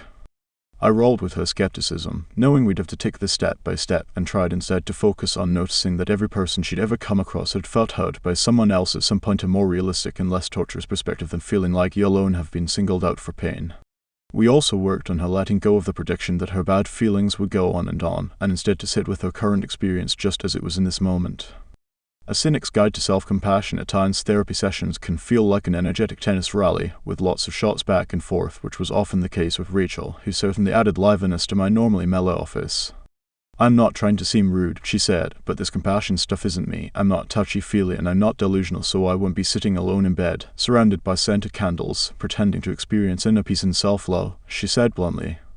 In some ways, Rachel reminded me of myself. When I tried to practice loving-kindness meditation, a technique you'll soon learn, my initial reaction was something like, this is sweet, but it won't really make a difference in my life. I first learned loving-kindness meditation LKM from Sharon Salzberg on a mindfulness retreat that was advertised to open your heart in paradise. I was there because my yoga teacher happened to be on the program. Since I was working on living my dream life single, I jumped at the chance to practice vigorous yoga and enjoy the beach. The other participants, many wearing tunics and beads, told me that they traveled for the lineup of spiritual gurus, and they seemed to quickly access an ecstatic state, frenetically dancing to yoga singer Krishna Das's live devotional music with their eyes closed. I felt more inhibited, but I tried not to criticize myself for it and made the decision that I needed to experiment with LKM. Soon after, I found myself uplifted and connected, then quickly and skeptically wondered if I was just being overly impressionable. After all, I was surrounded by people who seemed blissfully free. But I decided that I didn't need to analyze, my doubts were just my mind trying to swell my freedom. In my personal quest for inspiration, I didn't want to obsess over why something moved me, I just wanted to go with it. As a professional, however, I interlink the approaches I teach to science. Were Rachel's reservations about self-compassion warranted? Barbara Fredrickson, the professor I mentioned earlier who studies the power of positive emotions, researched the very LKM I learned from Sharon, a practice that involves directing feelings of kindness to both yourself and others. In a randomized control trial, Fredrickson and her colleagues looked at whether thinking more loving thoughts would improve people's lives, offering employees at a Detroit technology company 6-hour-long meditation sessions, each including roughly 20 minutes of LKM. The sessions also included 20 minutes for questions and 20 minutes of suggestions for daily practice. On average, participants also tried the LKM for 80 minutes over the course of the week on their own. In total, they practiced for roughly 15 minutes a day. Here's what Fredrickson and her team found. Upon completing LKM training and using the approach on their own between meetings, participants experienced increased feelings of love, joy, gratitude, and contentment, as well as self-acceptance, mindfulness, and positive relations with others. The evidence reveals that one way to outpace the hedonic treadmill is to begin a practice of LKM, she wrote. While these improvements took time to appear, peaking at the end of the course, the employees did in fact report heightened life satisfaction. Fredrickson once predicted that positive emotions expand our thinking and attention, which prevents us from getting stuck in a narrow place of threat and instead creates ample opportunities for connection. Her theory, called Broaden and Build, explains that it's hard to create lasting joy when you're coming from a negative place. You have the choice to either solidify that pessimism or purposefully generate more positivity. What worked for Fredrickson's study subjects can work for you too. You don't need to wait for a lover or anything else to improve your life. Each one of us, like Rachel, can find ourselves painfully alone or try to generate good vibes, which makes us magnets for even more closeness. Taking a bit of time to think loving thoughts toward others every day can heighten your happiness, particularly if you're caught in negative feelings around dating. After all, a problem inherent in dating is that there are no guarantees you'll meet someone whom you'll feel a loving connection to, which can understandably make you feel rather cynical. As an alternative to falling into frustration, LKM offers an immediate opportunity to build positive feelings. If you're prone to self-judgment, this practice will help you exercise a competing skill set, one that works as an antidote to ruminating and helps buffer you from stressful events. In case you're concerned about the time involved, to be clear, I'm suggesting spending roughly 5 to 15 minutes of being mindfully present, as we'll cover in later chapters, and doing 5 to 15 minutes of loving-kindness meditation each day. Hopefully, you'll discover that these breaks will actually save you time from having to recover from negative experiences. If you'd like to give loving-kindness a try, do a quick web search, type Sharon Salzberg loving-kindness meditation into your search engine and you'll find a YouTube video of Sharon guiding the practice. If you'd prefer to read instructions and guide yourself, the box below offers an overview. As with any meditation, if your mind moves off topic, come back to the moment with compassion. What an appropriate time to treat yourself with kindness, and remember that all minds wander. How to practice loving-kindness meditation. Sit upright, with your eyes either closed or open and focused on a single point. Wandering eyes can lead to wandering minds. For 5 minutes, go through the list of groups below and pick someone in each category to offer the loving-kindness statements that follow. For example, for my benefactor, I thought of my treasured grandfather Emma. He's deceased, but I can still really picture him, focused and joyful, and I'd consider each sentence slowly. May he be safe, may he be happy, and bringing his image to mind, I immediately feel warmth and gratitude. Then I move on to myself. A benefactor is someone who naturally inspires loving feelings, perhaps someone who has helped or inspired you yourself. May I be safe. May I be happy. Someone you know is having a hard time. E.g. Brooke, a familiar face. E.g. your mail carrier, a difficult person. E.g. a neighbor with an incessantly barking dog. All beings everywhere the statements of loving kindness go as follows: may be safe, may be happy, may be healthy, may live with ease. Spend about 1 to 2 minutes on a person from each of these categories, really picturing your chosen person as you repeat the phrases above. Also, consider what it would look like for your people to experience the well wishes above. When I first learned LKM, I found myself trying to come up with original people for each category every day, which felt more like an exercise in creativity and took me away from focusing on the good intentions themselves. Ultimately, it was more helpful for me to think of a set person for each of the categories above and then generate deeper feelings, rather than scratch the surface and move on to another person the next day. You may want to stick with your selected people for a week or a month, whatever seems like a good plan for you. While I believe that LKM will improve your life, my hope is that you're not simply practicing for you, but more sincerely fostering compassion for both yourself and others. I like to do this practice when I see people who are homeless. I don't necessarily want to offer money, yet it seems callous to disregard another's struggle. If you tend to worry about others in a way that won't actually help them, as I found myself doing when I heard about Brooke's betrayal, these practices may feel like a more productive way of harnessing your mental energy. Recently, I mentioned to a psychologist friend who lived right across the street from a newly opened top-rated coffee shop that I'd been going out of my way to pick up my morning espresso there, and was surprised when my words led to a concerned look on her face. I don't go there, she told me. I looked puzzled, so she continued. The man who's had a coffee cart in the corner for years is my familiar face in my LKM, and I'm sure his business is hurting now, so I am religious about staying loyal to him. I was moved by how her practice had led her to build a loving connection with a relative stranger. Similarly, if you think that focusing a lot on breathing seems irrelevant, this approach might feel like a purposeful addition to your mindfulness practice. Strategically, you can even practice LKM while walking, driving, or waiting in line. You may discover that you end up in a more pleasant frame of mind than if you'd let your mind run wild. How does LKM work? The practice is a powerful form of mental rehearsal. As I explained to Rachel, when you envision something, you activate the same part of the brain that is actually used to perform that behavior. In a study where participants were asked to imagine a sunny sky, their pupils dilated as if they were actually in the sun, which suggests that imagining is actually preparing. Athletes and performers of all kinds use mental rehearsal to get ready for challenging realities. The strategy has even been considered for surgeons performing complicated neurosurgery to improve accuracy. Mental rehearsal isn't just about performance, it's also about managing emotions. In DBT, there's a strategy known as coping ahead, which involves realistically imagining challenges you'll face and mentally rehearsing how you'll navigate. Unlike avoiding or worrying, this tool prepares you for the future in a productive way. One way Rachel coped ahead was by practicing LKM before she went on dates.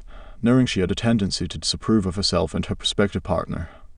Instead of allowing herself to fall into the tendency, she generated more uplifting, compassionate emotions and noticed that she ended up feeling more patient and connected with both herself and her dates. Contributing is a win-win opportunity so far. We've touched on increasing loving thoughts to heighten our positive feelings and actions. Now we'll focus on why giving to others matters. One of the worst feelings is worthlessness. And one of the biggest sources of meaning is feeling like you're making an impact. When I ask my clients about what they aim for when they think about how much they want a romantic relationship, a lot of them generously describe wanting to lovingly do sweet things for someone, like buying a new crush's favorite black licorice from a hidden specialty store. It's exciting to map out ways to make a person's day, especially if you get to witness a person erupt into a surprise grin. But to enhance your sense of well-being and reduce depending on a lover to act lovingly, I suggest that my clients think about other ways to give that are linked to their values. Contributing can serve as a powerful reminder of your unique strengths and also as a perspective-enhancing vacation from focusing on your struggles. Recently, I was feeling grumpy, mostly due to unhelpful thoughts like I've had this flu for weeks and have so much to do that will never get done. Then, coincidentally, I saw someone I'd recognized from a GoFundMe campaign, a young man, Demont, who was shot 28 times outside his home in a rough neighborhood in a random act of violence. Before his trauma, Demont had worked at a juice bar I frequented. Though I'd never seen him there, his story quickly spread and I wondered about him. Then, in the middle of my perceived stress, I noticed him standing at the juice store visiting his old coworkers.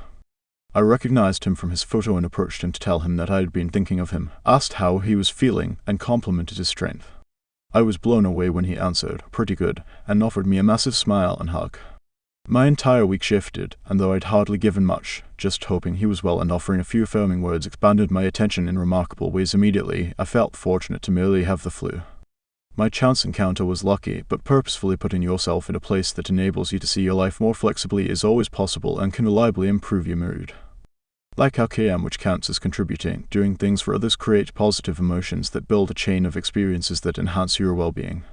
In a multi-site study on the effects of giving, spearheaded by psychologist S. Catherine Nelson and her colleagues at the University of California, Riverside, people were asked to do something either for themselves or for others. The researchers found that giving to others improved the participants' moods more powerfully than self-soothing. The authors concluded, people who are striving to improve their happiness may be tempted to treat themselves to a spa day, a shopping trip, or a sumptuous dessert. However, when happiness seekers are tempted to treat themselves, they might be more successful if they opt to treat someone else instead. This research reminded me of a friend of mine who tried a novel solution to her broken heart. Years ago, when walking away from a painful relationship, she bumped into a person who handed her a pamphlet describing an organization that financially supports children in impoverished countries. When she got home, she did a bit of research and was moved to discover that a nominal contribution would cover a child's school supplies and lunches for a year. She signed up and soon after received periodic letters in Spanish written in thick crayons from a grateful little boy she joked about losing a bad boyfriend and finding herself a good kid. When her parents complained that they had no grandchildren, she told them they had a grandson in Colombia. And when dates didn't go well and her job felt pointless, thinking about her role in this boy's life immediately lifted her up. My friend's experience has been replicated in research. Positive psychology expert Elizabeth Dunn and her team looked at differences in emotions after spending on either oneself or another person. They found that donating even $5 contributed to happiness more significantly than spending on oneself. With holidays like Valentine's Day and concepts like romantic gestures, it can be easy to forget the joyful fact that there are so many other ways to show your loving self. Thinking through the details when we first started meeting, Rachel told me that she felt like she was withering away, that trying to act upbeat at work and on dates felt like a pointless waste of time and energy. Since her problem was feeling like she was giving and not getting much back, we worked on her trying to give in a way that felt more meaningful but also feasible. Some of the ideas we came up with included her spending a bit of time talking to her roommate who was also having a hard time and mailing a sick relative a care package. When she did these things, she reported back that they enhanced her sense of purpose more than listening to a guy on a date ramble on. These generous actions took a bit of energy, but ultimately left her more invigorated. To help create time for giving back, we targeted ways she could let go of activities that depleted her. As I mentioned, Rachel worked in the wedding industry and received frantic emails from engaged couples at all hours. We decided that she would stop responding after work. When she did, she stopped receiving constant messages that made her feel like her own needs came second to those of people marrying. My wise friend and NYU chaplain Rabbi Yehuda Sana suggests making space for contributing in your life by telling friends or an employer, on Tuesdays, I tutor someone and I need to be there at 6 p.m. Would it be possible for me to routinely leave at the time and I can work later on Wednesdays? After all, just because you don't have a child doesn't mean people don't depend on you. You deserve to show up for these people. Remembering that truth will increase your self-respect and generate respect from others. There will be times when you give and you don't feel particularly moved. Once, when I was struggling and also volunteering, I visited an elderly woman with dementia and cancer. Sometimes, I felt like my life had meaning if I could offer this lovely woman something. Other times, I found myself mired in less generous thoughts, like, it's not fair, I try my best to do right and can't meet anyone who tries to do the same, which, as you'd expect, made my mood plummet and was a distraction. It helped to remind myself that right in the middle of contributing, we may not always feel as positively as we'll ultimately feel. Again, the intent is giving, not getting. Volunteering isn't a loan of goodness that will be returned to you. There were many days when my older friend acted angrily, accusing me of not visiting for months due to her illness, which didn't feel good in the moment. Eventually, though, I focused on why I had signed up to visit her in the first place, to offer love, not receive it. As with any activity, it makes sense to think about what may work well for us to maintain the habit. Would you rather volunteer with a group like Habitat for Humanity, or one-on-one as a big sister? Would it make more sense for you to give less formally, but routinely, such as offering sincere compliments to people who may otherwise go unnoticed? Also, think about which populations pull at your heartstrings: children, seniors, pets. Once you've generated a few ideas, do some research, then mark your calendar with plans to help others. Rachel and I let go of the goal of her feeling better and instead aimed for her to give her best. In a study led by empathy expert Sarah Conrath, researchers found that volunteering for selfless reasons increased longevity, but only when acts of kindness were performed generously rather than for self-oriented reasons. There are opportunities like singles meetups at soup kitchens or charity committees that offer the chance to both give back and also meet new people. These seem like great ways to meet like-minded souls with good hearts, but to heighten the power of giving, if you find your attention divided between trying to find a partner and focusing on a cause, it might be smart to supplement these sorts of events with ones that feel more purely altruistic. Skip the "it could be worse" speech. It can feel incredibly frustrating when someone tells you to look at everything that's going for you or to think of the positives in a distressing situation. After my breakup, someone congratulated me, saying, "At least you've spared yourself a divorce." Not surprisingly, this didn't make me suddenly feel lucky. I think the approach of quickly trying to look for the good is bound to backfire because it feels dismissive of pain.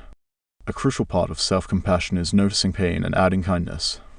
So instead of trying to find good in the middle of an upsetting experience, which seems like trying to avoid accepting discomfort in Chapter 9, you'll learn more about acknowledging your emotions as they unfold. You might consider practicing a few minutes of gratitude at a more opportune time. Just as practicing compassion reduces your tendency to think critically or pessimistically, if you're prone to seeing the negative, purposefully scheduling windows to redirect your attention to appreciate what's going well can create good feelings and protect you from hopelessness. Many of my clients, especially ones who tend to be perfectionists, selectively remember how they messed up but overlook when they've done something right. So instead of lying awake circling over your mistakes and not going to DOS, a nice alternative may be practicing gratitude for a couple of minutes, then spending a moment purposefully noticing what you've done well, which also seems like a better way to prepare for a good night's sleep. Rachel could readily list what was going wrong, but it took more effort to think of what was going right for her, e.g., health, good friends. These brief practices helped Rachel build a more thankful mindset. One of my favorite lessons in gratitude comes from sociologist and best-selling author Martha Beck in her book Expecting Adam. She recounts a special moment with her son, Adam, who has a diagnosis of Down syndrome. For Christmas, she wrapped a gift and also wrapped a set of batteries separately. Adam saw the package of batteries first, ripped open the paper, and assumed the batteries were his gift. He jumped up and down, overjoyed and overwhelmed with appreciation for all of the uses of household batteries. Over the years, when I'm struggling, I try to think about Adam's appreciation. I don't want to minimize pain, there is so much of it to face at times. Yet researchers explain that spending a few minutes each day noticing what you feel grateful for truly does increase happiness. Take a quick gratitude break for just 2 minutes. I invite you to think of what you are grateful for. Be sure not to judge what's on your list as being too small or worry that you don't deserve what you have. Then take a minute to notice what you've accomplished today that you feel proud of. How do you feel after this exercise? Is there a time each day when you can schedule in gratitude? Like LKM and contributing, creating a gratitude routine doesn't need to take too much time. Spending just a couple of minutes each day listing 3 things you feel grateful for in an app, notebook, or with a friend will feel better than zooming in on what didn't go well that day or scrolling over depressing news. According to psychologist Robert Emmons, gratefulness feels more replenishing than comparing yourself to others. The latter makes you feel less than or regretful. In a study led by researcher Adam Jardy and his colleagues, people prone to worry were told to list up to 6 things a day that they felt grateful for. This simple exercise boosted their hope as powerfully as more complicated strategies like challenging and helpful thoughts. One of the reasons gratitude matters, as I told Rachel, is that it not only improves our mood and our health. People who feel thankful are better able to relax and sleep, and even tend to exercise more, but it also increases the ability to connect with others. People like Demon and Beck's son, Adam, with their grateful ways, are instantly endearing. In a study spearheaded by social psychologist Lisa Williams, high school students were paired with mentors.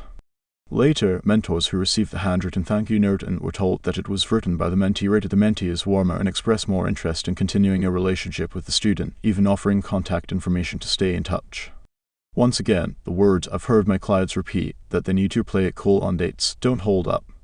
People are attracted to those who are grateful, but gratitude is also a powerful way for you to remember that there is good in your life, no matter how bad dating can feel. As speaker and author Byron Katie asks, do you want to meet the love of your life? Look in the mirror. When you see your incredible self, you won't feel like your worth lies outside of you, and you'll also be more likely to keep good company. Chapter 8. Detox your mind. It is the mark of an educated mind to be able to entertain a thought without accepting it. Aristotle. I was a virgin when I graduated college, confessed Jessica, a graceful 33-year-old teacher during one of our initial sessions together. I didn't want a drunk encounter with someone I'd never see again. That seemed reasonable enough, except she then worried that she made too big a deal of sex, and that her lack of experience would appear awkward to anyone she met now that she had graduated. So, at 25, instead of focusing on finding the connection she craved, she decided to just get it over with to seem normal, and slept with someone she met one night at a bar. I was semi-drunk, she acknowledged. After that, since she'd given up on making sex special, she slept with a bunch of other guys to, as she explained, feel ready for when she met someone who mattered. As I looked at Jessica, I thought about the stories I've heard from other patients who have gone through similar patterns of hopeless thinking, which can hold us back from what we want in love and life. I feel a sense of genuine empathy when people describe ways they bump into pain, like Jessica, who told me about not only feeling hurt, but also contracting an STD in her quest to feel normal with regard to relationships. She got me thinking about how quickly certain ideas can permeate our minds, then go on to affect our moods and actions, all of which makes it more difficult to let our values guide our behavior. In this chapter, you'll learn to watch your thoughts so that you can remain true to what matters most to you. Jessica valued emotional closeness and wanted sex to feel meaningful. That is, until fear took over and thoughts like I waited too long and something must be wrong with me eroded her feelings of self-worth. Then she felt she had no choice but to turn the experience of intimacy into a training camp rather than something to savor. To be clear, I'm not saying that all sex merits the sanctity of romance or even knowing your partner's last name. The decision is up to you and your inner wisdom. What I want to stress is how our thoughts influence our self-perception and behaviors, going on to shape our life experiences. A powerful example of how thoughts can torture us comes from Memorial Sloan Kettering pain specialist Gavril Pasternak, who tells the story of a woman treated for breast cancer who comes in worried about pain in her back, convinced that the disease has returned. Once Pasternak examines her and gives her the relieving news that she is cancer-free, her discomfort drops to the point that she no longer needs pain medication. Mental events can create real physical feelings.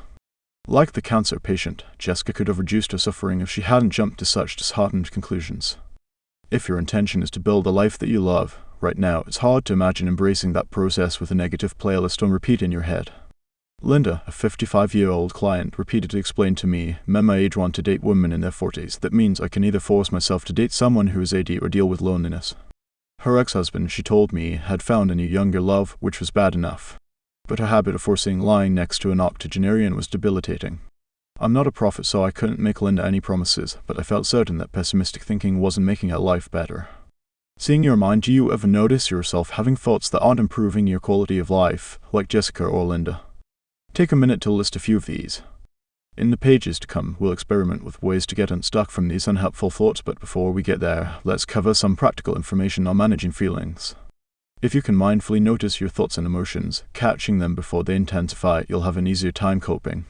Research from James Gross, an expert in the science of regulating emotions, has found that the sooner you intervene and try to change a negative emotion, the better, though any time is better than never. In Linda's case, I explained that she'd have an easier time managing her hopeless feelings if she was able to notice the thought, my only dating option is an 80-year-old. Then she could consciously reconsider that thought, reminding herself that she isn't psychic, so how could she know? In contrast, by not noticing her thoughts and intervening by treating herself kindly earlier in the negativity cycle, Linda was at risk of descending into a pit that would be hard to get out of, running with a negative prediction that might not happen, then ruminating on it until she was in tears. Notice how I said that Linda could pay attention to and shift her thoughts, not suppress them. In one of his most famous articles, Gross looked at what happened when people tried to push away thoughts versus change their thoughts. He discovered that the act of suppressing, as we covered in Chapter 4, gets in the way of experiencing and expressing joy. Thinking differently, on the other hand, can increase feelings of well-being, reduce negative emotions, and increase connection with others. More on this in Chapter 10. In Linda's case, that might mean changing the thought only 80-year-olds will like me to I'd like to date someone who cherishes me and whom I'm attracted to. Like many of the single clients I meet, Linda felt pretty sure that the only cure for her situation was a secure partner. She also warned me that in the past, the kind of stress she was experiencing had dragged her down into a serious depression. Linda's words were insightful. The more we think certain thoughts, the more they show up automatically. If your thoughts are negative, they can create unpleasant moods that make you susceptible to more sad thoughts, and on and on. Thoughts, moods, and sensations have a way of merging and building on each other. Once they get going, they can seem endless. A dose of mindfulness, there's a way, however, to help prevent depression in people at risk like Linda. Cognitive psychologist Tyndall Segal and his team discovered that teaching patients mindfulness-based cognitive therapy (MBCT), an approach that teaches people to become more aware of negative moods and thoughts, then to observe those moods and thoughts to prevent a depressive spiral and interrupt the negative cycle. Segal and his colleagues developed an 8-week program that teaches people how to focus on day-to-day experiences, like physical sensations and breathing, then apply a similar non-judgmental approach to their thoughts and emotions. By practicing skills such as scanning our body, watching our breath, and noticing subtleties we often tend to overlook, like the taste of a single raisin, it's possible to attend to details like facial tension and random thoughts. Impressively, studies on MBCT confirm that the training is as effective as medication in reducing the risk of relapsing into depression. I'm not suggesting that people struggling with depression shouldn't take medication. What I'm highlighting is that practicing mental strategies can help you avoid a prolonged mood dip, even if you feel vulnerable or slightly down. The techniques used in MBCT can help with a wider range of issues too. In a Brown University study on social stress and depression led by researcher Willoughby Britton, people were given 5 minutes to prepare for a speech, then told to present it, with no notes, using a microphone, while standing in front of bright lights, cameras, and a judge who, unbeknownst to the presenters, had been instructed to give no feedback. Just writing about this makes me anxious. The subjects who learned MBCT felt less anticipatory anxiety and recovered more quickly after their speeches, compared to those who hadn't learned the techniques. What this means is that increasing awareness of thoughts can facilitate recovery in tough situations. Not only does mindfulness reduce pain, practicing paying attention seems to enhance joy. In a study at the University of Oxford, led by experts Gatton Cousin and Catherine Crane, healthy adults who participated in MBCT reported increased positive moods, possibly because they were less apt to engage in self-critical thinking compared to those who hadn't done the program. One of my mottos is that talk and thoughts are cheap without actions to go along with them. So I'd like to have you try some ways to begin to practice mindfulness. The truth is, however clearly you grasp the concept of mindfulness, you won't get the benefits unless you try it, though I wish I could get the same benefit from understanding principles as I do from applying them to my life, since I love to read and don't really enjoy slowing down. The good news is that you don't have to put in a lot of time meditating to reap the benefits. When I was on Segal's mindfulness retreat for therapists, he told us that MBCT graduates who practiced what they'd learned for just 3 minutes a day, most people practice the breathing space you'll learn in the next chapter, were able to maintain their mindful progress. So when clients ask me how long I recommend practicing meditation, I suggest 3 to 20 minutes a day, ideally at the same time every day, maybe right after your morning coffee, since making something a habit reduces effort. That said, you're the expert in your own life, so do what works best for you. Note too that there are so many resources available to help you become comfortable with mindfulness. If you like learning in a group setting, there are mindfulness classes offered in many cities throughout the country. There are also books, including Sharon Salzberg's Real Happiness, that offer great how-to advice on getting started. Many of my clients enjoy mindfulness apps and talks on the topic, such as Tara Brach's podcast and the guided practices on the website of Diane Harris, author of 10% Happier. Heartsuit now, let's act mindful, 3 minutes toward a healthier life. I'd love for you to take a few minutes to give mindful breathing a try. Mindfulness includes tracking your thoughts.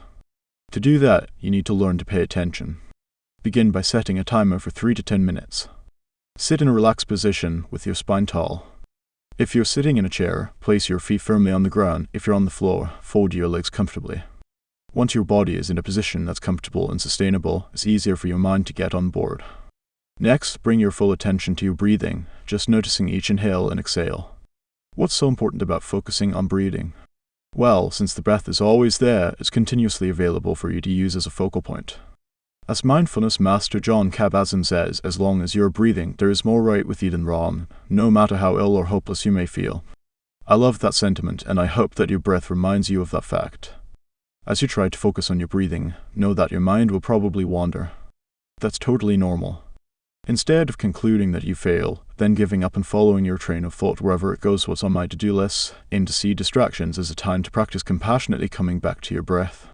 Helpful or not, now that we've touched on one of the first steps toward mindfulness, specifically cultivating attention by focusing on your breath, I want to tell you how that habit will help you think differently.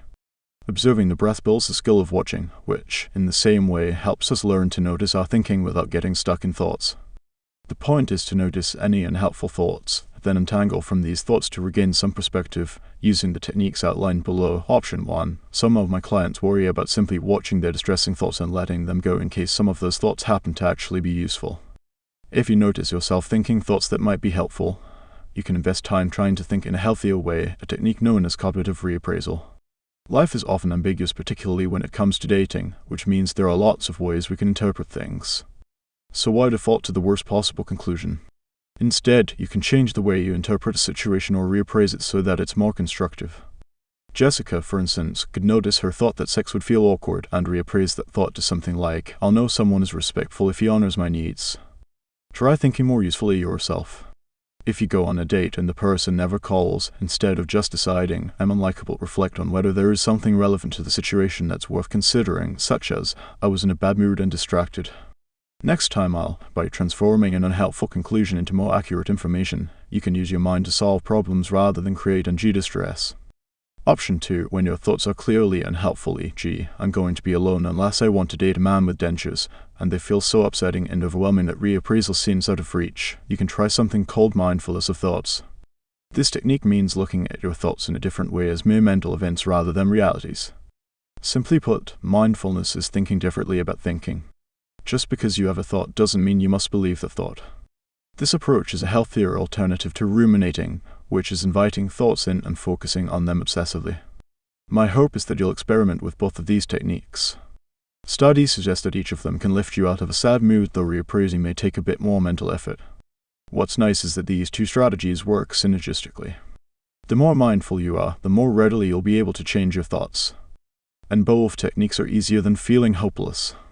Fact-check your own thoughts to reappraise your thoughts. You can check the factual content of what you're thinking or saying. Many of my clients find this technique extremely helpful. For example, Rachel, whom you met in the introduction to this book, once casually described herself as picky. What do you mean when you say that? I asked. I go on a date and it's like, ugh, this person's not for me, she clarified. One guy out of every 7 seems okay, she approximated. I didn't want Rachel to force herself to feel different than she did, but I also wondered how she knew right away that someone wasn't for her. After all, it's depressing to feel like you're wasting time searching for someone who doesn't exist. To get more information about whether these dates were actually a bad fit or if her conclusions were judgments rather than facts, I wrote out these prompts for us to work through based on Linen's Checking the Facts exercise. Fact-check your thoughts. 1. Describe the event. 2. What are my interpretations? Look out for judgments and worst-case scenario thoughts. 3. What is my emotion and how intense is it 1 to 10 scale?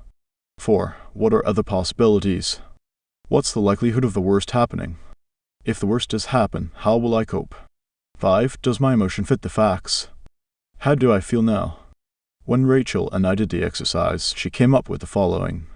1. Event. Went on a date last week, saw this guy and immediately felt disappointed that he wasn't my type. 2. Interpretations. I don't like him. He's annoying. He talks non-stop. My friends will hate him. This is a total waste of time. I'll never meet someone. 3. Emotions and intensity. Irritation. 6. Hopelessness. 7. 4. Other possibilities. He's not attractive, but he's not unattractive. Sometimes my sense of chemistry changes once I know someone. He talked a lot on our date, but some people talk more when they're nervous. He isn't representative of every guy in the world. I can cut a date short if I'm sure he's not for me.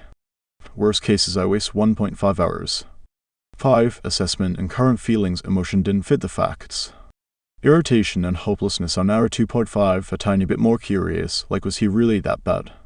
Obviously, I wanted Rachel to feel thrilled with her dates. I didn't want her to question her desire for connection like Jessica once had. But it also seemed risky for her to apply definitive evaluations to people she barely knew. When you have a strong sense of true clarity, you don't need to play devil's advocate with yourself or displace your real insights with doubts. But there are times when we jump to conclusions that are way off, like on my first date with Adam, whom I initially judged as a frat boy because he had been part of a fraternity more than a decade earlier. Coincidence or not, after Rachel and I worked on checking the facts, she estimated that 1 out of every 4 guys were probably worth a second date. More important, she didn't feel as pessimistic about her future. It's no accident that one of the prompts in the fact-checking exercise includes considering what's the worst that could happen. At times, we get so swept up by an emotion or thought that we don't follow through and imagine that whatever the outcome, we'll most likely manage to cope. The worst is rarely as bad as we think. All of this reminds me of a former client, Tracy, a partner at a respected law firm, who told me that she was terrified she was going to be fired because her team wasn't bringing in business and her salary was high. When I asked her what she'd do if she lost her job, she looked confused, as if she'd expected me to reassure her that it wouldn't happen.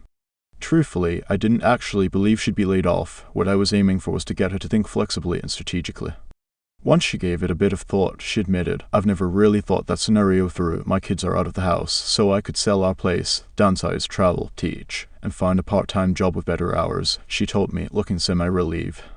Prior to this conversation, her primary focus was on how not to get fired. She was preoccupied with envisioning the humiliation of ending her career as a failure instead of reflecting on the possible positives of not going to the office every day.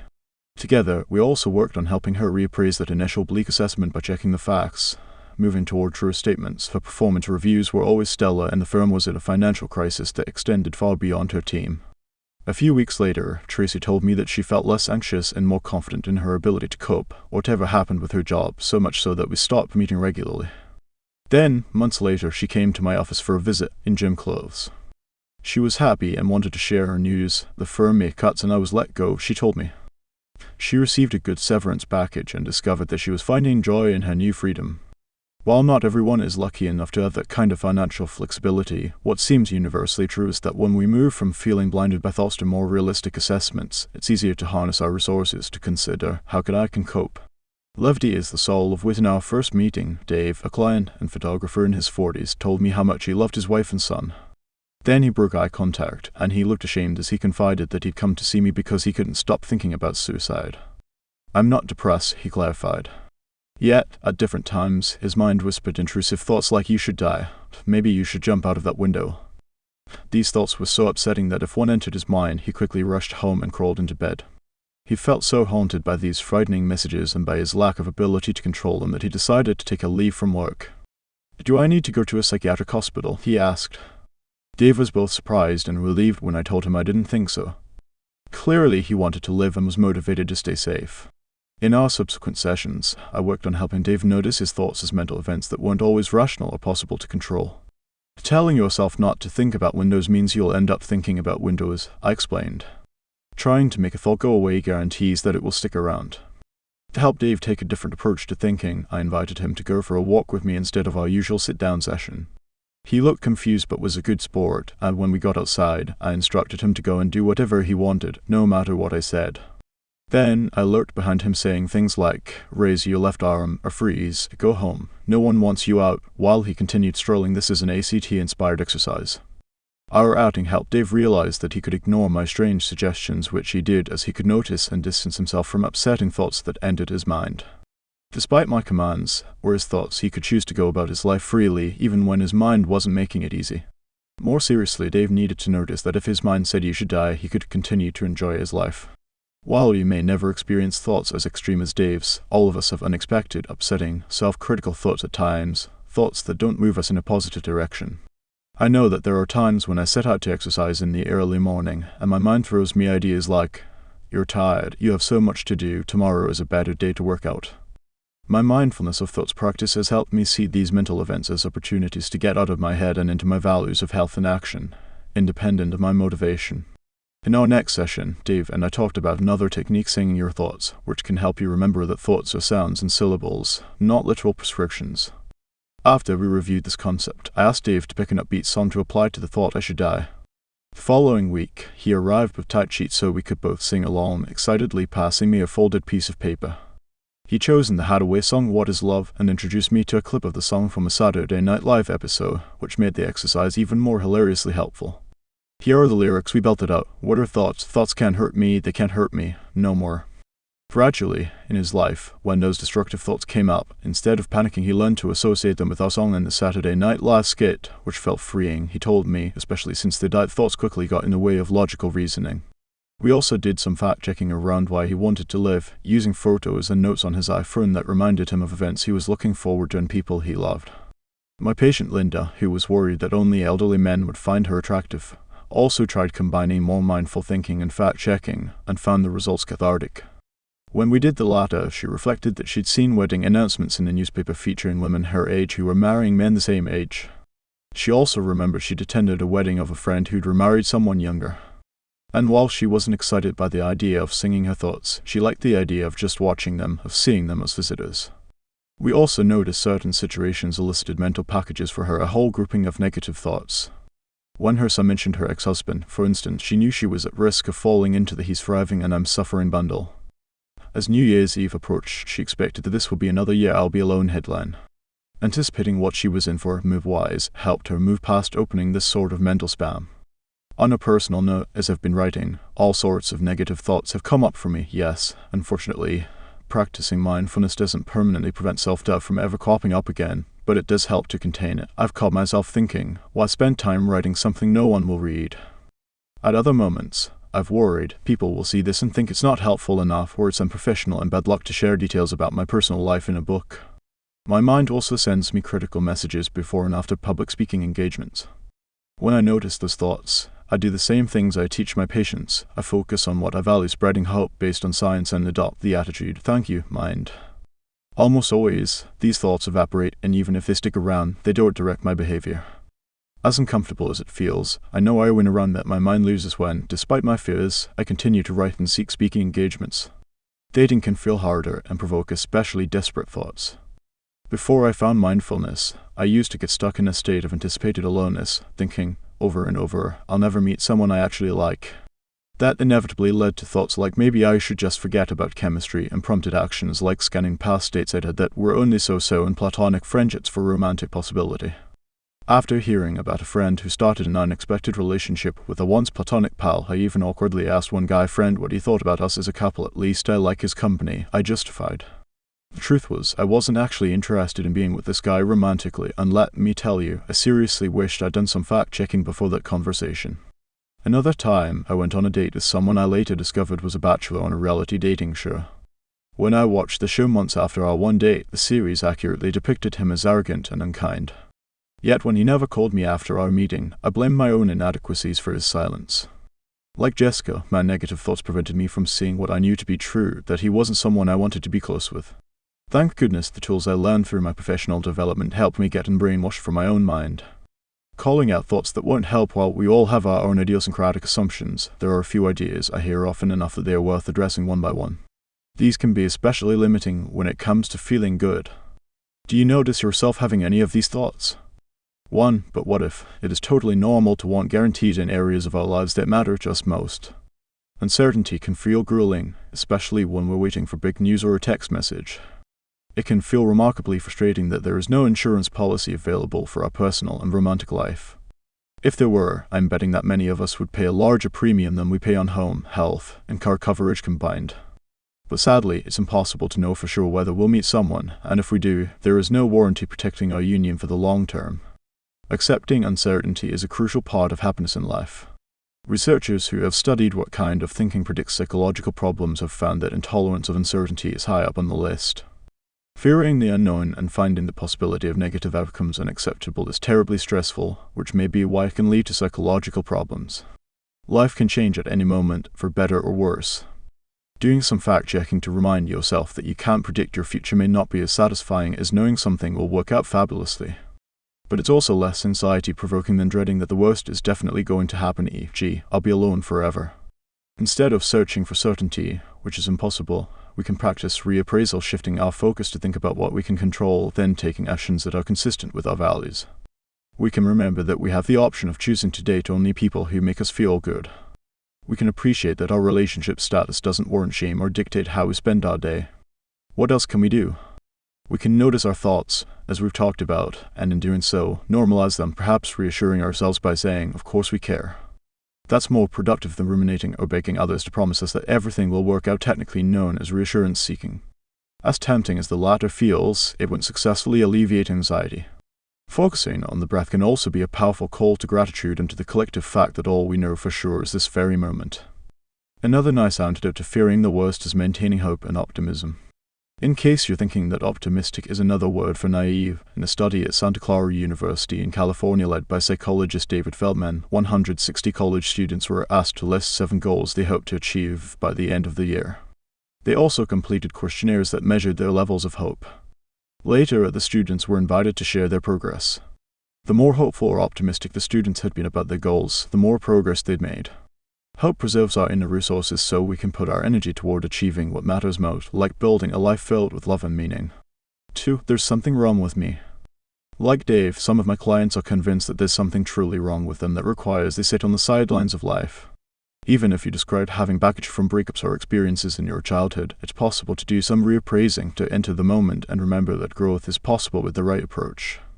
I promise you that approach isn't believing that you're forever flawed. If you do some fact-checking and confirm that you truly have psychological problems that affect your relationships, there are accessible solutions that work. Even my clients who have faced traumas or serious psychological problems now, for the most part, enjoy healthy, satisfying relationships. And you don't necessarily need a lifetime of therapy or expensive residential treatment centers to reclaim your life. Mindfulness helps people who struggle with impulsive urges, all from the comfort of home. Michael Tuihig, a psychologist at Utah State University, taught people coping with sex addiction various skills, including tracking their behaviors, observing and accepting their urges and thoughts, focusing on values, and entering the present moment. After the 8-week course, participants reported an 80% reduction in problematic pornography viewing and were able to maintain those improvements 3 months later. I mention all this because even if you think you have hang-ups or serious psychological problems, there are science-based approaches that can liberate you. With the help of an expert, you can find freedom. And you will never win wellness by bringing a case against yourself. 3. I'm single and I'm ashamed about it. Guess what? You're actually not single. Why? Because your relationship status is not who you are. Defining yourself as your relationship status, especially a relationship status you may not like, isn't helpful, nor is it accurate. The same goes for using words to describe yourself that you don't like or that don't actually describe who you are. Jessica, for example, was pretty stuck on the virgin description, rather than seeing herself as a fun, thoughtful, spiritual woman with many friends. Tracy, the attorney I mentioned, would have likely defined herself as a partner at a firm, in large letters, instead of helpful mom and lifelong learner. I use these examples to remind you that narrowing in on one aspect of who you are tends to be limiting. It makes more sense to more flexibly zoom out to see the full picture of yourself. Once you do, others might too. To broaden your thinking, it can help to make a list of at least a dozen words and phrases that describe who you are: empathetic, a hard worker. After you finish, scan your list and notice whether you've made one attribute more central than others, like your appearance. Then remind yourself that when you over-identify with a particular label, you're diminishing all that you truly embody. None of us is a collection of physical attributes, or a career, or a relationship status. We're all so much more than that. Applying mindfulness techniques can help broaden your perspective of yourself. The next time negative ideas are lurking in your mind, I hope you'll try checking the facts and also experiment with the mindfulness of thoughts concepts you've learned. To recap, some of the unhealthy thoughts and behaviors I've touched on so far include: I'll be happy if I meet someone. It's cathartic to think this through again and again. I miss my chance to end up with my soulmate. I can't deal with my feelings, I should just settle. I'm a failure because I'm not getting what I've worked toward. I can only win I have a partner. At first, you may notice taking a new approach feels tougher than reverting to your habitual ways of thinking. To stay motivated, consider this quote from Lao Tzu, the Chinese philosopher and Taoist: "When I let go of what I am, I become what I might be." Chapter 9. Watch your mood. Genius is the ability to renew one's emotions in daily experience. Paul Cézanne. My feelings are overwhelming, Nicole, a normally outgoing 40-year-old told me. She was at an impasse with her boyfriend. After a year of dating, she wanted him to commit to their relationship and take steps toward getting engaged. We're both in our 40s, shouldn't we know what we want by now? She wondered. But despite the fact that they got along and laughed often, he said he wasn't ready. He also insisted on maintaining contact with an ex-girlfriend, which consistently left Nicole feeling upset and insecure. She was clear, she said, that she couldn't continue to stay with him under these circumstances, but she also dreaded the pain of a breakup. "I'll really miss him, and I hate the risk of not knowing if I'll find someone I love as much." Her effective forecasting echoed those predictions about what we think we'll feel in the future promised an emotional storm ahead, and her day-to-day wasn't going so well either. She told me that she could hardly enjoy experiences she'd once cherished, like being with her friends or reading. Instead, she constantly felt like she was on the brink of a loss she could prevent if only she made the right move. Just as bad, it was hard for her to focus at her job and client relations. She found herself obsessing over her relationship at her desk and, occasionally, crying in the bathroom, all of which led to a pile-up of work that created more stress. When she spent time with Mr. Not Ready, she struggled to enjoy the moment, and admitted that she felt impatient and yelled at him for no reason. Nicole hoped I had an answer for her, or that I could assure her that an ultimatum would ultimately work. But after she explained her dilemma in our first session, I told her that although she seemed incredibly upset and I wanted to help, I wasn't omniscient and couldn't directly tell her what to do. Desperate for guidance, she laid out her options. Either I break up with him, and maybe he'll come around, or I keep waiting until he's ready, she said. All I knew for sure was that Nicole couldn't break up with her emotions. That's why I offered her a third choice, to learn ways to cope, no matter what she decided. In this chapter, you'll also explore ways to navigate the inevitable ups and downs you'll face whether on your own or in a partnership, and strategies for how to manage when you feel you're most vulnerable. In one of our early meetings, I asked Nicole how she was feeling. "Bad," she said, then rolled her eyes when I pushed her to be more specific, to notice and name her feelings. I knew this seemed like a stereotypical therapist move. Eventually she said, "Sad, anxious, and angry." I wasn't trying to be pedantic, but rather strategic. Brain studies, including one spearheaded by psychologist Matthew Lieberman, confirm that when people are shown emotionally evocative images, if they label the emotions the images provoke, like angry or scared, they can dampen the response of the brain's emotional center, the amygdala. Conversely, in a study led by psychologist Todd Kassem where subjects were rejected by others, researchers found that not being able to differentiate between various emotions they were experiencing actually exacerbated feelings of low self-esteem. The ability to pinpoint emotions your own and those of other people is a cornerstone of emotional intelligence. I want to help you learn to label your feelings, which will give your reasonable mind ecological abilities the chance to have a word with your emotion mind so you can determine whether your emotions are helpful or unhelpful in any given situation. Let's start by taking a look at how you typically experience your emotions. Do any of these descriptions resonate with you? A. My emotions tend to linger. B. I have little control over my feelings, situations dictate my experience. C. My actions are based on my emotions. D. All of the above. Many of my clients circle all of the above, especially when they are in the midst of feeling something intensely. Certain people seem to experience what Linehan describes as emotional vulnerability and notice that their emotions last longer and reach greater depths than others. While some of us may find ourselves innately prone to feeling intensely, all of us are at risk of being dominated by our emotions if we don't learn the right approach to sitting with them. But experiencing emotions more deeply isn't necessarily a bad thing. Many people who experience emotions powerfully also notice that they feel heightened joy too. When I pointed this out to Nicole, she acknowledged, "I'm the kind of person who laughs so hard that my stomach hurts." However, she was skeptical that she could adjust her feelings. "I can't imagine that I'll get over this or stop feeling so passionately about so much." Growing up, she told me she'd known people in her community who faced tragic losses. A few seemed to mourn and move on, others seemed to be in a permanent state of grieving, always looking pained. "Don't you think that has to do with the person's degree of loss, not the tool someone uses?" she asked. "I mean, maybe the inconsolable person has a special relationship that couldn't be replaced. Maybe it's not about managing emotions." Certainly, every situation is complex and I would never blame someone who is suffering, nor tell them that they should somehow be more resilient. Yet I encouraged Nicole to experiment with trying tactics to increase her emotion regulation, managing her feelings in ways that align with her goals, since this ability relates to both overall well-being and improved relationships. Your beliefs about emotions influence how you cope. My first step was to help Nicole target her thoughts about her feelings. Just as in other areas of life, believing you can cope with your emotions actually predicts that you will be able to manage them well. Moreover, trusting that your actions will create the outcomes you crave can be a huge source of hope and meaning. As I've emphasized in the preceding chapters, your relationships, daily experiences, thoughts, and emotions can improve in ways you may not anticipate, especially when you're in the midst of a crisis. That's important to remember because you're more likely to try new strategies if you have faith that they will be effective. Let's take a look at how beliefs about emotions impact us. In a study at Stanford University, psychologist Maya Tamir and her colleagues asked more than 400 incoming freshmen to reflect on their theories about emotions.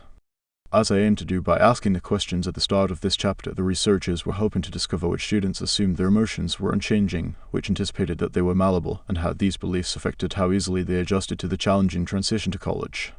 Here is what they found. 40% of students described their emotions as fixed, just as Nicole believed. The remaining 60% felt they had some control over their emotional life, and this group reported experiencing fewer negative emotions, more positive feelings, and increased social support. Maybe you wonder how it's possible to know if the mere belief that coping is possible makes people more resilient, or if this group just happened to face less stress. In a study designed by Yochanan Bigman, a professor at Hebrew University in Israel, subjects were given a placebo pill and told that it would improve their memory along with the side effect of making it easier to regulate their feelings. Afterward, they were shown a video meant to arouse a strong emotional response. Those who anticipated that they'd be better able to cope with their emotions did so more successfully than a control group. Trying new ways of managing definitely takes work, so my hope is that you adopt the attitude that it is possible to change your relationship with your emotions and then discover, firsthand, that emotions don't have to rule your life. To start to chip away at negative beliefs about emotions, it's helpful to appreciate what emotions do for us. From an evolutionary and psychological perspective, we have emotions for good reason. Emotions communicate to us, influence others, and drive our behavior, as Linehan has detailed. Nicole's feelings, for instance, made it clear to her that she wanted security in the form of a relationship that was going to last. When she authentically showed her non-committal boyfriend that she was feeling sad as tears ran down her face, her emotions communicated more poignantly than words ever could that her needs weren't being met. I've talked previously about how unhelpful playing games and suppressing emotions can be, both in your day-to-day life and in your relationships. In case you're wondering whether Nicole expressing her genuine feelings was off-putting, researchers studying attraction found that people tend to be more drawn to others when they are confident that they can read that person's emotions. It's neither good for you nor endearing to others to hide how you feel, since closeness depends on communication, as research led by neuroscientist Sokanders proves. Just because Mr. Not Ready wasn't proposing didn't mean Nicole's open expressions of emotion weren't useful. When you judge your feelings as too much as Nicole did, you're likely to try to suppress them. Yet again, pushing feelings away rather than practicing acceptance can ultimately leave you feeling more stressed. A great way to know if you're open to your emotions is to ask yourself, am I willing to be with what I feel? Shifting your perspective so that you can appreciate how emotions can help guide you is a nice way to move past seeing them as burdensome. As much as most of us don't like feeling dissatisfied, sadness can move us to take steps toward achieving what we crave. Similarly, if you're bored and frustrated at work and constantly distract yourself with Google Chat and a buffet of media sites, you run the risk of missing the message that you may regret how you're spending your hours.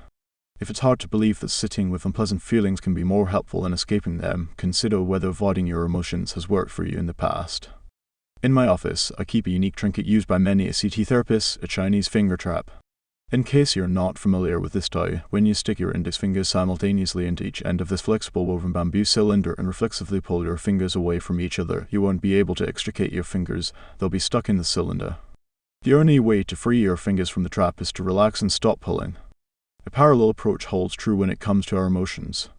To live expansively, you need to sit with your feelings, especially ones that feel tricky, rather than indulge in the urge to push unpleasant emotions away. Untangling an emotion to change how you feel, as helpful as emotions can be, there are also times when they don't fit the facts where their intensity is disproportional. An important step in managing emotions is learning to differentiate justified from unjustified emotions. Nicole sitting with sadness about Mr. Not Ready makes a lot of sense when she is trying to make a decision about their relationship. But if her sadness feels so intense that she is constantly distracted at work or unable to muster the strength to move forward, that pain is no longer useful. The strategies I describe on the next pages based on Linehan's emotion regulation unit will provide you with a range of techniques to help you to manage your emotions rather than the other way around. As you'll see, an emotion has different components, each attached to a potential liberating course of action. What's nice about this model is that it's possible to intervene at multiple stages of feeling. It's not an all-or-nothing process. Remember to keep in mind, again, that the earlier you try to manage your emotions, the easier it will be. It's usually simpler to reduce vulnerability, problem solve, and watch your thoughts before an emotion escalates. Once you're especially vulnerable and deluged by painful thoughts, it takes a lot of work not to act on your emotions. The steps to managing an emotion vulnerabilities right are add positive situation right, our problem solve interpretation right, our check the facts / mindfulness of thoughts changes in body / action urges right, our notice and do the opposite emotion right, our observe and describe after effects right, our practice mindfulness.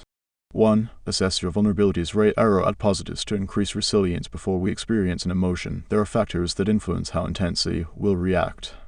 When we're feeling more vulnerable, e.g., we're hungry, tired, or lonely, we're likely to respond more intensely. Think about it. Have you noticed that on the morning after you've gotten a good night's sleep, gone to an invigorating cardio dance class, sipped a delicious matcha, and arrived at work early, without rushing, you feel less irritated by an event that would normally bother you? The good news about vulnerabilities is we can notice them so they don't seize us. We can also schedule positive actions to increase our resilience, as we've already covered. Besides her tendency to experience emotions intensely, Nicole told me that some of her vulnerabilities were her age and the fact that she'd had a boyfriend for years who couldn't commit to moving in together. These contributed to her feeling especially defeated by her boyfriend's indecisiveness. Take a few minutes to reflect on and list some of your vulnerabilities. Once you're aware of what makes you more susceptible to reacting strongly to stressors, you can work on increasing your awareness. Practicing mindfulness is one way to strengthen your ability to recover from challenges. Actually, psychologist Joanne Arch at the University of Colorado at Boulder and her colleagues discovered that college students who spent 15 minutes trying guided focused breathing exercises before looking at negative images felt less affected by those images and more willing to tolerate them. Another way to reduce vulnerability is to think about what you value and what brings you joy, as we covered in chapters 5 and 6. These practices are like emotional deposits in your bank account that provide a safety net when inevitable withdrawals hit you. Once you have a sense of your personal vulnerabilities and what replenishes you, you can be more proactive. If you know that you feel emotionally vulnerable when you spend too much time alone at home, making plans and getting out can prevent you from plunging into emotion mind. A yoga teacher friend once told me that she feels especially alone when she doesn't have physical connection in her life. Rather than jump into bed with strangers, which isn't her style and also increases her vulnerabilities. More on this later in the chapter, she tries to schedule 10-minute chair massages and goes to yoga classes where students partner up and physically assist one another. She also validates herself, acknowledging that it's natural for an affectionate person like her to crave physical contact. 2. Pay attention to the situation right, our problem solve after assessing your vulnerabilities. Next comes situation, the event, thought, or feeling that triggers an emotion. In Nicole's case, thinking about her boyfriend's unwillingness to commit prompted her sadness. Whenever she thought about it, she got upset, and she felt even worse when she and her boyfriend spoke about their future and he said he couldn't make any promises. It's possible to change how you feel about a situation by doing some problem solving. In Nicole's case, she could either break up with Mr. Not Ready or change her mind to truly accept that she wouldn't be getting engaged in the near future and possibly never if she stayed with him. As I've said, everyone deserves to pursue what matters to them.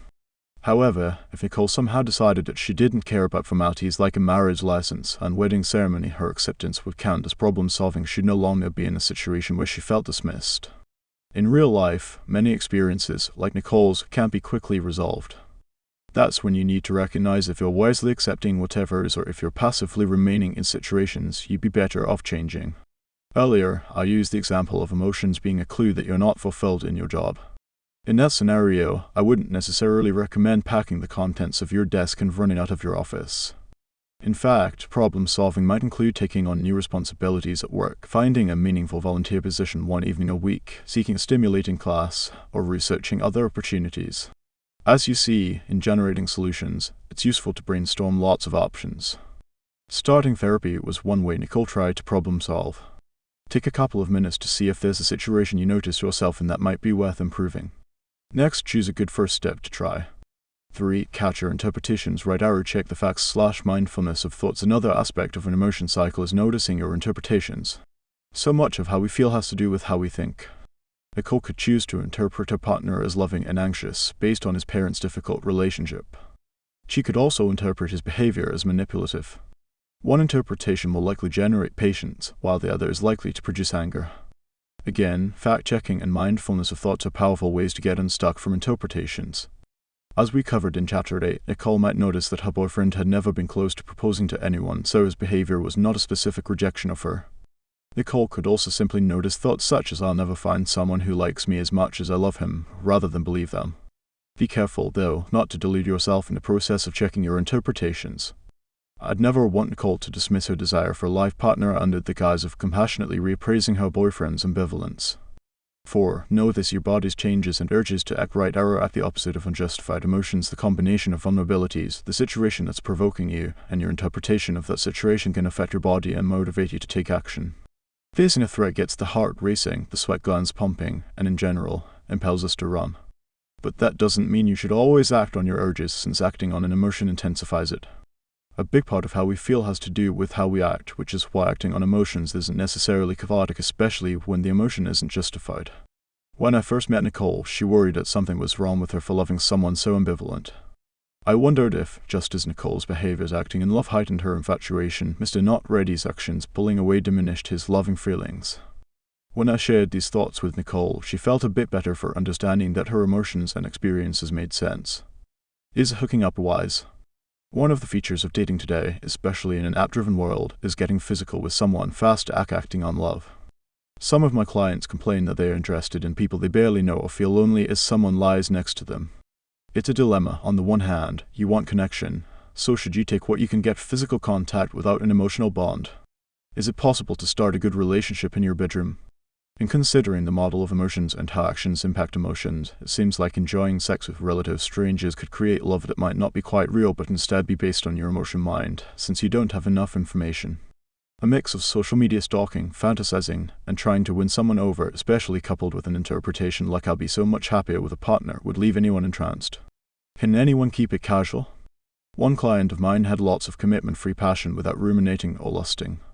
After years in a monogamous relationship, she wasn't looking for more than fun, and in her quest was more attuned to her own needs than to worrying others.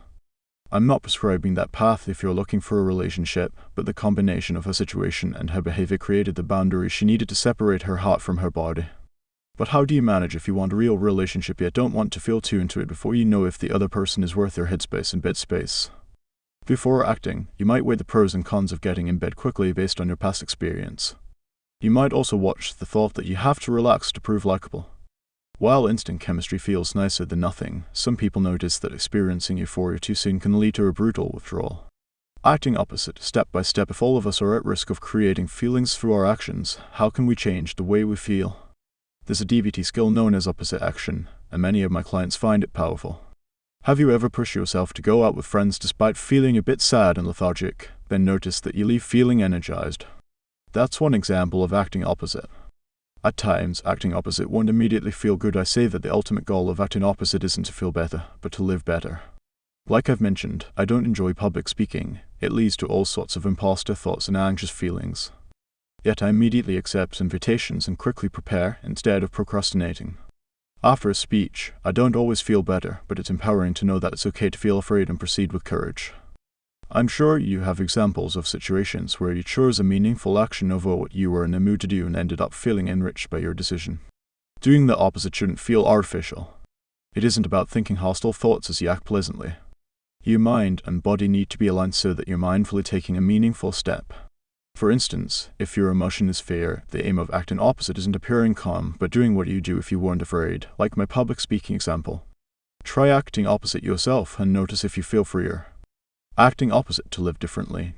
1. First, identify the emotion you want to change along with the intensity of the feeling. 2. Describe your urges to act. 3. Act the opposite of those urges all the way. 4. Notice your current emotion and its intensity. Heart if your emotion didn't change. Notice if other emotions arise, like feelings of accomplishment. Heart after Nicole and I discussed acting opposite, she tried this technique in lots of different ways. She practiced speaking gently instead of indulging in her urge to yell, which she had learned only made her more angry. Next, she decided that begging Mr. Not Ready to put a ring on it or obsessing about his being her only option wasn't making her feel empowered. She promised him that she'd take a few weeks off from analyzing and discussing their relationship trajectory, given that they were at a standstill and their discussions didn't feel productive. After a month-long hiatus from engagement talk, Mr. Not Ready still wasn't ready. In the meantime, Nicole and I had spent time talking about her values. She told me that she cared a lot about maintaining her self-worth and the related goal of finding commitment within a relationship. Eventually, after adding tons of positives to her life, including fully participating in activities with friends and changing her interpretation that her boyfriend was her only romantic option, she decided to deal with the situation. Courageously, she acted opposite of her fear of being alone and broke up with Mr. Not Ready. At this point in my life, I want to be with someone who wants to build the future together, she explained. Her nearly ex-boyfriend was upset and also, finally, had a clearer understanding of how hurt Nicole had felt. Nicole broke up with Mr. Not Ready wholeheartedly without compulsively checking her messages or fantasizing about his coming back. In those first few weeks, it's likely Nicole would have felt better with Mr. Not Ready by her side than she did right after they parted ways, but that wouldn't be prioritizing her value of self-respect. Nicole told me that she found practicing the 3-minute breathing space you'll find the exercise in the pages ahead helpful in maintaining her perspective and preventing her from ruminating. She practiced this mindfulness exercise in the morning when she woke up and during stressful moments after the breakup, when her mind wandered to her ex. When her friend got engaged, she made a point of noticing her thoughts. Maybe I should call him and see what he's up to, as well as her emotions, envy, sadness, and physical sensations, a lump in her throat. Then she brought her attention to her breath, noticing that it felt shallow, and she tried to breathe more deeply. Finally, she expanded her awareness beyond her breath, relaxing her face and body, which calmed down her feelings and her urges to act. Instead of calling her ex-boyfriend and telling him that she missed him, she decided to put her phone away. After a couple of months during which she tried living in the moment, as well as acting opposite, e.g., getting up when she felt like sleeping, she noticed that her love for her ex was fading. She was moved by how helpful and also difficult her actions felt and excited to recognize that her emotions no longer ruled her life. 5. Appreciate your emotion. Write, arrow, observe, and describe your experience. The combination of a situation, thought, and action build an emotion. As Nicole discovered, and we touched on earlier in this chapter, when you can be specific about how you feel, you're apt to end up more confident that you can cope. The more precise you can be about what's going on, e.g., my sadness is a 7 on a scale of 1 to 10, the easier it is to find solutions. When Nicole attended to her emotions, she got a clearer sense that staying with her boyfriend gave her flickering moments of joy under a dark haze of vulnerability. That realization helped her break up with him so she could pursue a clearer future. Studies led by neuroscientist Lisa Feldman Barrett and her team suggest that people who are most skilled in figuring out what they're feeling are likely to use strategies to reduce negative emotions and increase positive ones than people less able to distinguish their emotions. When you can identify exactly what you're feeling and how intensely you're experiencing it, you can both appreciate the message of that emotion and also decide if you need to work on modifying your feelings. 6. Look for after effects. Right, arrow, practice mindfulness. Emotions come and go, like visitors passing, unless we invite them in to stay. Ruminating is one way we prolong emotions, according to emotion researchers Philippe Verdine and Saskia Lavrieson. Similarly, you can get stuck in a cascade of emotions by judging your feelings. If Nicole felt anxious about her relationship, then judged that anxiety is pathetic, she'd likely feel worse, not just fearful but also ashamed. When you judge your feelings, you suffer. Think about it, you can feel sad or depressingly sad about feeling sad. Panic is another case. It's an example of fear or fear. That's why it's important to differentiate between your emotions and your reactions to them. Les Greenberg, a psychologist who developed emotion-focused therapy, clarifies that the first feeling is the primary emotion. What we feel after we judge that emotional experience is known as a secondary emotion. Secondary emotions create misery and also divert you from the main event, the message your emotion is relaying to you. After you feel an emotion, aim to observe and describe it, rather than judge it or get muddled in secondary feelings. Bringing your awareness to your emotions is a mindfulness practice that can free you. Like watching thoughts, you'll be more able to manage your emotions when you're consciously aware of them. Another 3 minutes of mindfulness. Mindfulness doesn't have to be difficult or take a long time. Tyndall Segal, one of the developers of MBCT, recommends an exercise called the 3-minute breathing space, which can help you act in ways that align with your long-term goals. This practice nicely moves through some of the components we've covered that contribute to the experience of an emotion. One aspect of the exercise I especially love is how it invites you to be aware of your thoughts and feelings, then drop down into the breath, then expand your attention again, so that your attention shifts rather than get stuck in a thought or feeling. To begin, set a timer for 3 minutes, then sit in a comfortable position with your eyes closed or gazing comfortably at a single point. 3-minute breathing space. 1. For a minute, notice, what thoughts are going through my mind? What am I feeling in this moment? Notice thoughts as mental events, just words passing through, bringing a quality of openness to any sensations or emotions you observe for a minute. 2. Next, bring your attention to the physical sensation of breathing, attending to your belly expanding and contracting. 3. Finally, scan your body as a whole. Notice your posture, facial expression, sensations, and the breath. You can do this practice anywhere, whether at home or as you go about your day. Managing your emotions when you're single and don't want to be, I'd love for you to take a few minutes and think about how you might use the model of emotions to holistically improve your feelings about being single. How can you reduce your vulnerabilities, problem solve, notice your interpretations, and act opposite? How might you label your emotions and reduce their after effects? Personally, I use these techniques to manage my feelings after breaking up with my fiancée on many disappointing Saturday nights after bad dates and during long stretches of no dates. To reduce vulnerability, I delved into mindfulness and scheduled exercise classes that led to a surge of endorphins and connected me to new people. At times, I had to problem solve, saying no to random setups urged on me by people who didn't know me well, like the time a friend's mother wanted me to meet a man visiting from Singapore for a few days, or someone tried to persuade me to go on a date with someone decades older than me. I could have watched the interpretation that there was no one eligible in either my area or age group, but instead I reflected on how nice it was that people wanted to help. That didn't mean I needed to go out with anyone available. I also had to do a lot of opposite action around shame, including not carrying myself like I was less than. Noticing and naming my emotions helped me see that none of them were permanent. I went from contentment to fear to sadness and back again. Getting ready for emotion regulation, I understand that some of what I'm suggesting may seem difficult, particularly if acting opposite requires breaking up with someone. But one part of the emotional regulation process that I love is that you can tailor how you do it depending on your needs, your vulnerabilities, and the situation. You can flexibly move between strategies to find what works best for you. Still, in the midst of facing problems, we may feel depleted and find ourselves especially at risk of not investing much effort into managing well. If you observe an emotion that seems overwhelmingly intense, you might need to first recharge before you begin the steps in the process described earlier. When emotions are high, self-soothing can feel more useful than something like fact-checking.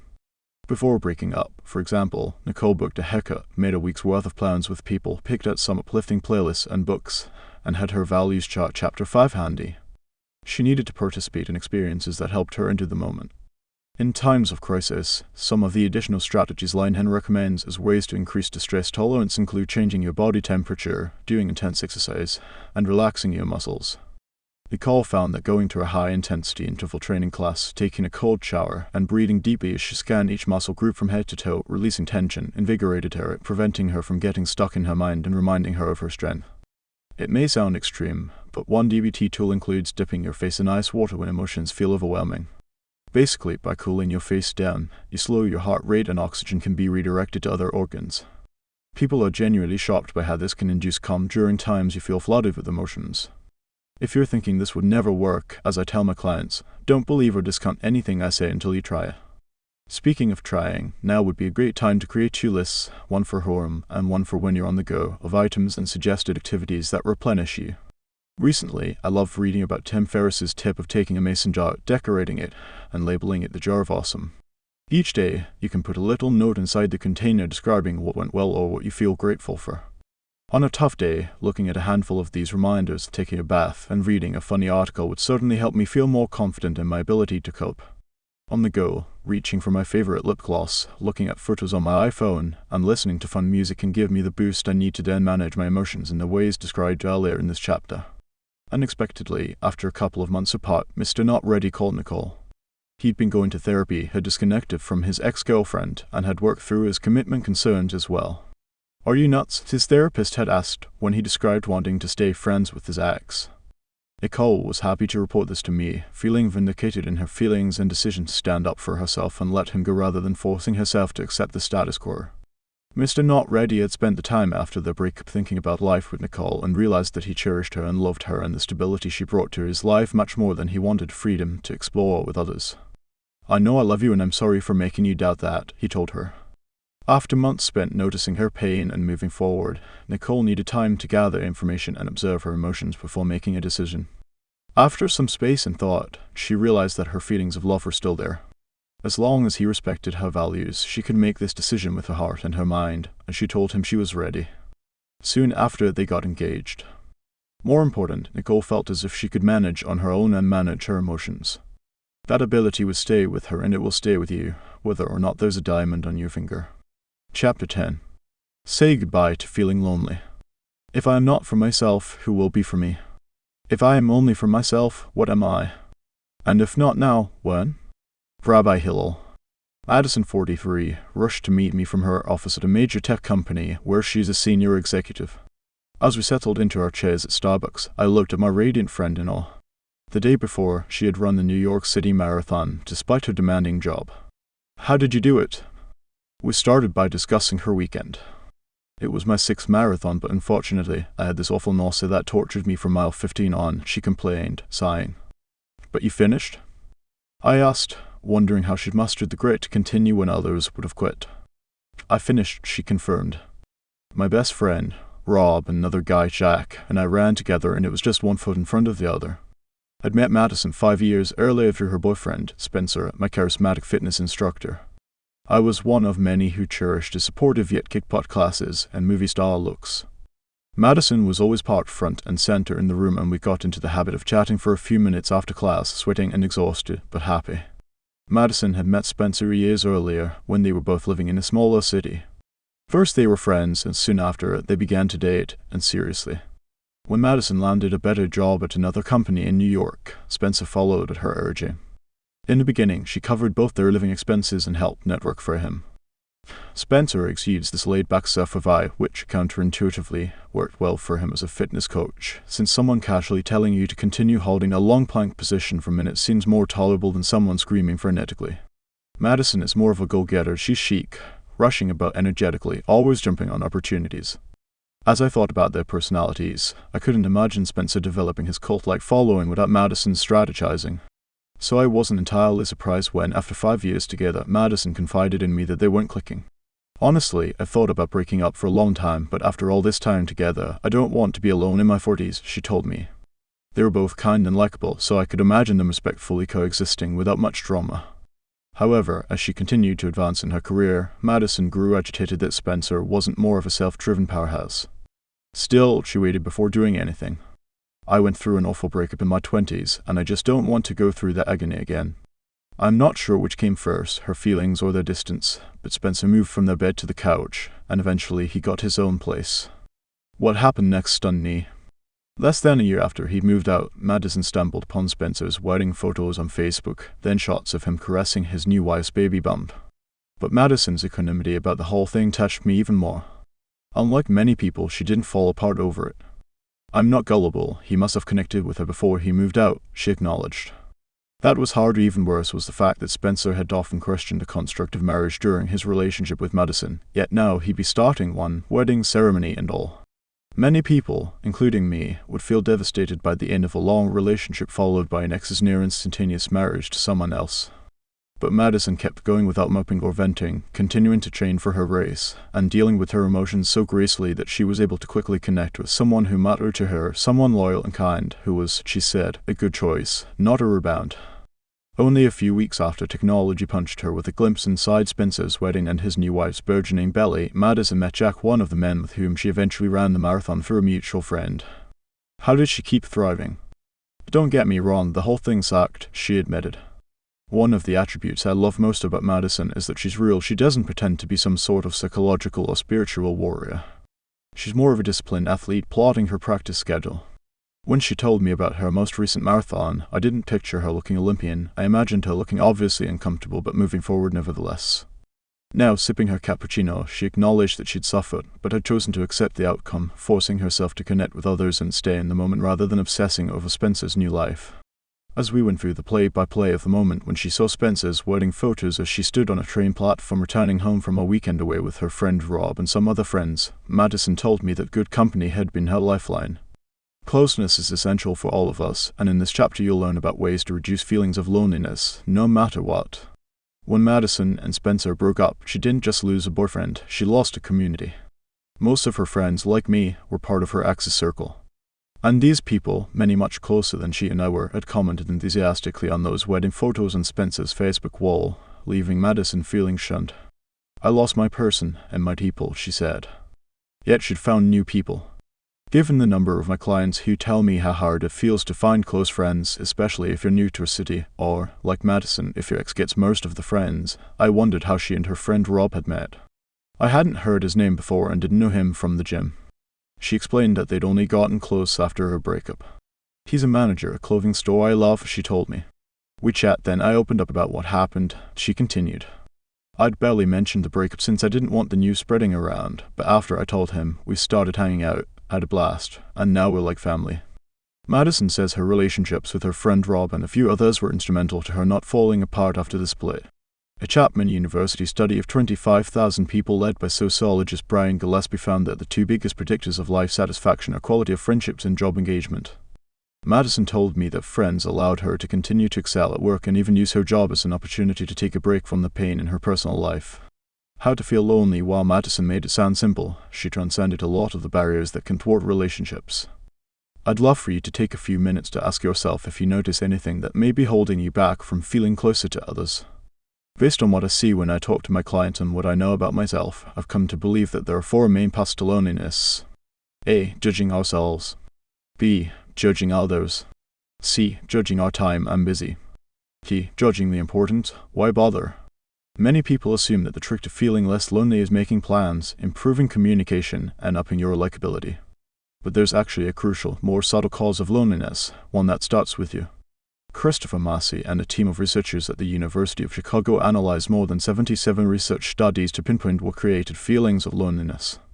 They found that maladaptive social cognitions, or negative thoughts related to interpersonal situations, were strong predictors of loneliness, and that thinking differently turned out to be the most powerful way to feel more connected. After her painful breakup, Madison could have easily thought, why make new friends given that my old ones dumped me? But if she had, she'd have missed the joy her new friendships offered. Because even if you push yourself to go out, if you're stuck in your head, or automatically dismiss the people around you, you'll likely end up alone no matter how many people are in the room. It's sometimes easy to forget that you don't have to be single to feel lonely. Many of my clients assume that the married friends don't experience loneliness. I've made that mistake too. Years ago, a married friend confided that she felt lonely, and I wondered about the strength of her relationship. Now, I understand what she meant. As wonderful as my partner, Adam, is, there are times when his eyes start slowly closing just as I'm ready to talk about my day. As Madison knew intuitively, to feel connected, we need a core group, not a single person.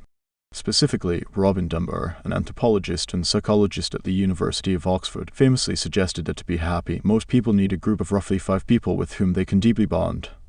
You might worry, as many of my patients do, that likability is an innate skill that people either have or don't. But everyone is capable of finding closeness, married or not.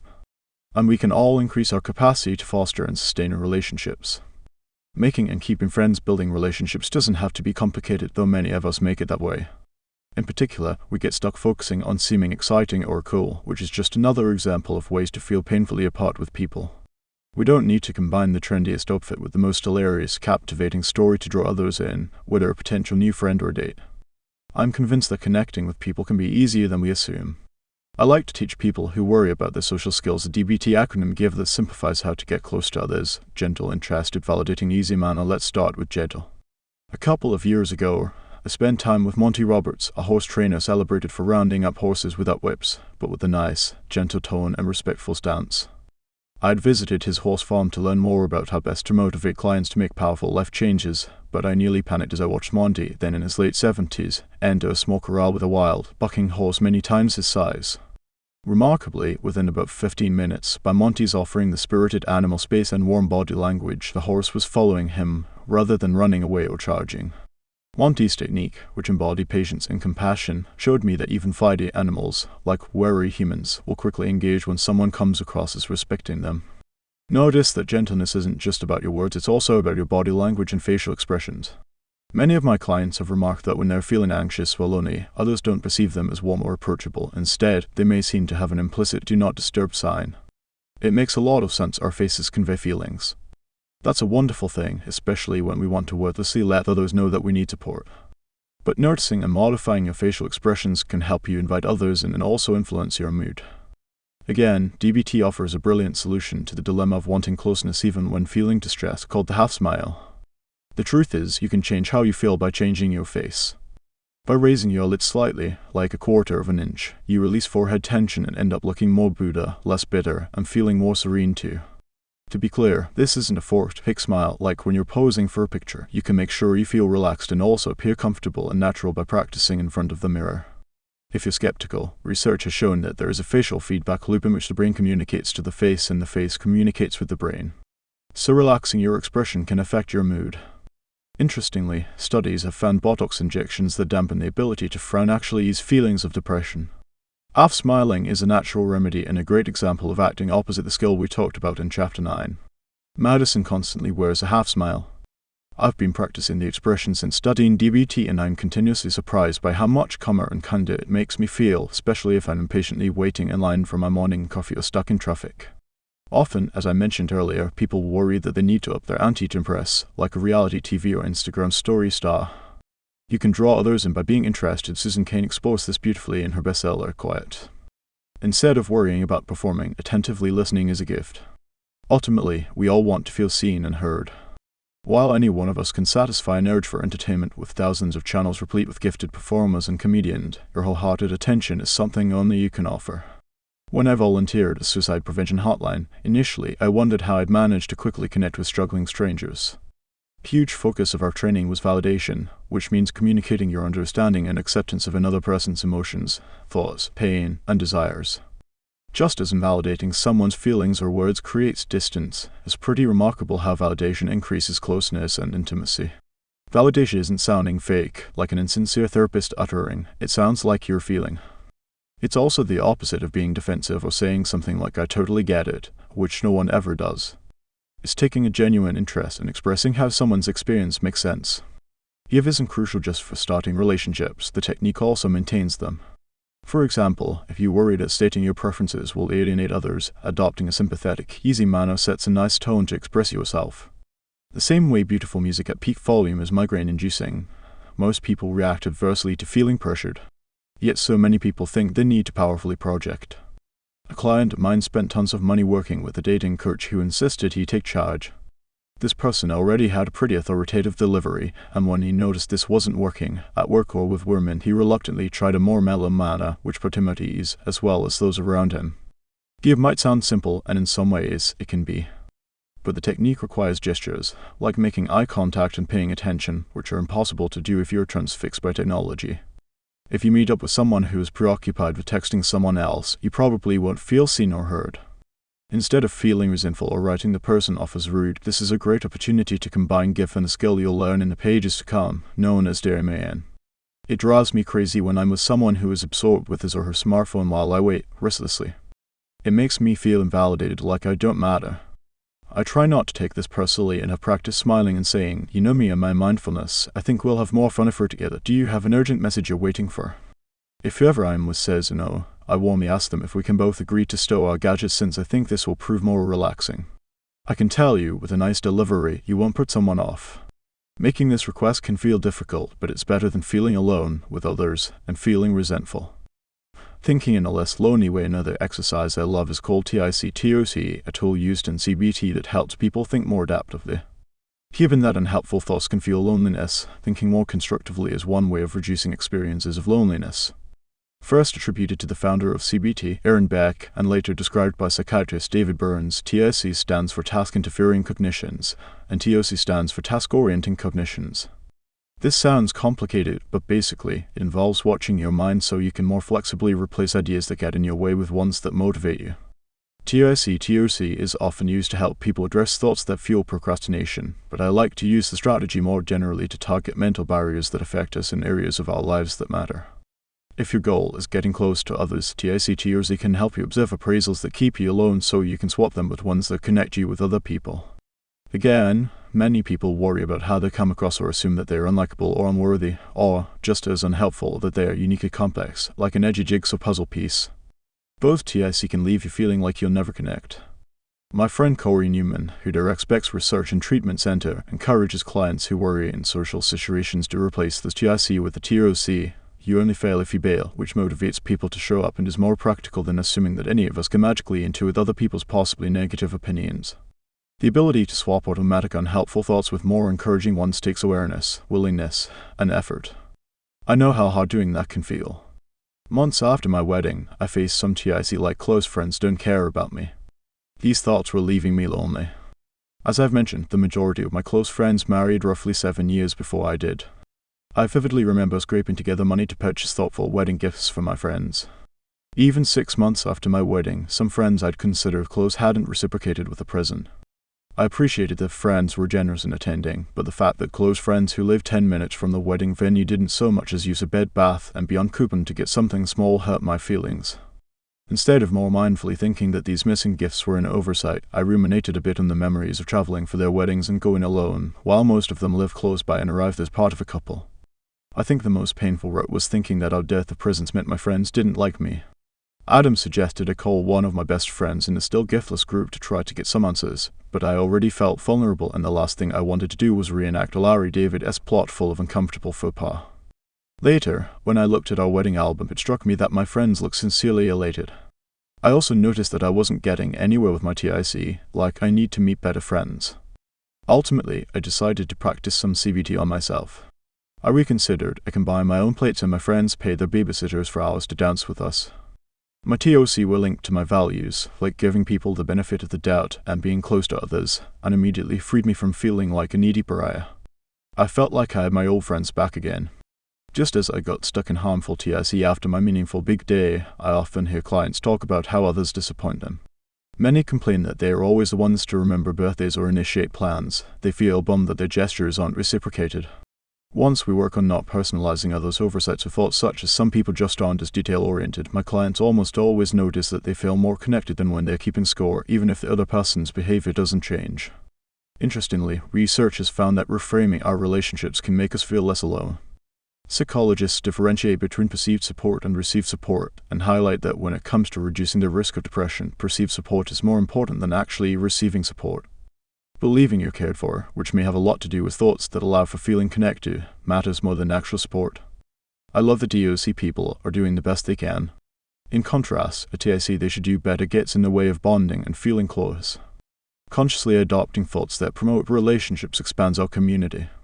In the days immediately following the tragedy of September 11th, Sharon Salzberg helped volunteers who'd spent days digging for bodies cope with what they were experiencing.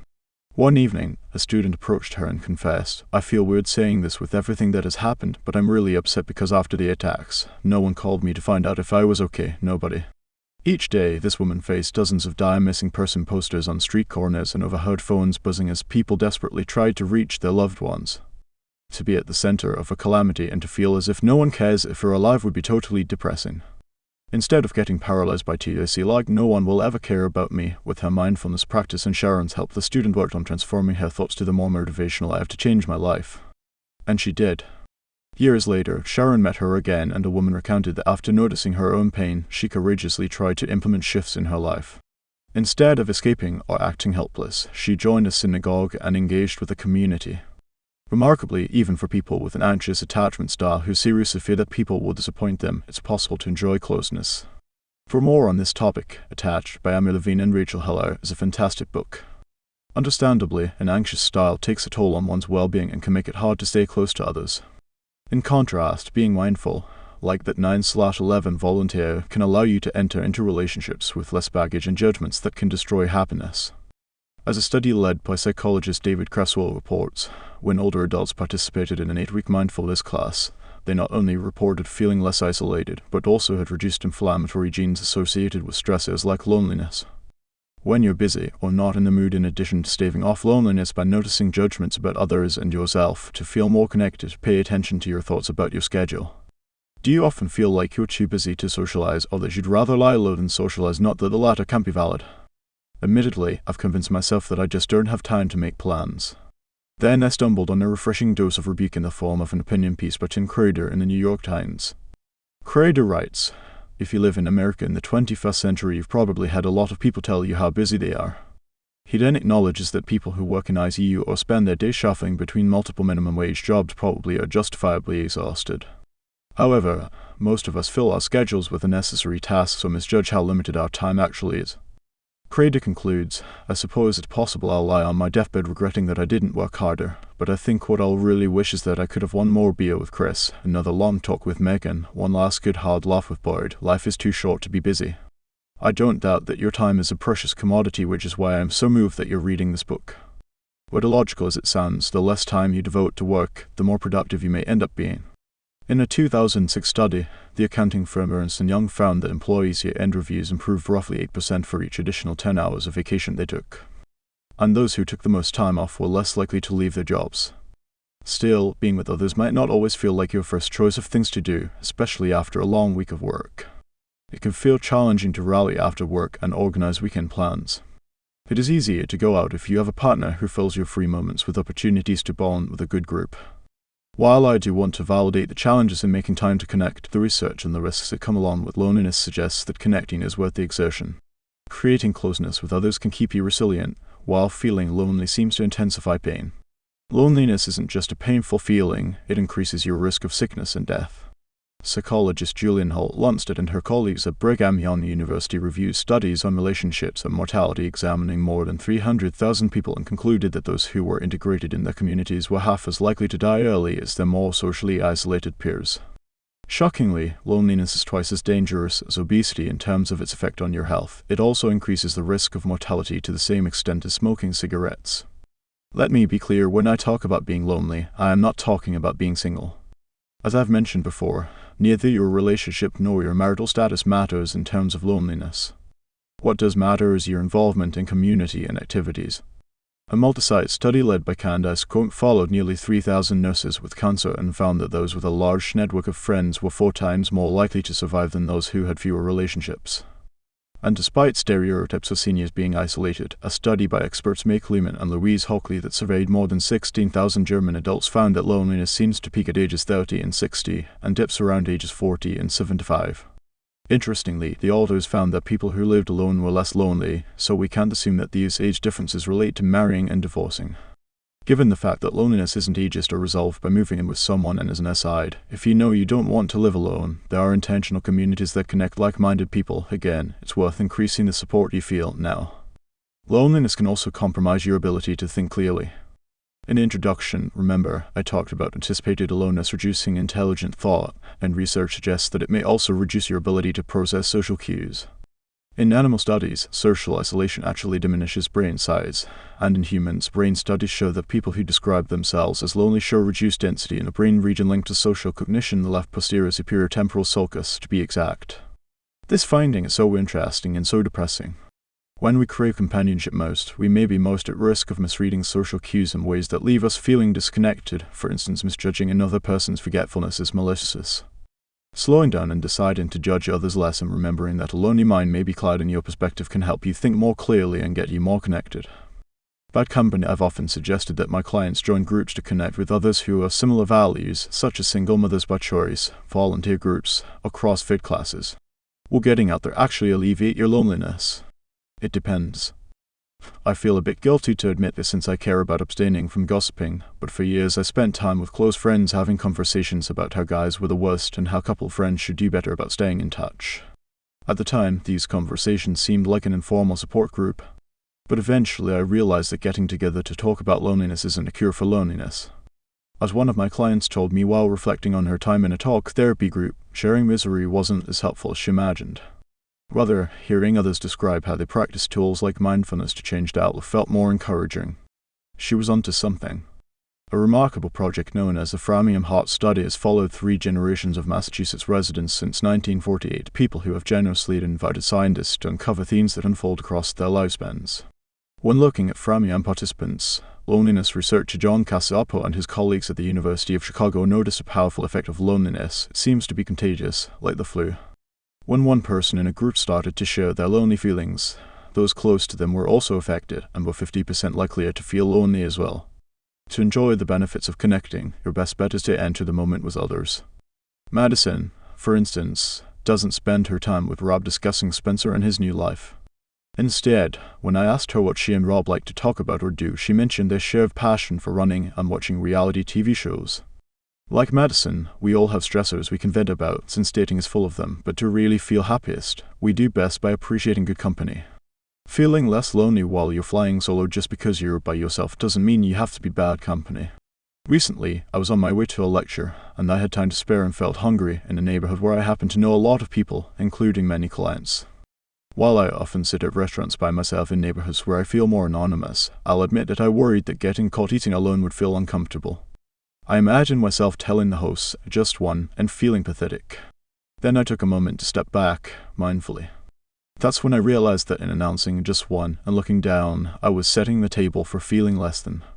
I put my iPhone away and confidently said, 1, please. Then I ate with my eyes up and found myself enjoying comforting Indian food on my dinner date. Technology can be another version of bad company. I totally understand that it's easier to see what people are up to without having to make the effort to get together in person. You no longer need to sit across from someone to see a new haircut or hear about an epic Halloween party. Yet in the same way that a sex toy hopefully isn't a substitute for a partner, social media seems like a poor substitute for plans with people you care about. Given the choice of receiving lots of posts on your Facebook wall or having a celebratory dinner out with friends, I'd bet that seeing friends in real time, in real life, will always feel nicer. So many people complain about long-distance romantic relationships, of wanting an in-person partner instead of a mix of FaceTime and WhatsApp. It seems strange that any of us would settle for this tech replacements in our other relationships. Now, I don't want to sound like the parent of a teenager bossily trying to curb your screen time. But in my own life and in the lives of my clients, I've repeatedly seen that swapping people for tech gadgets hijacks joy. One piece of evidence, as social media use climbs, rates of loneliness are also increasing. Plus, there's no doubt in my mind that social networking can lead to DICE, they got together and didn't invite me, stealing time and energy better used for seeing people in real life. Time online consumes us, enhancing the busy trap. The more you devote to others in person, the closer you'll feel. Overcoming paralysis by analysis, you can also curb loneliness by doing some problem solving, especially if you're caught in a situation that's not working for you. Some people worry that asserting themselves might seem too aggressive. Others get trapped in the TIC people should know better. My sense, influenced by principles in DBT, is that it's inevitable that you'll face dissatisfaction in relationships. Given this fact, the ability to repair relationships is more important than preventing a rift in the first place. Instead of ruminating on how best to bring up an issue that bothers you or worrying that saying something about a touchy topic will ruin a relationship, try the following DBT strategy, a great acronym known as DEEPEN, that sets the stage to strategically ask for what you need instead of obsessing and feeling paralyzed. Here's how it works. Describe the facts, express how you feel, assert or ask for what you want, reinforce, /reward, mindful, act confident, negotiate. If needed, I love this formula because you can use it to simplify tough topics. For example, a friend, Kate, told me that she'd recently ended a few friendships. Why? I asked. Kate, now 38, is a remarkable single mother who married young and tragically, as her husband was diagnosed with cancer and died soon after the birth of their daughter. Extroverted and yearning for company, she tries to schedule plans with friends in advance and looks forward to having activities on her calendar. She is also able to enter the moment, and I always have a blast when we're together. Yet despite the fact that she doesn't tend to ruminate or spread loneliness, Kate noticed that some of her friends took their plans so casually that they'd ask to reschedule just hours beforehand. If they know what I've been through and they're flaking out on me anyway, I'm not going to waste my time anymore, she told me, explaining her recent decision to end a relationship with a friend who'd cancelled once again. I felt for her and told her about the DEEPEN technique. If her friend understood that Kate needed reliability, she might think twice before cancelling again. I didn't think it was enough for Kate to just embrace DOC like they mean well, or things pop up last minute, but I felt she could benefit by actually doing something to increase her friend's empathy and reliability. Together, we worked on how she might talk to her friend who was prone to cancelling at the last minute. The premise of DEEPEN is that you need to set the stage and lay out what happened, describe the facts, and allow others to get a sense of your experience, express how you feel. Next, we tell them what we hope for, assert, and link that to something that matters to them, reinforce. Your delivery is mindful, so you don't get distracted with a whole list of grievances or lose sight of what you're asking for, nor do you dilute your request with unnecessary apologies, act confident. Finally, you might need to negotiate. If Kate's friend were to ask to reschedule, she could give her more notice. This approach works well in asking for what matters to you in all your relationships, from your coworkers to the person you're dating. It's about being clear on what happened, your emotions, and your requests, and thoughtfully thinking about why this would work well for you both. Kate and I worked on her approaching her friend with something like this. I know you have a lot on your plate now, and I love how, when I asked you last week about going to that new sushi place, you said, let's do it, so I booked a table and a babysitter. I looked forward to seeing you, especially because this month is rough with Father's Day, so it would mean a lot if you pick a time for plans that you're confident will work, or, if something comes up, you give me enough notice to invite someone else. I'll keep on the lookout for the best new hot spots, and we always have so much fun together. That's the reinforce, which clarifies why your request would also work well for another person. We're all driven by incentives. Kate sent a quick, transparent email. Her friend was apologetic, and Kate discovered that once she stated her needs mindfully, she wouldn't have to give up a relationship or obsess on how this person previously disappointed her or might hurt her again in the future. Instead, she was optimistic that she had a friend she could count on. I could have practiced a DEEPEN with friends who didn't get me wedding gifts, but ultimately I chose not to because my objective was feeling closeness, not getting nice stuff. I decided that if my friends acted like they cared about me, I could embrace the theory that they were forgetful, and this DOC turned out to be enough to allow me to drop my sense of disconnection. but I've resorted to the technique many times in other situations, including once requesting that my friends resist focusing on my dating life when we got together, as if that were the only thing that defined me, or telling my parents that I didn't want their well-intentioned but ultimately unhelpful advice when it came to my romantic relationships, though I valued their emotional support. Madison could have employed a Dear MAN to talk to a friend who hadn't reached out to her about how she was doing post-breakup, but had posted lots of exclamation points on her ex-boyfriend Spencer's wall about his wedding.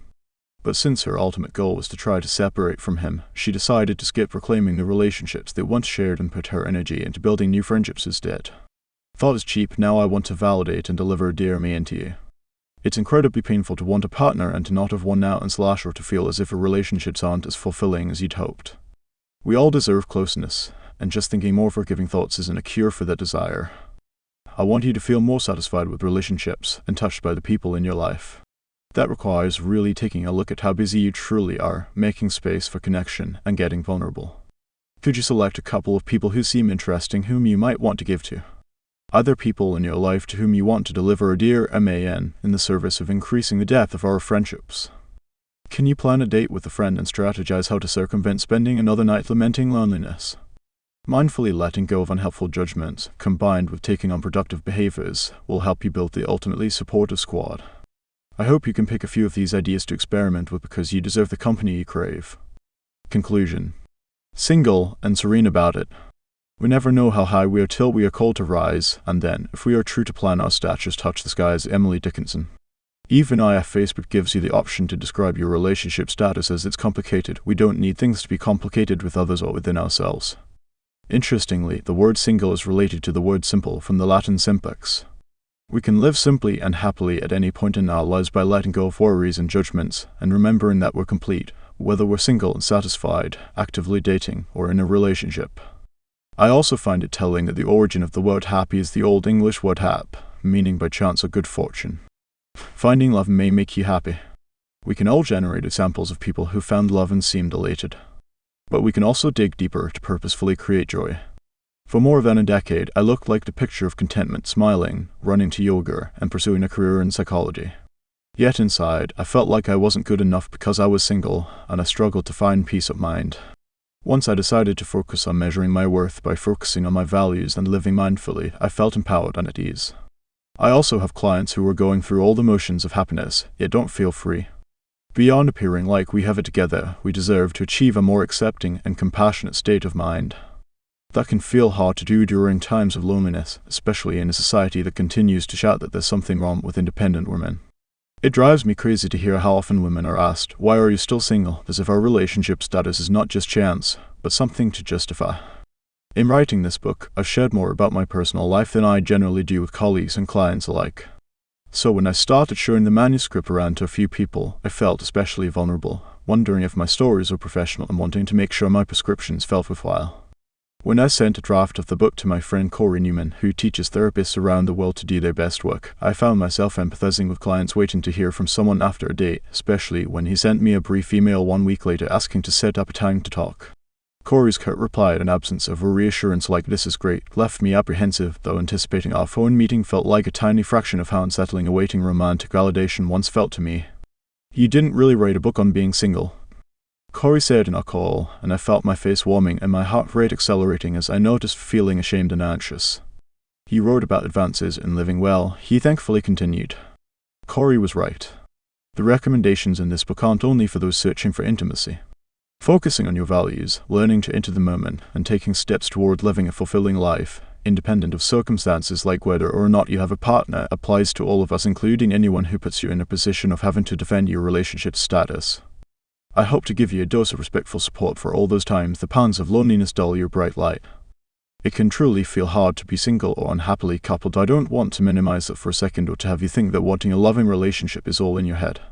The suggestions in this book aren't meant to imply that you somehow need fixing. Rather, I want to honor that it can be painful to not have something you want. It is certainly distressing to be invalidated by others. The tools I've offered here come from a place of tremendous admiration, and they aim to promote well-being, particularly if you know this yourself, falling into any of the habits I described in Part 1. These strategies aren't meant to add more work to your life, they are meant to enhance your freedom. They are the same tools I practice to get unstuck, personally, and continue to use every day. I also prescribe these to anyone who asks me about how to live optimally. In the Hebrew language, there are numerical values associated with words that are said to offer meaningful insights.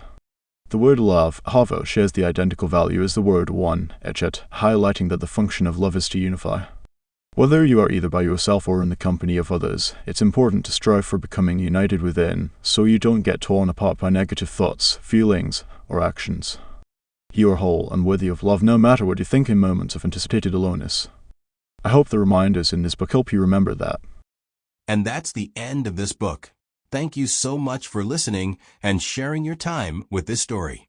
If you'd like to hear more, subscribing to the channel is the best way to stay updated. Your support means the world.